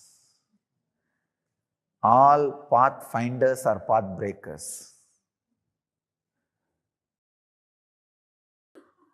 That is the reason the science of Ananda Gandha is revealed to the world first time. That's the source of superconscious healing. Understand? You have 7 major energy centers. About these 7 major energy centers, almost all religions talk. The 8th energy center, where all these 7 merge, become one with, is what is Ananda Gandha. That is why I say, it is not even a separate chakra, it is a space, source of superconscious energy, where the matter comes in direct contact with consciousness, where the consciousness is directly touching the matter.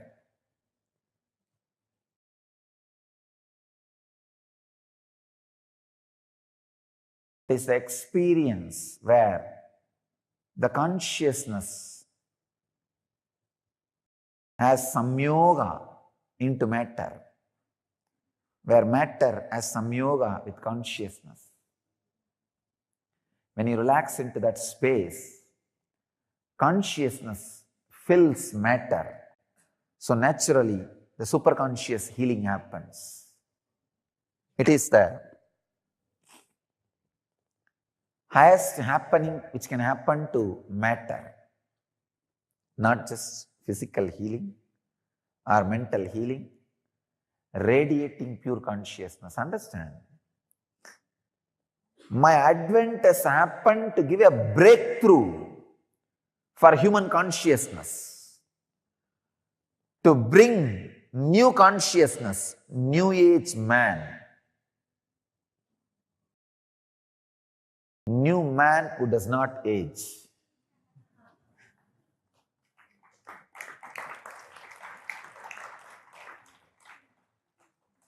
New consciousness, the source of Anandaganda,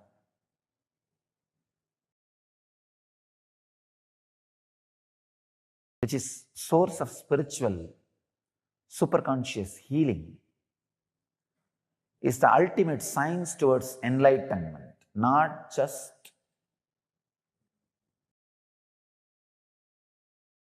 physical healing or mental healing. Physical healing also happens because your very DNA structure gets re-altered when you relax into superconscious state.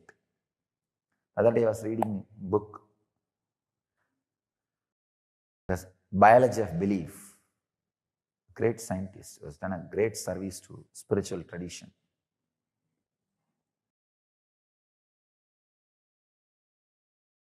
His researches really prove even the very DNA structure can be changed if your consciousness infiltrates the matter. Anandaganda chakra is the door where consciousness can infiltrate matter, where it can fill you.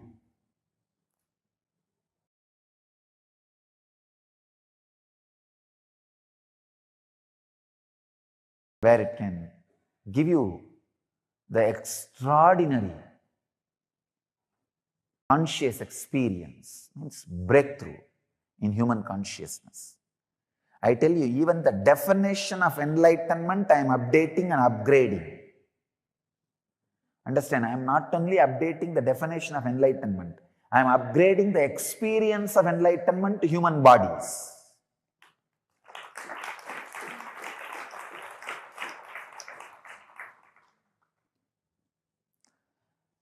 The possibility, the highest possibility which can be experienced in human body, even that highest possibility is being raised. That is why I am saying, I am upgrading the highest conscious happening on the human body. I am breaking the very consciousness on which they are standing. I am giving a breakthrough to the whole human consciousness.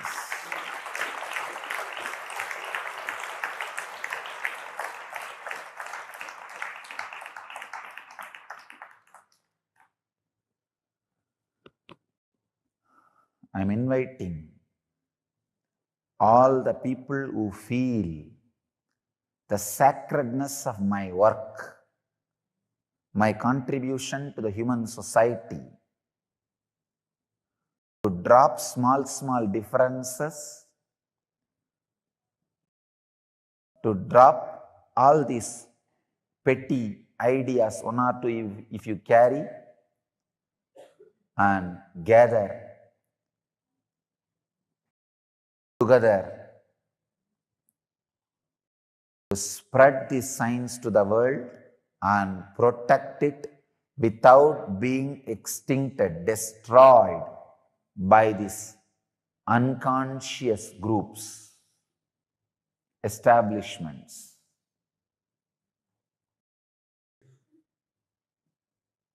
I am giving open invitation. Whoever feels helped by what I am doing, sympathetic towards what I am doing, feeling friendly for what I am doing, feels this ought to be done to save planet Earth.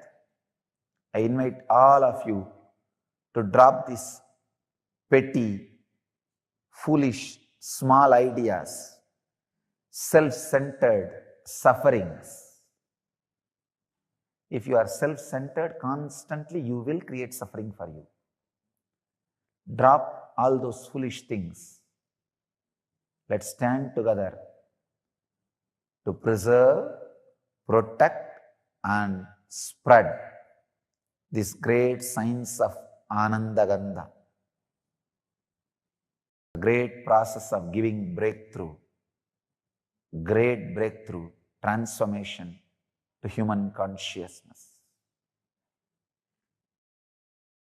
The very science itself cannot be described in one session. I'll try to give you the glimpse.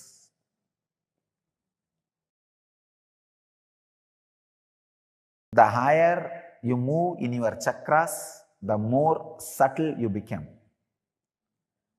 The subtlest possible chakra is Anandagandha chakra, where you are no more ordinary human and just disappeared into the extraordinary superconsciousness.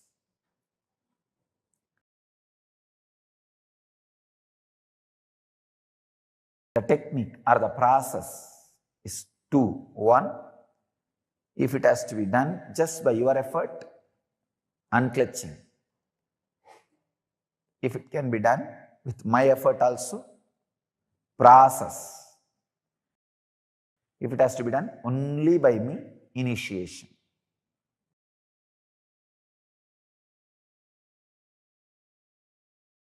This is the bamboo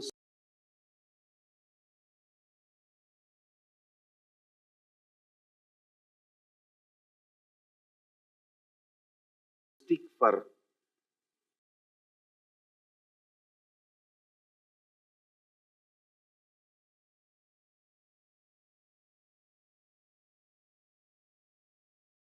healers to heal others. This stick has a big story.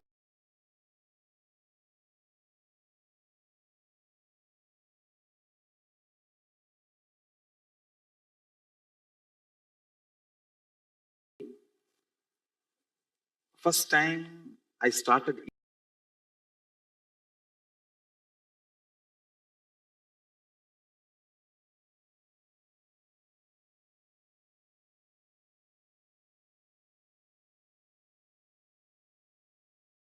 initiating others into healing in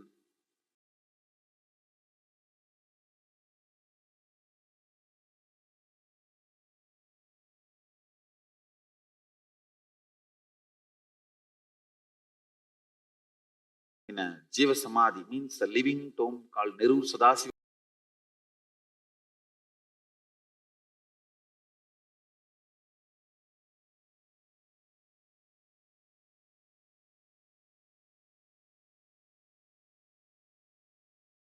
Brahmendral Samadhi. In Tamil Nadu, there is a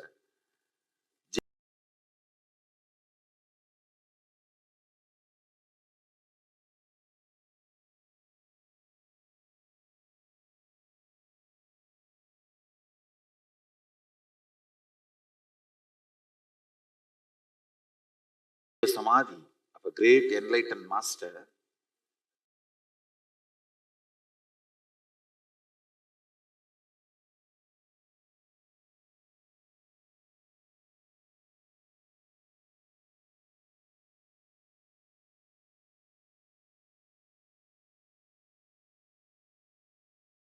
Sadasiva Brahmendra.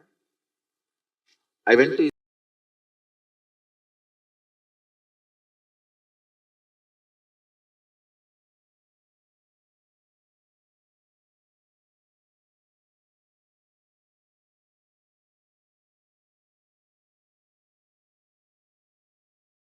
Samadhi after I realized my Sadashivatva.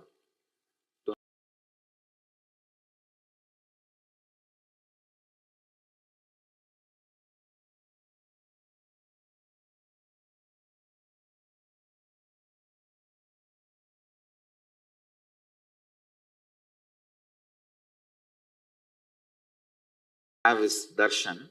He himself appeared and gave the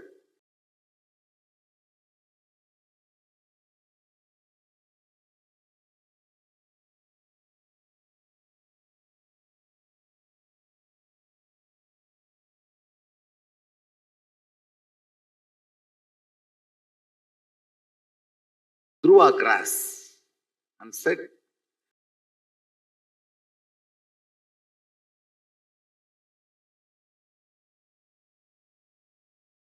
with this, start initiating anybody, they will all be able to heal. He gave me that science and Dhruva grass. And I brought the Dhruva grass and put it on in our ashram, the bamboo grove. The bamboo grove was dead at that time. I put the Dhruva grass, whole thing came back to life. And the bamboo came back to life. From that bamboo, you are all given a stick. So, it represents the energy of Sadashiva Brahmendra's Dhruva grass. So, with this, if you touch anybody, they will be healed.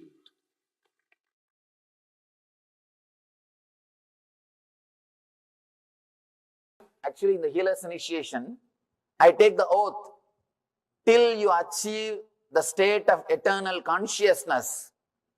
I take the responsibility of guiding you even if I leave this body. That is a promise taken by a master, given to a disciple at every initiation. This is traditionally, the master is supposed to take this oath. When he initiates a disciple, and not only traditionally, it is a responsibility of the master. Master will see that you achieve that state. Till you achieve that state, constantly he guides you to that, and it's a big responsibility. When you take that responsibility, even if you leave this body, even if I leave this body, it is my responsibility to guide them, to help them, so that Sangha, the people with whom I am involved, with them I live 33%. Means, even if I leave this body, it is not that I will stop working. It will continue to, my energy or the energy which is operating through this body will continue to work through the teachings and through the Sangha. You may just miss the physical presence, but you will not miss the being.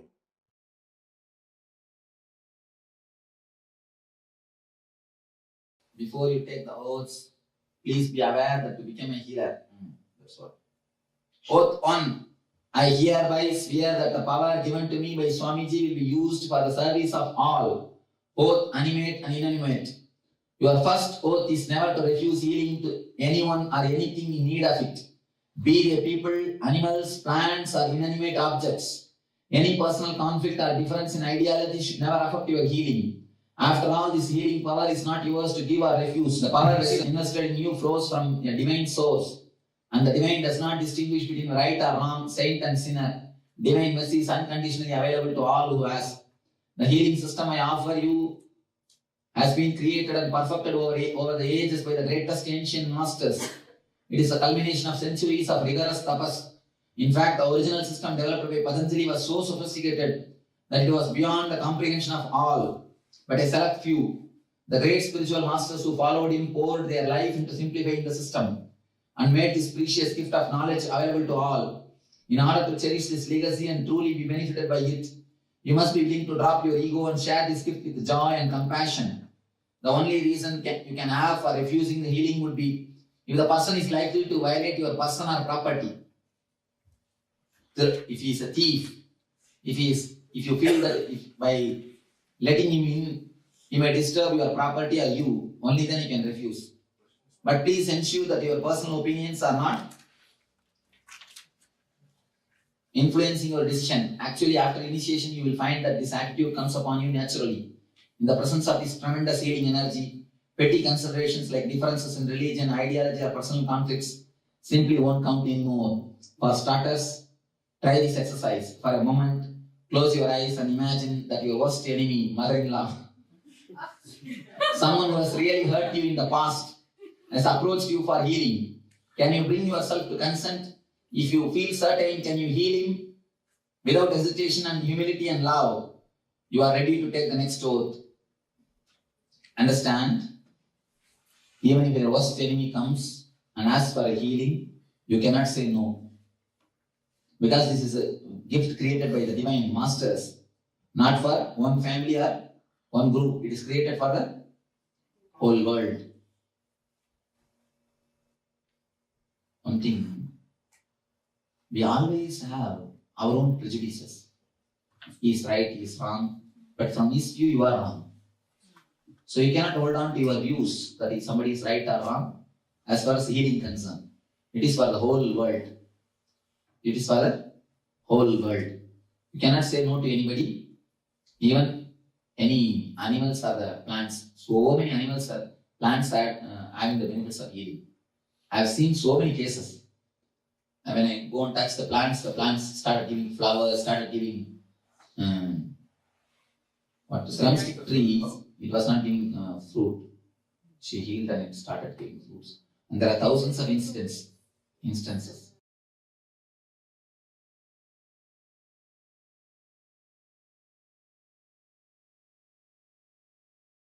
Everything can be healed.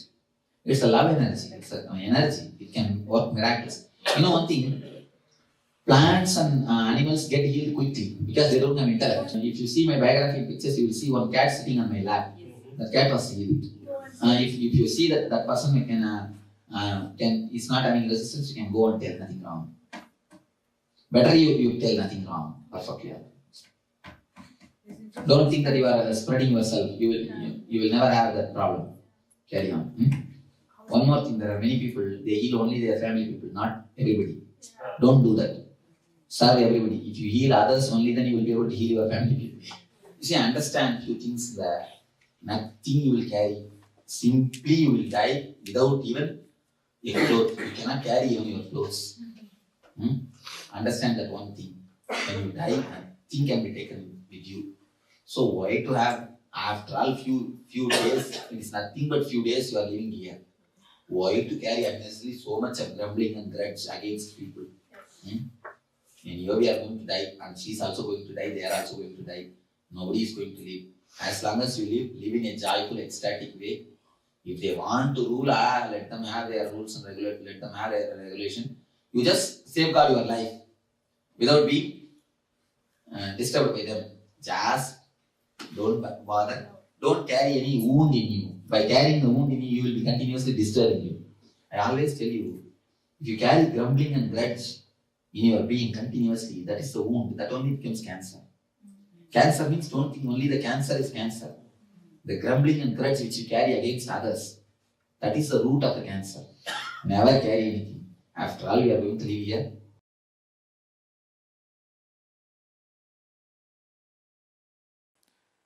It is time we all stand up to heal the world. If not, I am afraid the very signs of healing may disappear from the planet Earth, which will be too costly. Too costly. It's time we wake up and send a message of compassion, healing in a non-violent way to the whole universe, whole planet Earth, in a systematic, organized, non-violent, but strong way. Strong way as huge spiritual way. So, I request all the devotees around the world. Now, I'll sit with you all for 3 minutes. Just be. Let us create the intense effect on your body and on the world. Let's heal us and the cosmos.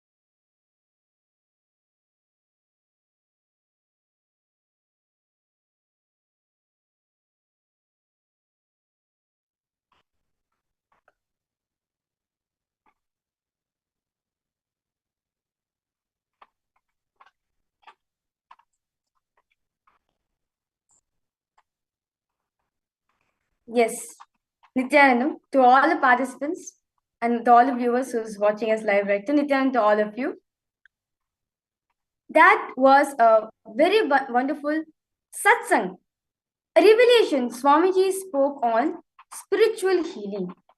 See, understand, all of us need to understand one thing, that our body, very beautifully Swamiji shares, that our body, if your body is experiencing something, like for example, like you are fallen down, naturally what is the first instant?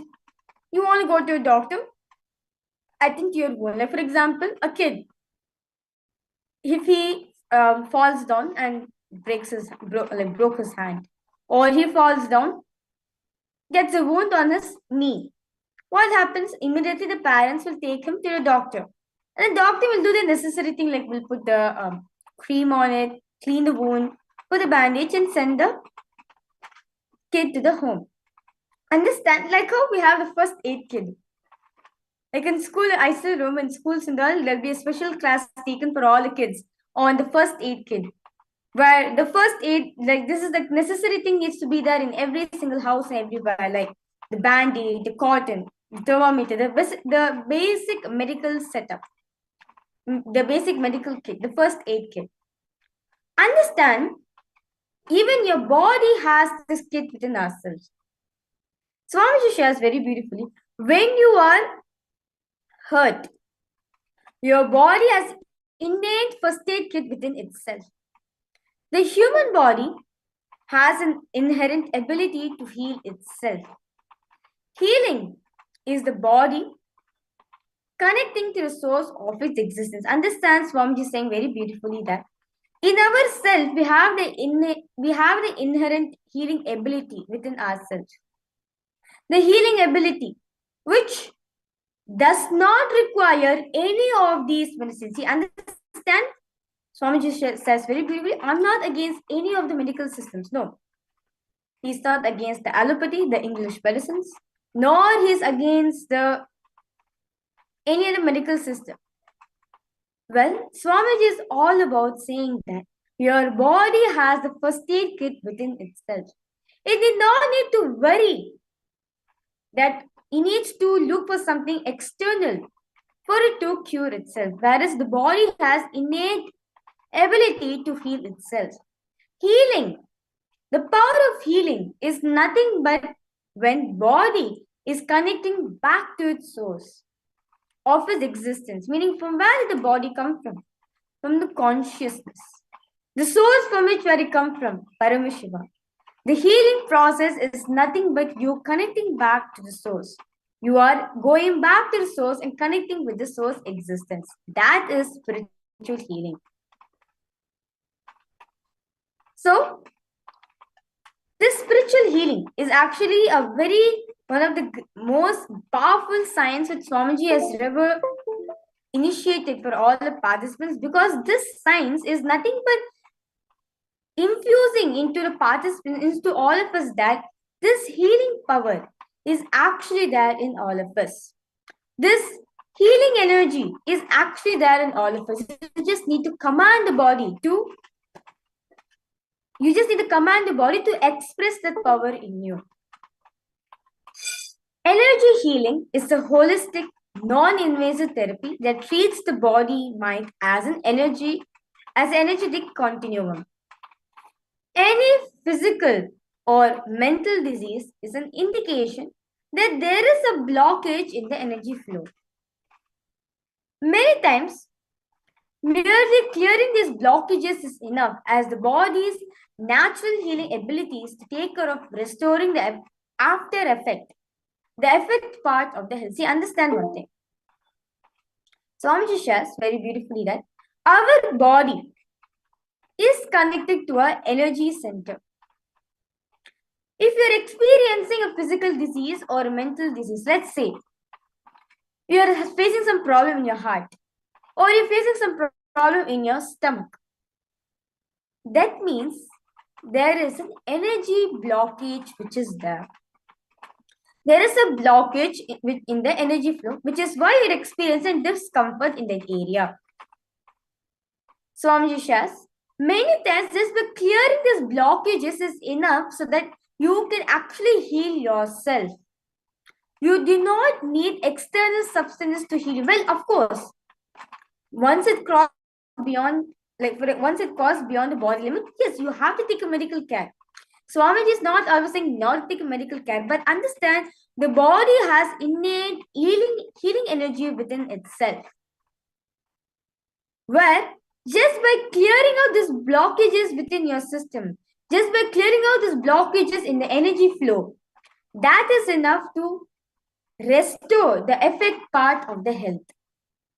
I request all participants to post if any questions, any doubts you have. Please feel free to post in chat section, as in today's darshan, all of us are going to be initiated into this science. All of us are going to be initiated as healers. So it is important for all of us to understand this beautiful science that Swamiji is gifting for all of us.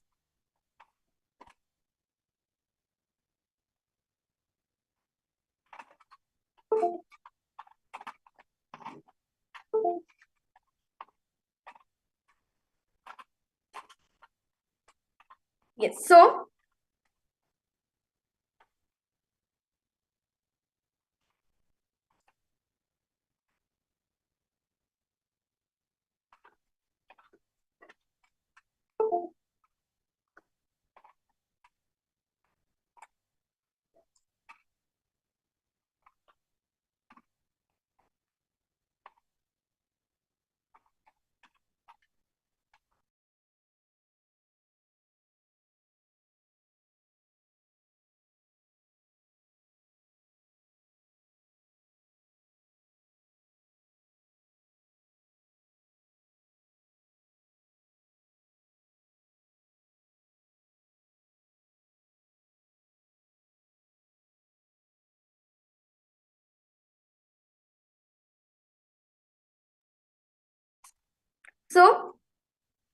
all of us need to understand that these healing energies which is there inside of us. See, Swamiji is saying that whenever you're experiencing any physical problem or even a mental problem, it's due to your energy flow.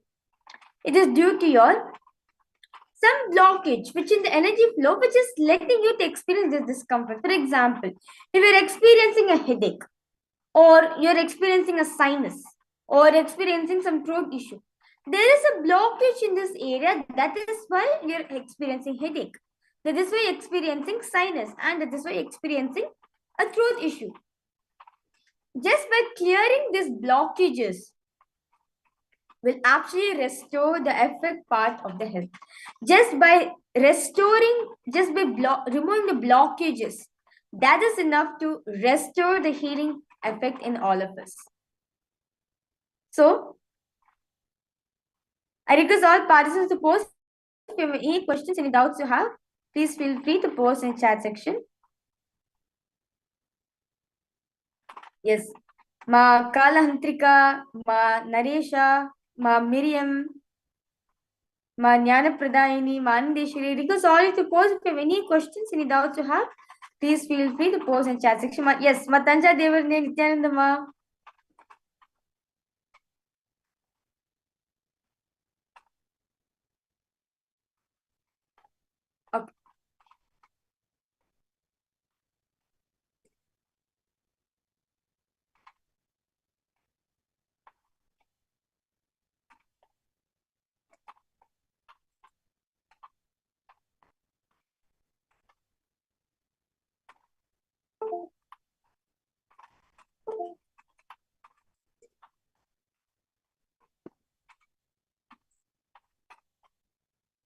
Yes. So, understand now this healing energy comes from your very Ananda Gandha. Meaning, Ananda Gandha is a place, it's a point in the body where the energy of all of the chakras are centered. See, understand, we have 7 main chakras. Very beautifully, Swamiji shares that a human body has 72 energy centers within ourselves. Once we awaken these chakras inside ourselves, we experience lots of benefits. Understand, once these chakras, meaning the energy centers, are awakened in all of us, it's nothing but storage of battery. Now, when you charge a whole battery, how it will help you for your daily activities. Same way, these energy centers, once they catch super conscious energy, once they catch spiritual energy, they just radiate that energy for you. That's why you always experience living in that high state, because these chakras are awakened in all of us, the energy centers. So this very particular point called Ananda Gandha, which means the fragrance of bliss. Ananda means bliss. Gandha means in Sanskrit fragrance. Ananda Gandha, meaning the fragrance of bliss, is a point in the body where the energy of all of the chakras are centered. So basically, like for example, all of us say, the whole nervous system, the whole thing is centered on the brain. The whole circulatory system is centered on your heart. The whole respiratory system, your breathing, is centered on your lungs. Same way, all your chakras are centered to one main point, which is the Ananda Gandha region, which is the Ananda Gandha chakra. It is from this chakra only the healing energy comes from all of us. It is from this point in all of us connected to Swami. It's almost like a portal where we connect to Swamiji. So you can see that the 7 chakras which you have, starting from the Sahasrara, the crown, followed by the Agnya, the brow center, wherever the tilak mark, meaning wherever the vermilion is being put between the 2 eyebrows, the vermilion area, the third eye area, the Agnya chakra, then the throat center, the throat region, the Vishuddhi chakra, then your heart center, where your heart is, that is your Anahata chakra, and next is the Manipurika chakra, the navel center.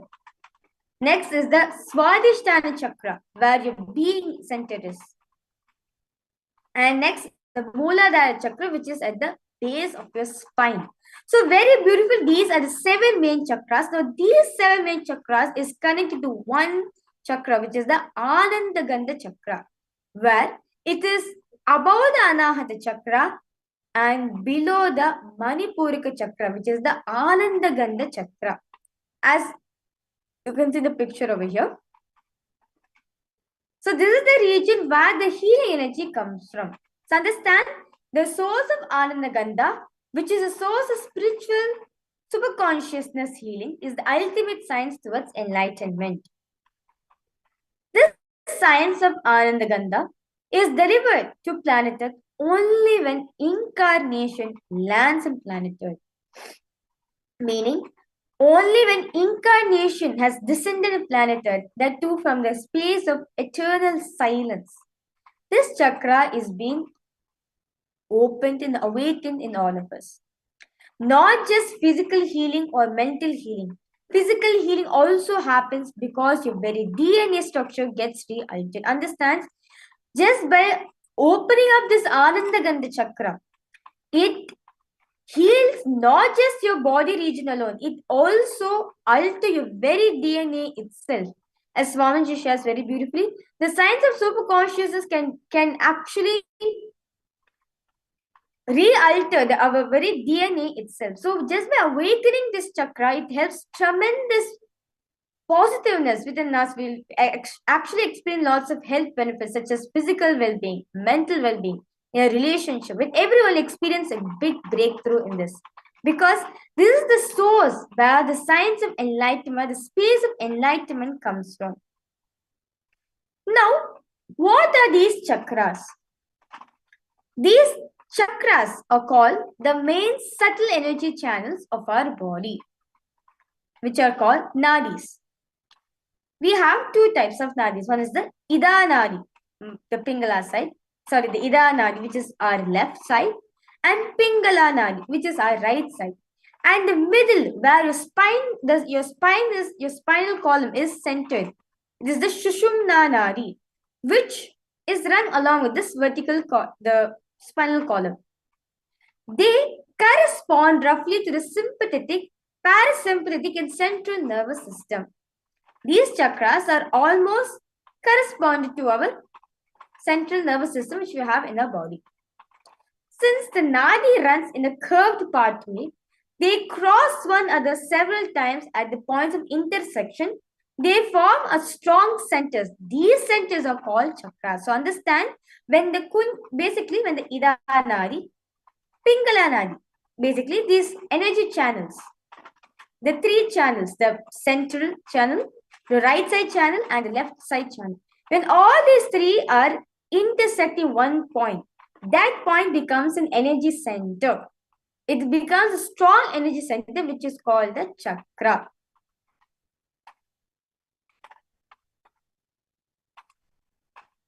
Now, chakras are subtle energy powerhouses which are responsible for spinning and drawing the universal life force, prana, into your very being. They also act as batteries to store this energy and distribute to the surrounding areas of the body. See, understand one thing, Swamiji says, many of the physical problems which you're experiencing due to the energy flow which you're having. So these chakras, for example, if you experience something in your, let's say, throat, so that means there is a block in your Vishuddhi chakra. This Vishuddhi center, in the throat center, throat center energy house, there is a blockage. Just by removing the block from the center, you will see even the throat infection gets cleared. Because understand, each of the body problems which you're experiencing is actually related to one of the major chakras, which is actually related to one of the chakras, the powerhouses in our system. So when we unblock the energy center, you will see the chakra itself sends the energy to the organ where these are connected, where the organs are connected to the chakras, and that itself gives the energy healing. So, and also these chakras are also act as batteries, like can store the spiritual energy science, where you can store the energy which all of us are going to experience and distribute it to your whole area, distribute to your whole body.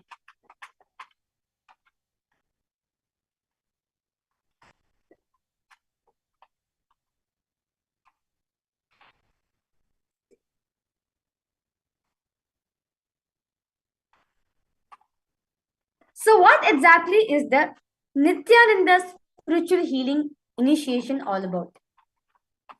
Healer's initiation, Swamiji shares very beautifully. Healer's initiation is straightway related to your enlightenment. It is just straight this way. Like, for example, in many times, whenever we are driving, we have many curved paths, we have straight way, and so many ways. We want the straight way for us to reach the destination. Same way, healer's initiation is the straightest way to your enlightenment. Well, Swamiji shares very beautifully. Why healer's initiation? Why do you need to get this experience? See, Swamiji shares very beautifully. There's two levels of healer's initiation. See, healer's initiation means what? See, understanding you having the ability, that energy which is stored in your system has a responsibility to even cure your physical ailments which you're experiencing in your life. So there's two levels of initiation which Swamiji has beautifully given. The first type is where healing yourself, the self-healing. The second type, the second initiation, the second level is where you're healing yourself and you're healing others. There are certain lifestyle changes required for healing yourself and healing others, which we'll be sharing in the later sections of this in this session. So, in Nithyananda's spiritual healing initiation, the NSHI, you are initiated by Swamiji to become a channel for that same divine cosmic energy that Swamiji is embodying to flow through you to a person receiving that healing. Understand? Like how a bridges us from one place to another when there's water. Same way, for that super conscious energy to land in you, for that super healing energy, the spiritual healing energy to flow through other person, you become a channel to Swamiji to flow through other person. Like for example, now when I'm healing a person, let's say I'm healing my yoga mala. Through me, Swamiji is healing my yoga mala. Meaning, I am the channel, I'm becoming the channel for Swamiji's energy, the cosmic divine energy to flow through me so that the other person, my yoga mala, can receive that healing energy directly from Swamiji. Now, how can we receive this? Swamiji says, the person who has an open heart and mind can receive this initiation. And who has the right to give this energy? One who has realized he is the energy. So you understand?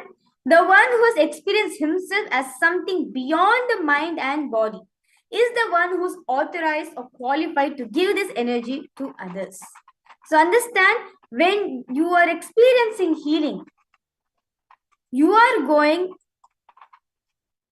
actually going beyond the body and mind which you can even comprehend in your life.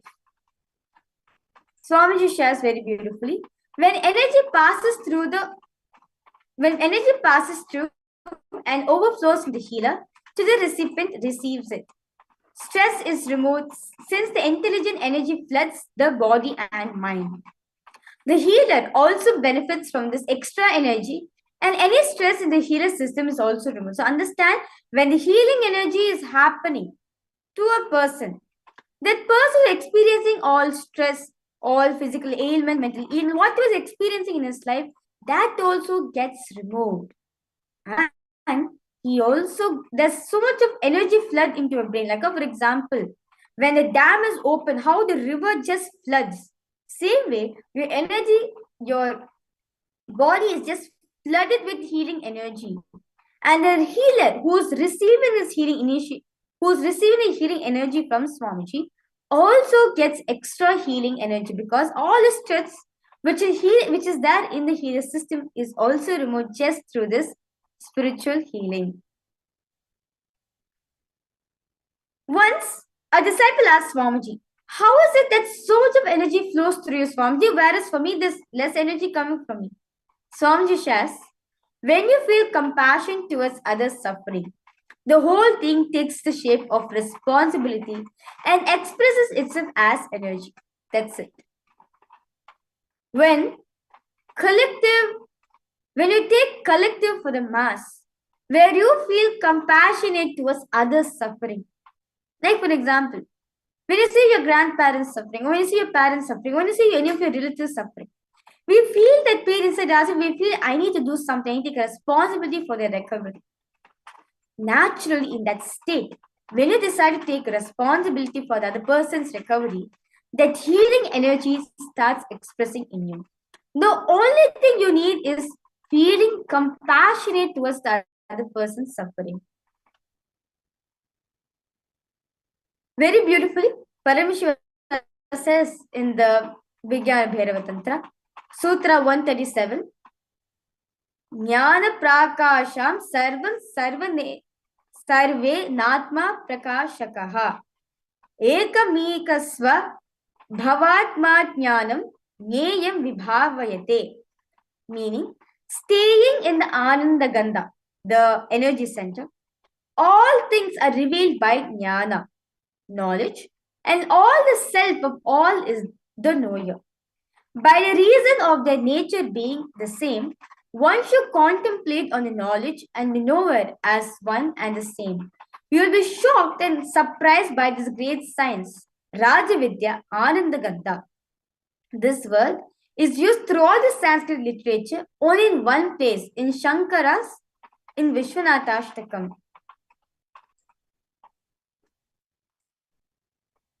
So Swamiji is giving Swamiji's own experience. How Swamiji shared his first healing experience. Swamiji shares very beautifully. When I left home at the age of 17 and spent several years wandering the length and breadth of India. During my wandering days, I was once returning from Tapovan. It's a place in India, in an army truck. In those trucks, there would not be seats, only wooden planks tightened with bolts and nuts. Suddenly, the truck went over a big bump and Swamiji flew and fell on the wooden plank. That time, Swamiji's backbone hit the bolt and it cracked. The doctors took an X-ray and said it should take rest for 30 days. So basically, Swamiji actually injured his backbone, where the backbone hit the bolt and the backbone actually cracked, which doctors said that it will take 30 days of recovery, a month of recovery. Swamiji is like, no, 30 days is too long time for me to stay in one place. Because Swamiji says, as a parivrajik, a person who's wandering, maximum should only stay in one place for maximum 3 days. After they have to move on. But 30 days is too much of time for Swamiji to be in one place. So Swamiji did not bother about the doctor's instruction. Did not take any treatment. Swamiji just simply put his hand on the injured area. That's it. He got healed. That was when Swamiji realized the power of healing that our body carries within itself. Swamiji also shares very beautifully. After the Enlightenment, I was in a place called Nerur, which houses a Jiva Samadhi, living energy field of a great enlightened master named Sadashiva Brahmendra. One of my teachers at the Polytechnic College, where I studied, came to meet me. She said, I heard about my healing powers. She asked me, why don't you initiate us into your healing system? At that time, I was just sitting close to the Jiva Samadhi Sadashiva Brahmendra. I could feel the master's presence because Sadashiva Brahmendra is actually a very great healer. Suddenly, Swamiji heard the sound. When I turned, I saw Sadashiva Brahmendra standing there right in front of Swamiji.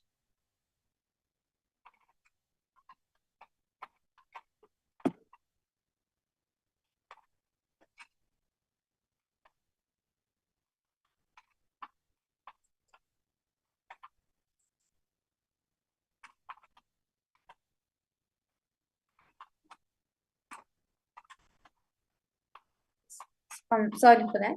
So what happened was, he gave Swamiji a tuft of darba grass, the grass, a certain grass, and told to give it to the teacher and tell her to start healing with it. Just as the thought how entered my inner space, the formula for transferring the healing technology was revealed. I used this divine knowledge to transfer to others the divine experience I myself had. I initiated my teacher as the first Nithyananda spiritual healer. This is the history of the very unique, effective, and divine method of healing, the Nithyananda spiritual healing, which has sprung forth from the enlightened consciousness. Understand, even the great Sadashiva Brahmendra, he is also, Swamiji received this healing science from him. And just through the darba grass, Swamiji is now initiating how he gave the darba grass to his teacher and how she got initiated into this healing science. Same way, all the healers all around the world also, the same way Swamiji also initiated them. Understand? Swamiji shares very beautifully. I say that healers are my hands. When I say, I don't think I'm talking about the 6 feet body that Swamiji is saying. The 6 feet tall Nithyananda. No. I'm talking about the Prapancha Shakti, meaning the cosmos. When I say the same energy that is flowing in me will flow through you, it is not an assurance, it is a promise. One thing Swamiji always shares, that what I ordain, I sustain. When Swamiji is saying something, he is already given the power, the intelligence, the energy for that to happen in you. So when Swamiji says that I'm healing you, that means he is healing through you. He is actually using the healer's As Swamiji says, healers are my own hands. When the healer is healing you, it is equivalent to Swamiji healing you directly. When Swamiji is saying the same energy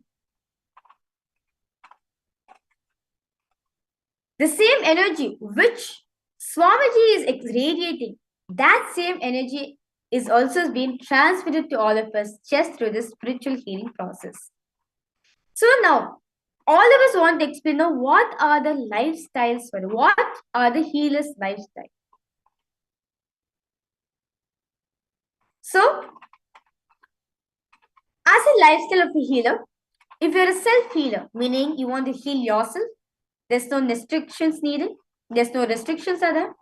But if you're healing others, you have to say no to drinking, smoking, and eating non-vegetarian food.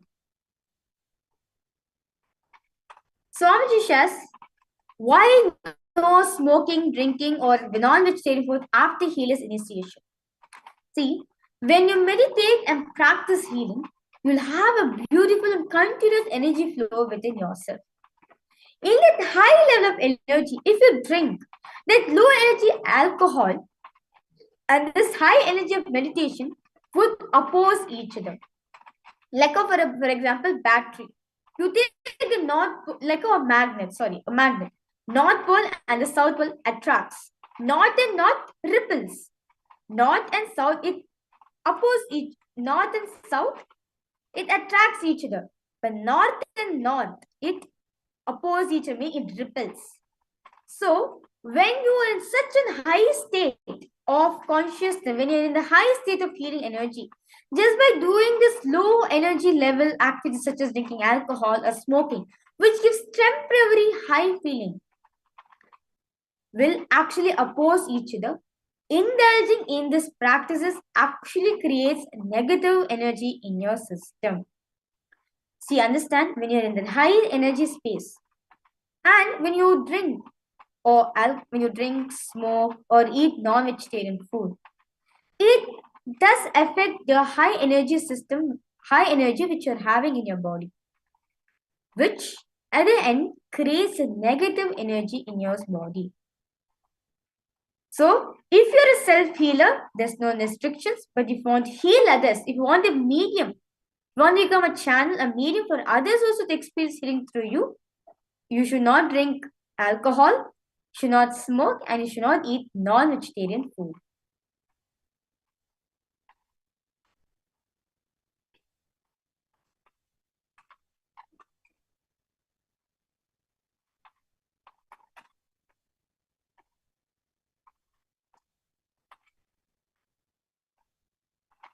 Yes. So, lifestyle of a healer. Swamiji says, this is a commitment by you to yourself. Do not suppress yourself. Do not fight with yourself. You know it is not good for you. You also understand and internalize that drinking, smoking, or eating non-vegetarian food will oppose the beautiful energy flow in you. That will happen through the healing. Understand? Once you become a healer, you become a channel for Swamiji's energy to flow through you continuously. When you do this eating non-vegetarian, smoking, and drinking, you're just putting a blockage into this beautiful energy flow which Swamiji is giving through all of us. So all these blockages are being caused, which at the end creates a negative energy within our system. So, for all the participants, I request all participants to post that who wants to become, I request all participants to post who is interested to become in the Nithyananda spiritual healer. If you want to become, you can also post in the chat whether you want to become a self-healer or if you want to heal others. A form will be projected for all of you. I request all of you to take a few minutes and head to the link and sign up over there. Now, if you are deciding that you want to become a spiritual healer for others, this is the oath you should take. All discipline should happen with understanding. Nothing should be practiced as a rule. Everything should be done out of understanding and internalizing. As understand Swamiji shares very beautifully, I am not here to, if the being is not ready to receive the energy, then I have no right to shower it. But if the being is understanding and internalizing and giving this oath, that means you are given your consent. He'll just flow himself his energy. So understand all these, or for all the healers, for all the participants who are wanting to become healers initiation, understand all this discipline is only to be understood, cognized, and internalized. It is not a rule, a regulation, or restriction we have to practice, not a compulsory. It is not being forced, but you are doing this out of your understanding and intention, out of your inspiration. You would like to partake in this healing initiation. So, the first thing is, for all the participants who are becoming a healer, you will never refuse healing service to anyone or anything it needed to be with people, animals, plants, or inanimate objects. Any personal conflict or difference in ideology with the person should not come in the way of you providing this service to the person. Understand? This is a Swamiji's own energy flowing through all of us. So this energy is for all, not just for you alone, but it's for everyone, for all the inanimate objects and peoples and plants. So if anything is requiring you, if anything you feel it needs some healing, immediately go do it. And understand, if you see, for example, if a person comes to you and you're having an ideology about the person, do not let that to come in your way when you're providing the service to the person. Do not let this, your judgments or the ideologies which you carry about the person, to come in your way when you are providing this healing service to the person.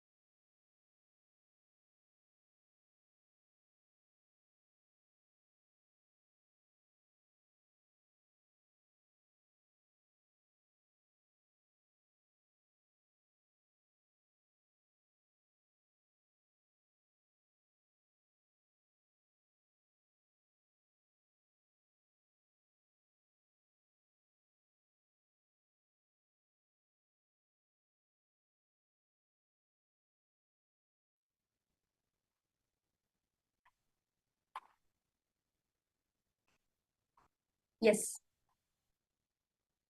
So very beautifully, Swamiji says that the Ishavasa Upanishad, Paramashiva says very beautifully, Ishavasa Midagum Sarvam, meaning all that exists is energy. There is nothing like animate or inanimate. What you refer to as inanimate objects merely have lower energy. That's it. Like, for example, the chair which is there in front of you or the seat in which you're sitting, it just have lower energy, but does not mean it does not have energy. Everything in this cosmos, everything, all that exists, created, has energy. So, as a healer, there's a responsibility to give this energy, not just to animate objects, so even in the inanimate objects also, you should give this healing energy. So, understand, any personal conflict or indifference in ideology with a person should not come in the way you providing this service to that person. You may refuse this service to anyone or anything only when your personal life might be in danger. Understand? Swamiji says very beautifully, this is a sign, it's for everyone. Only when your physical life is in danger, that's the only moment of time where you can refuse this healing energy. Otherwise, any time during the day, whenever anything asks of healing energy, you should give out this healing energy to them. Swamiji says, Nithyananda's spiritual healing prayer should always be offered as a free service. Never charge any fee or accept any kinds of favor. If they want to offer any kind of donation for the healing service offered, direct them to the organization website and they can always contribute to Kailasa over there. So for all the participants who want to become healers, if at all you come across people who wants to give some amount of donations, who want to do something, you can always head them to kailasa.org and they can always do the donations over there. So now, what is the responsibility of a healer? What's the responsibility a healer should carry within themselves? So, healer's initiation is an opportunity to give to others the great gift that we have received ourselves. Now, someone has been responsible for bringing you to me. Therefore, something has been added to your life, is it not? Swamiji shares very beautifully. See, this science which you are receiving is for everyone. It's a gift that Swamiji is giving for everyone. Someone is responsible for you to get connected to Swamiji. There are many people who worship the ones who introduced them to Swamiji. Just like how people took up the responsibility of introducing you to Swamiji. You should take the responsibility to reach out to more and more people and introduce them to Swamiji. As Swamiji says, only if you take up responsibility for everything that happens in your life, you'll start expanding. So when you take responsibility as a healer, to reach out to give this healing energy, to give this healing experience to everyone, you see slowly, they will also get connected to Swamiji. At the end of the day, you will feel you're expanding yourself through this one initiation alone. As Swamiji says, responsibility is the consciousness. Only those who feel responsibility as a consciousness can become spiritual healers. Only a healer, a person who feels responsible for everything around him because they are a consciousness, he becomes a spiritual healer. Swamiji says, you can stand up only if you feel responsible for people's spiritual upliftment. When you stand up with responsibility, you expand and a divine energy flows through you. When you feel compassion towards others' suffering, the whole thing takes the shape of responsibility, expresses itself as an energy. That's it.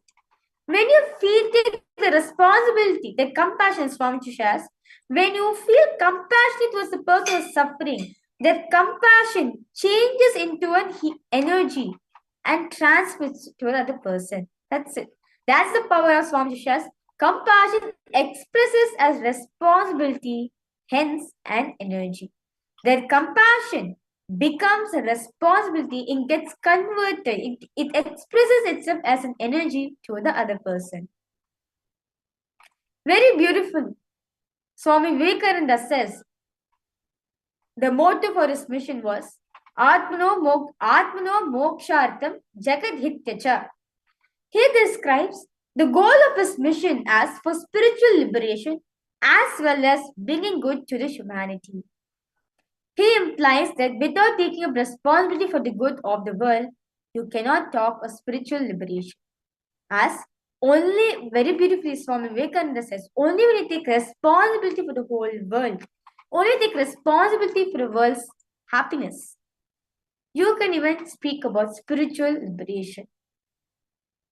So, okay, now I'm initiating the spiritual healing. I'm going to get initiated. So, how do we do the spiritual healing? What is the procedure? What is the method? What's the methodology to be done? Swamiji says, the Nithyananda spiritual healing technique is that it only helps when the person you're healing, but also in your own spiritual growth. Understand, the spiritual healing helps for the person who's healing and also the receiver who's receiving the healing. For social reasons, you can directly touch, heal only the person of your gender. For the opposite gender, please use the healing stick, which will be provided to you during the healer's initiation. For all the participants, for social reasons alone, Swamiji is saying that you can directly touch, heal the person of your own gender. For example, if I'm a female, I have the right, I only have permission, meaning I can directly touch and heal the person of my same gender, or the person of my same gender. Now, for example, if someone is asking me, let's say my father or my brother or my uncle is asking me, I can't do the healing energy directly to them, whereas a healing stick will be provided for all of you during the healer's initiation. Through that stick, you can do the healer's initiation for the other person, for the other gender. So you can see very beautifully over here how sannyasi of the sovereign order of Kailasa, Nithyananda, a sannyasi is very beautifully is doing the healing energy to a participant. So this is how you, so basically, for example, having a headache, you place the hand on the area, if the person is the same gender, and directly channel that energy through you.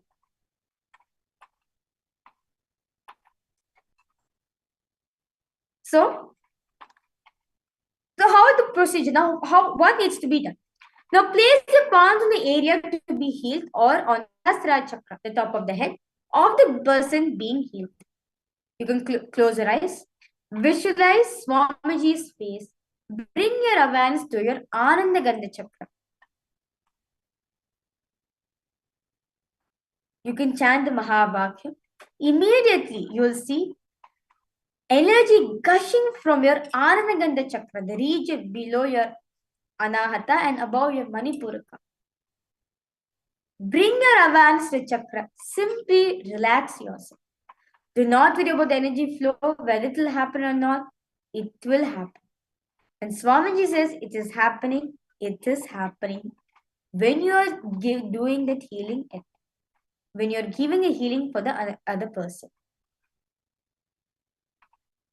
Once you have relaxed into yourself, feel only the boundless energy flowing through you. Continue as long as you feel the person is drawing the energy. You will sense this effortlessly.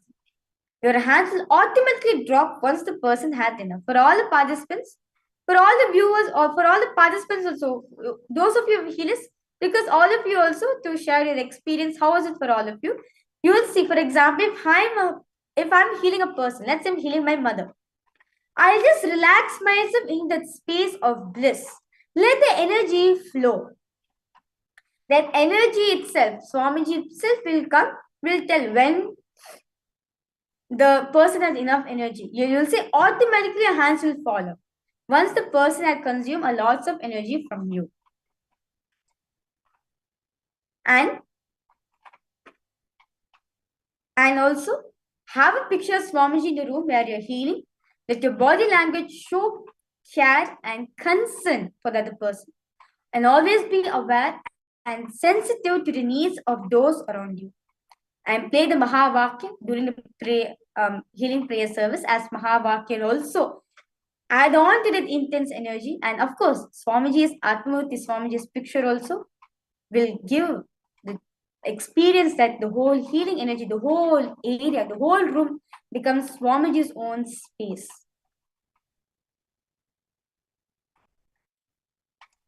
So this is as Swamiji shares very beautifully, to give the fullest experience for all of you, we request all participants that do not make any guarantees, warranties, or representations regarding the outcome of the Nithyananda spiritual healing process.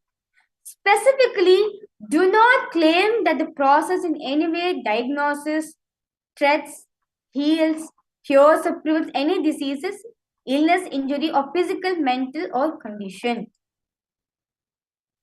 Do not use the word patient to describe someone who elects to receive your Nithyananda spiritual healing service. If you're a licensed physician or other licensed healthcare practitioner, I advise everyone to whom you are providing the Nithyananda spiritual healing, where you're doing this healing service, that such service do not constitute diagnosis, care, or treatment, or the practice of medicines or any other health care. This healing does not involve diagnosis or treatment of any medical or psychological condition, does not involve the use of any physical intervention or manipulation of the human body. Any benefit of the individual experiences come from within himself or herself, based on his or her body ability to heal on its own self.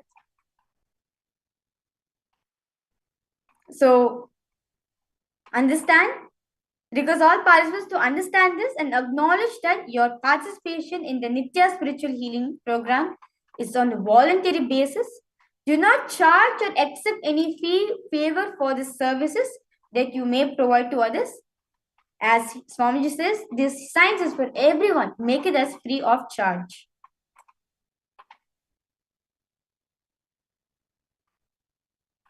And also, Swamiji says, do not provide the spiritual healing service if you are suffering from any physical, mental, or psychological disorder, or taking any medicines or any physical, mental, or psychological disorders. For all the participants, if you're healing other people and if you're going through something, during the period of time, request you, Swamiji saying, to not to heal other person. Do not provide the spiritual healing when you are under medication or when you're experiencing something in your life. If you become aware that an individual has requested your spiritual healing service appears to suffer from mental disorder, do not provide the spiritual healing. Recommend that he or she to seek attention from an appropriate licensed healthcare practitioner or mental care provider. So if you thought you find that the person whom you're healing is suffering from some mental disorder, request him to consult a doctor, a physician, before doing this healing service to the other person. Yes. So with this, for all the participants, with this beautiful introduction all of us got through, with this beautiful briefing all of us got through on this beautiful science, because all participants, those of you who are interested, who are willing to partake this initiation which Swamiji is going to give in today's darshan, I request all of you to fill this form, which is going to be projected for all of you. And in this form is for both the levels of healers, where the self-healing happens, for the people who want to become self-healers, and also the healers who want to heal others. It's for both.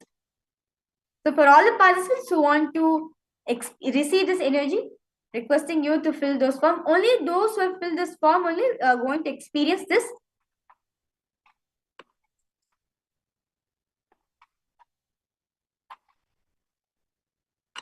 And those who have experienced, those who are willing to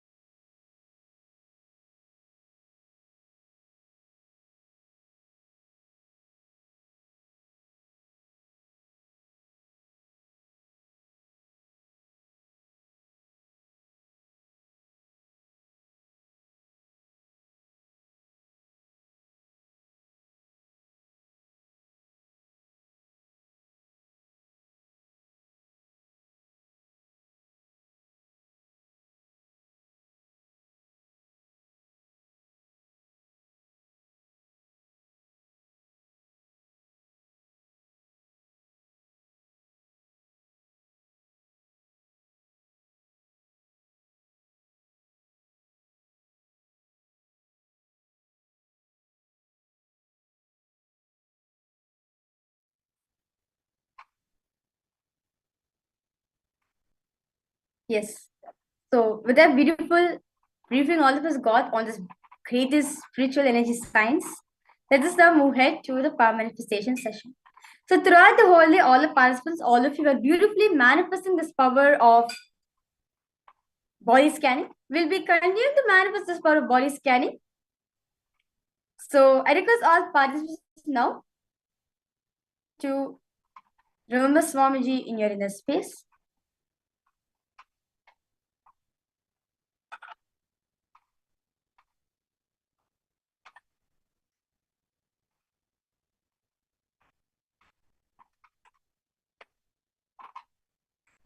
Okay, my yoga chant you have posted for hair fall which chakra is for hair fall which chakra is blocked. See, okay, my yoga chant you have asked for which what's the chakra for hair fall? See, ma, say hair. Hair is in your scalp. It's related to your Sahasrara chakra. So each of the health problems you're experiencing is actually related to one body problem. It is actually related to one body energy center which is there in our system. For example, if you're experiencing something in my lungs, or if I'm experiencing something in my, let's say, my stomach, it is actually connected to my Manipuraka chakra, where my navel center is. So understanding any problem you're experiencing is actually related to one of the chakra which is blocked. So my yoga chan you've asked, hair falls is related to which chakra? It is related to Sahasrara chakra, the crown center, which is at the top of your head. Okay. And Ma Mihiram Khara has posted, I want to do great healing. Yes, Ma. Request you to fill this form. The eCitizen.com, where very beautifully it has been posted for chat for all the participants. Request all of you to take few minutes, fill this form. And yes, Miriam, you have asked if you want to become a healer. Definitely mind today's initiation. Swamiji is going to be initiating each and every one of you into the science of healing, ma. So not worry about it. Just attend today's darshan. Swamiji will be healing all. Swamiji will be giving this initiation for all of you.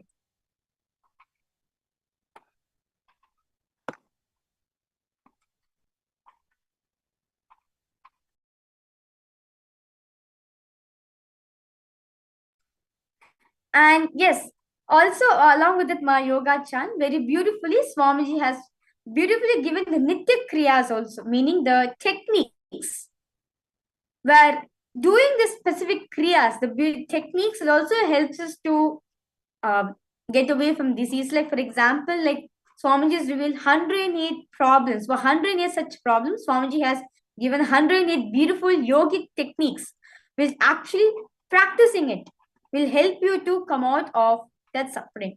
So yes, my yoga chan, you've asked for solution for your hair fall, ma.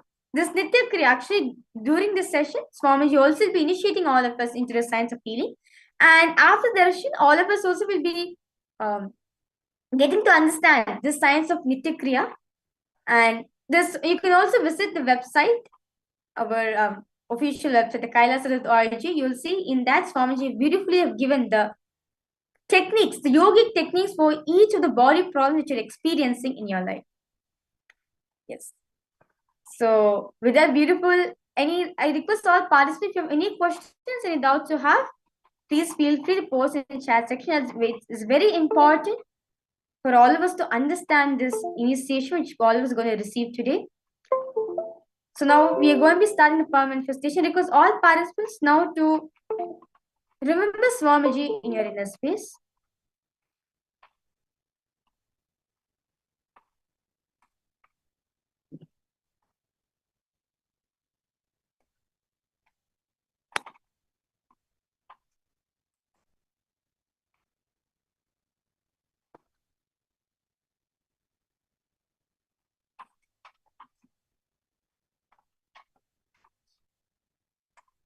Yes. So now, because all participants now start chanting the Mahavakya. Chant the Mahavakya intensely in your inner space. I request all participants now, continue chant the Mahavakya. Om Nithyananda Paramashivoham. Om Nithyananda Paramashivoham. Om Nithyananda Paramashivoham. Now, for all the participants, you are going to be scanning and revealing which blood group do I belong to. In this round, you'll be manifesting the power of blood group scanning, because all participants do ask Swamiji to reveal you which blood group do I belong to. Okay, Ma Karini, you have posted various solutions for each of diseases. Okay, ma. Yes, ma. So there's a very beautiful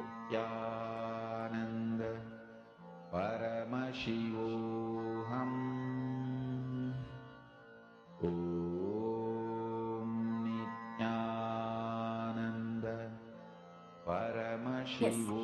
So yes, Ma Karni, Shivanatrajan asked for the solutions for each of the diseases. Yes. So these solutions, back Swamiji has very beautifully given the yogic techniques. Beautifully, Paramashiva himself reveals in the source scriptures, the Vedas and Agamas. So each of the diseases which are experienced in your life, the techniques, the solutions for those yogic techniques for those diseases. Yes, ma. So we'll be sharing with you, ma, the link, the solutions for each of the diseases. But there are 108 problems which Swamiji has beautifully given these techniques.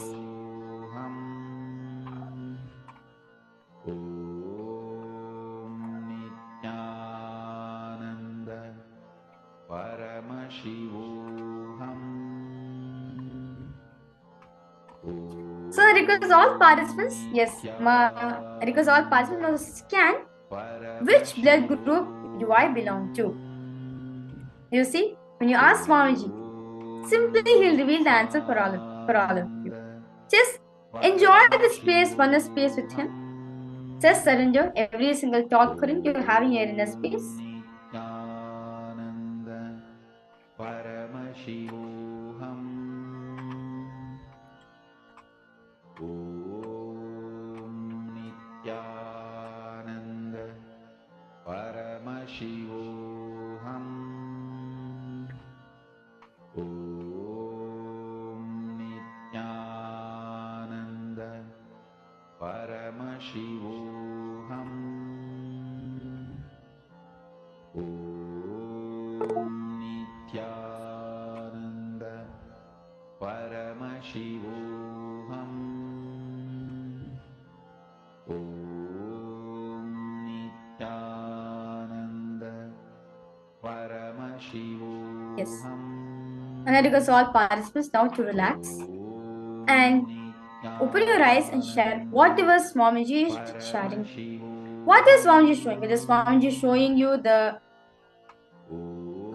Swamiji is showing you anything. What is Swamiji showing? Detail exactly like that. Type it down in the chat section.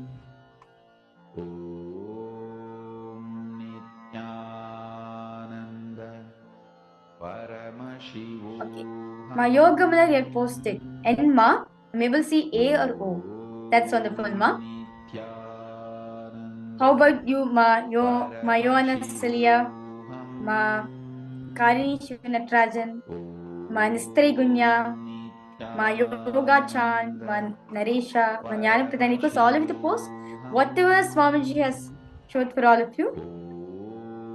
Nithyananda Paramashivoham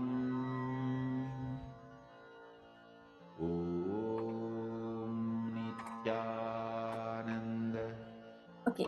Ma Karini has okay. Ma Priyata Supri has posted. Nithyananda ma just joined. No problem, ma. No problem. Okay. Ma Priyata Supri has posted B positive. Okay. Ma Kanish Vinatraj has posted A or B plus. Ma Nistri Guni has posted B plus. Okay, that's wonderful. Nithyananda Paramashivoham. Yes. So I'm not going to reveal my answer. So now I'm going to reveal the answer for all of you. My blood group is B positive. Yes. Ma Karishu Natrajan, ma Priyadra Surupani, and ma Nisra Gunya. Yes. All of you manifested. That's wonderful. Yes, I'm B positive.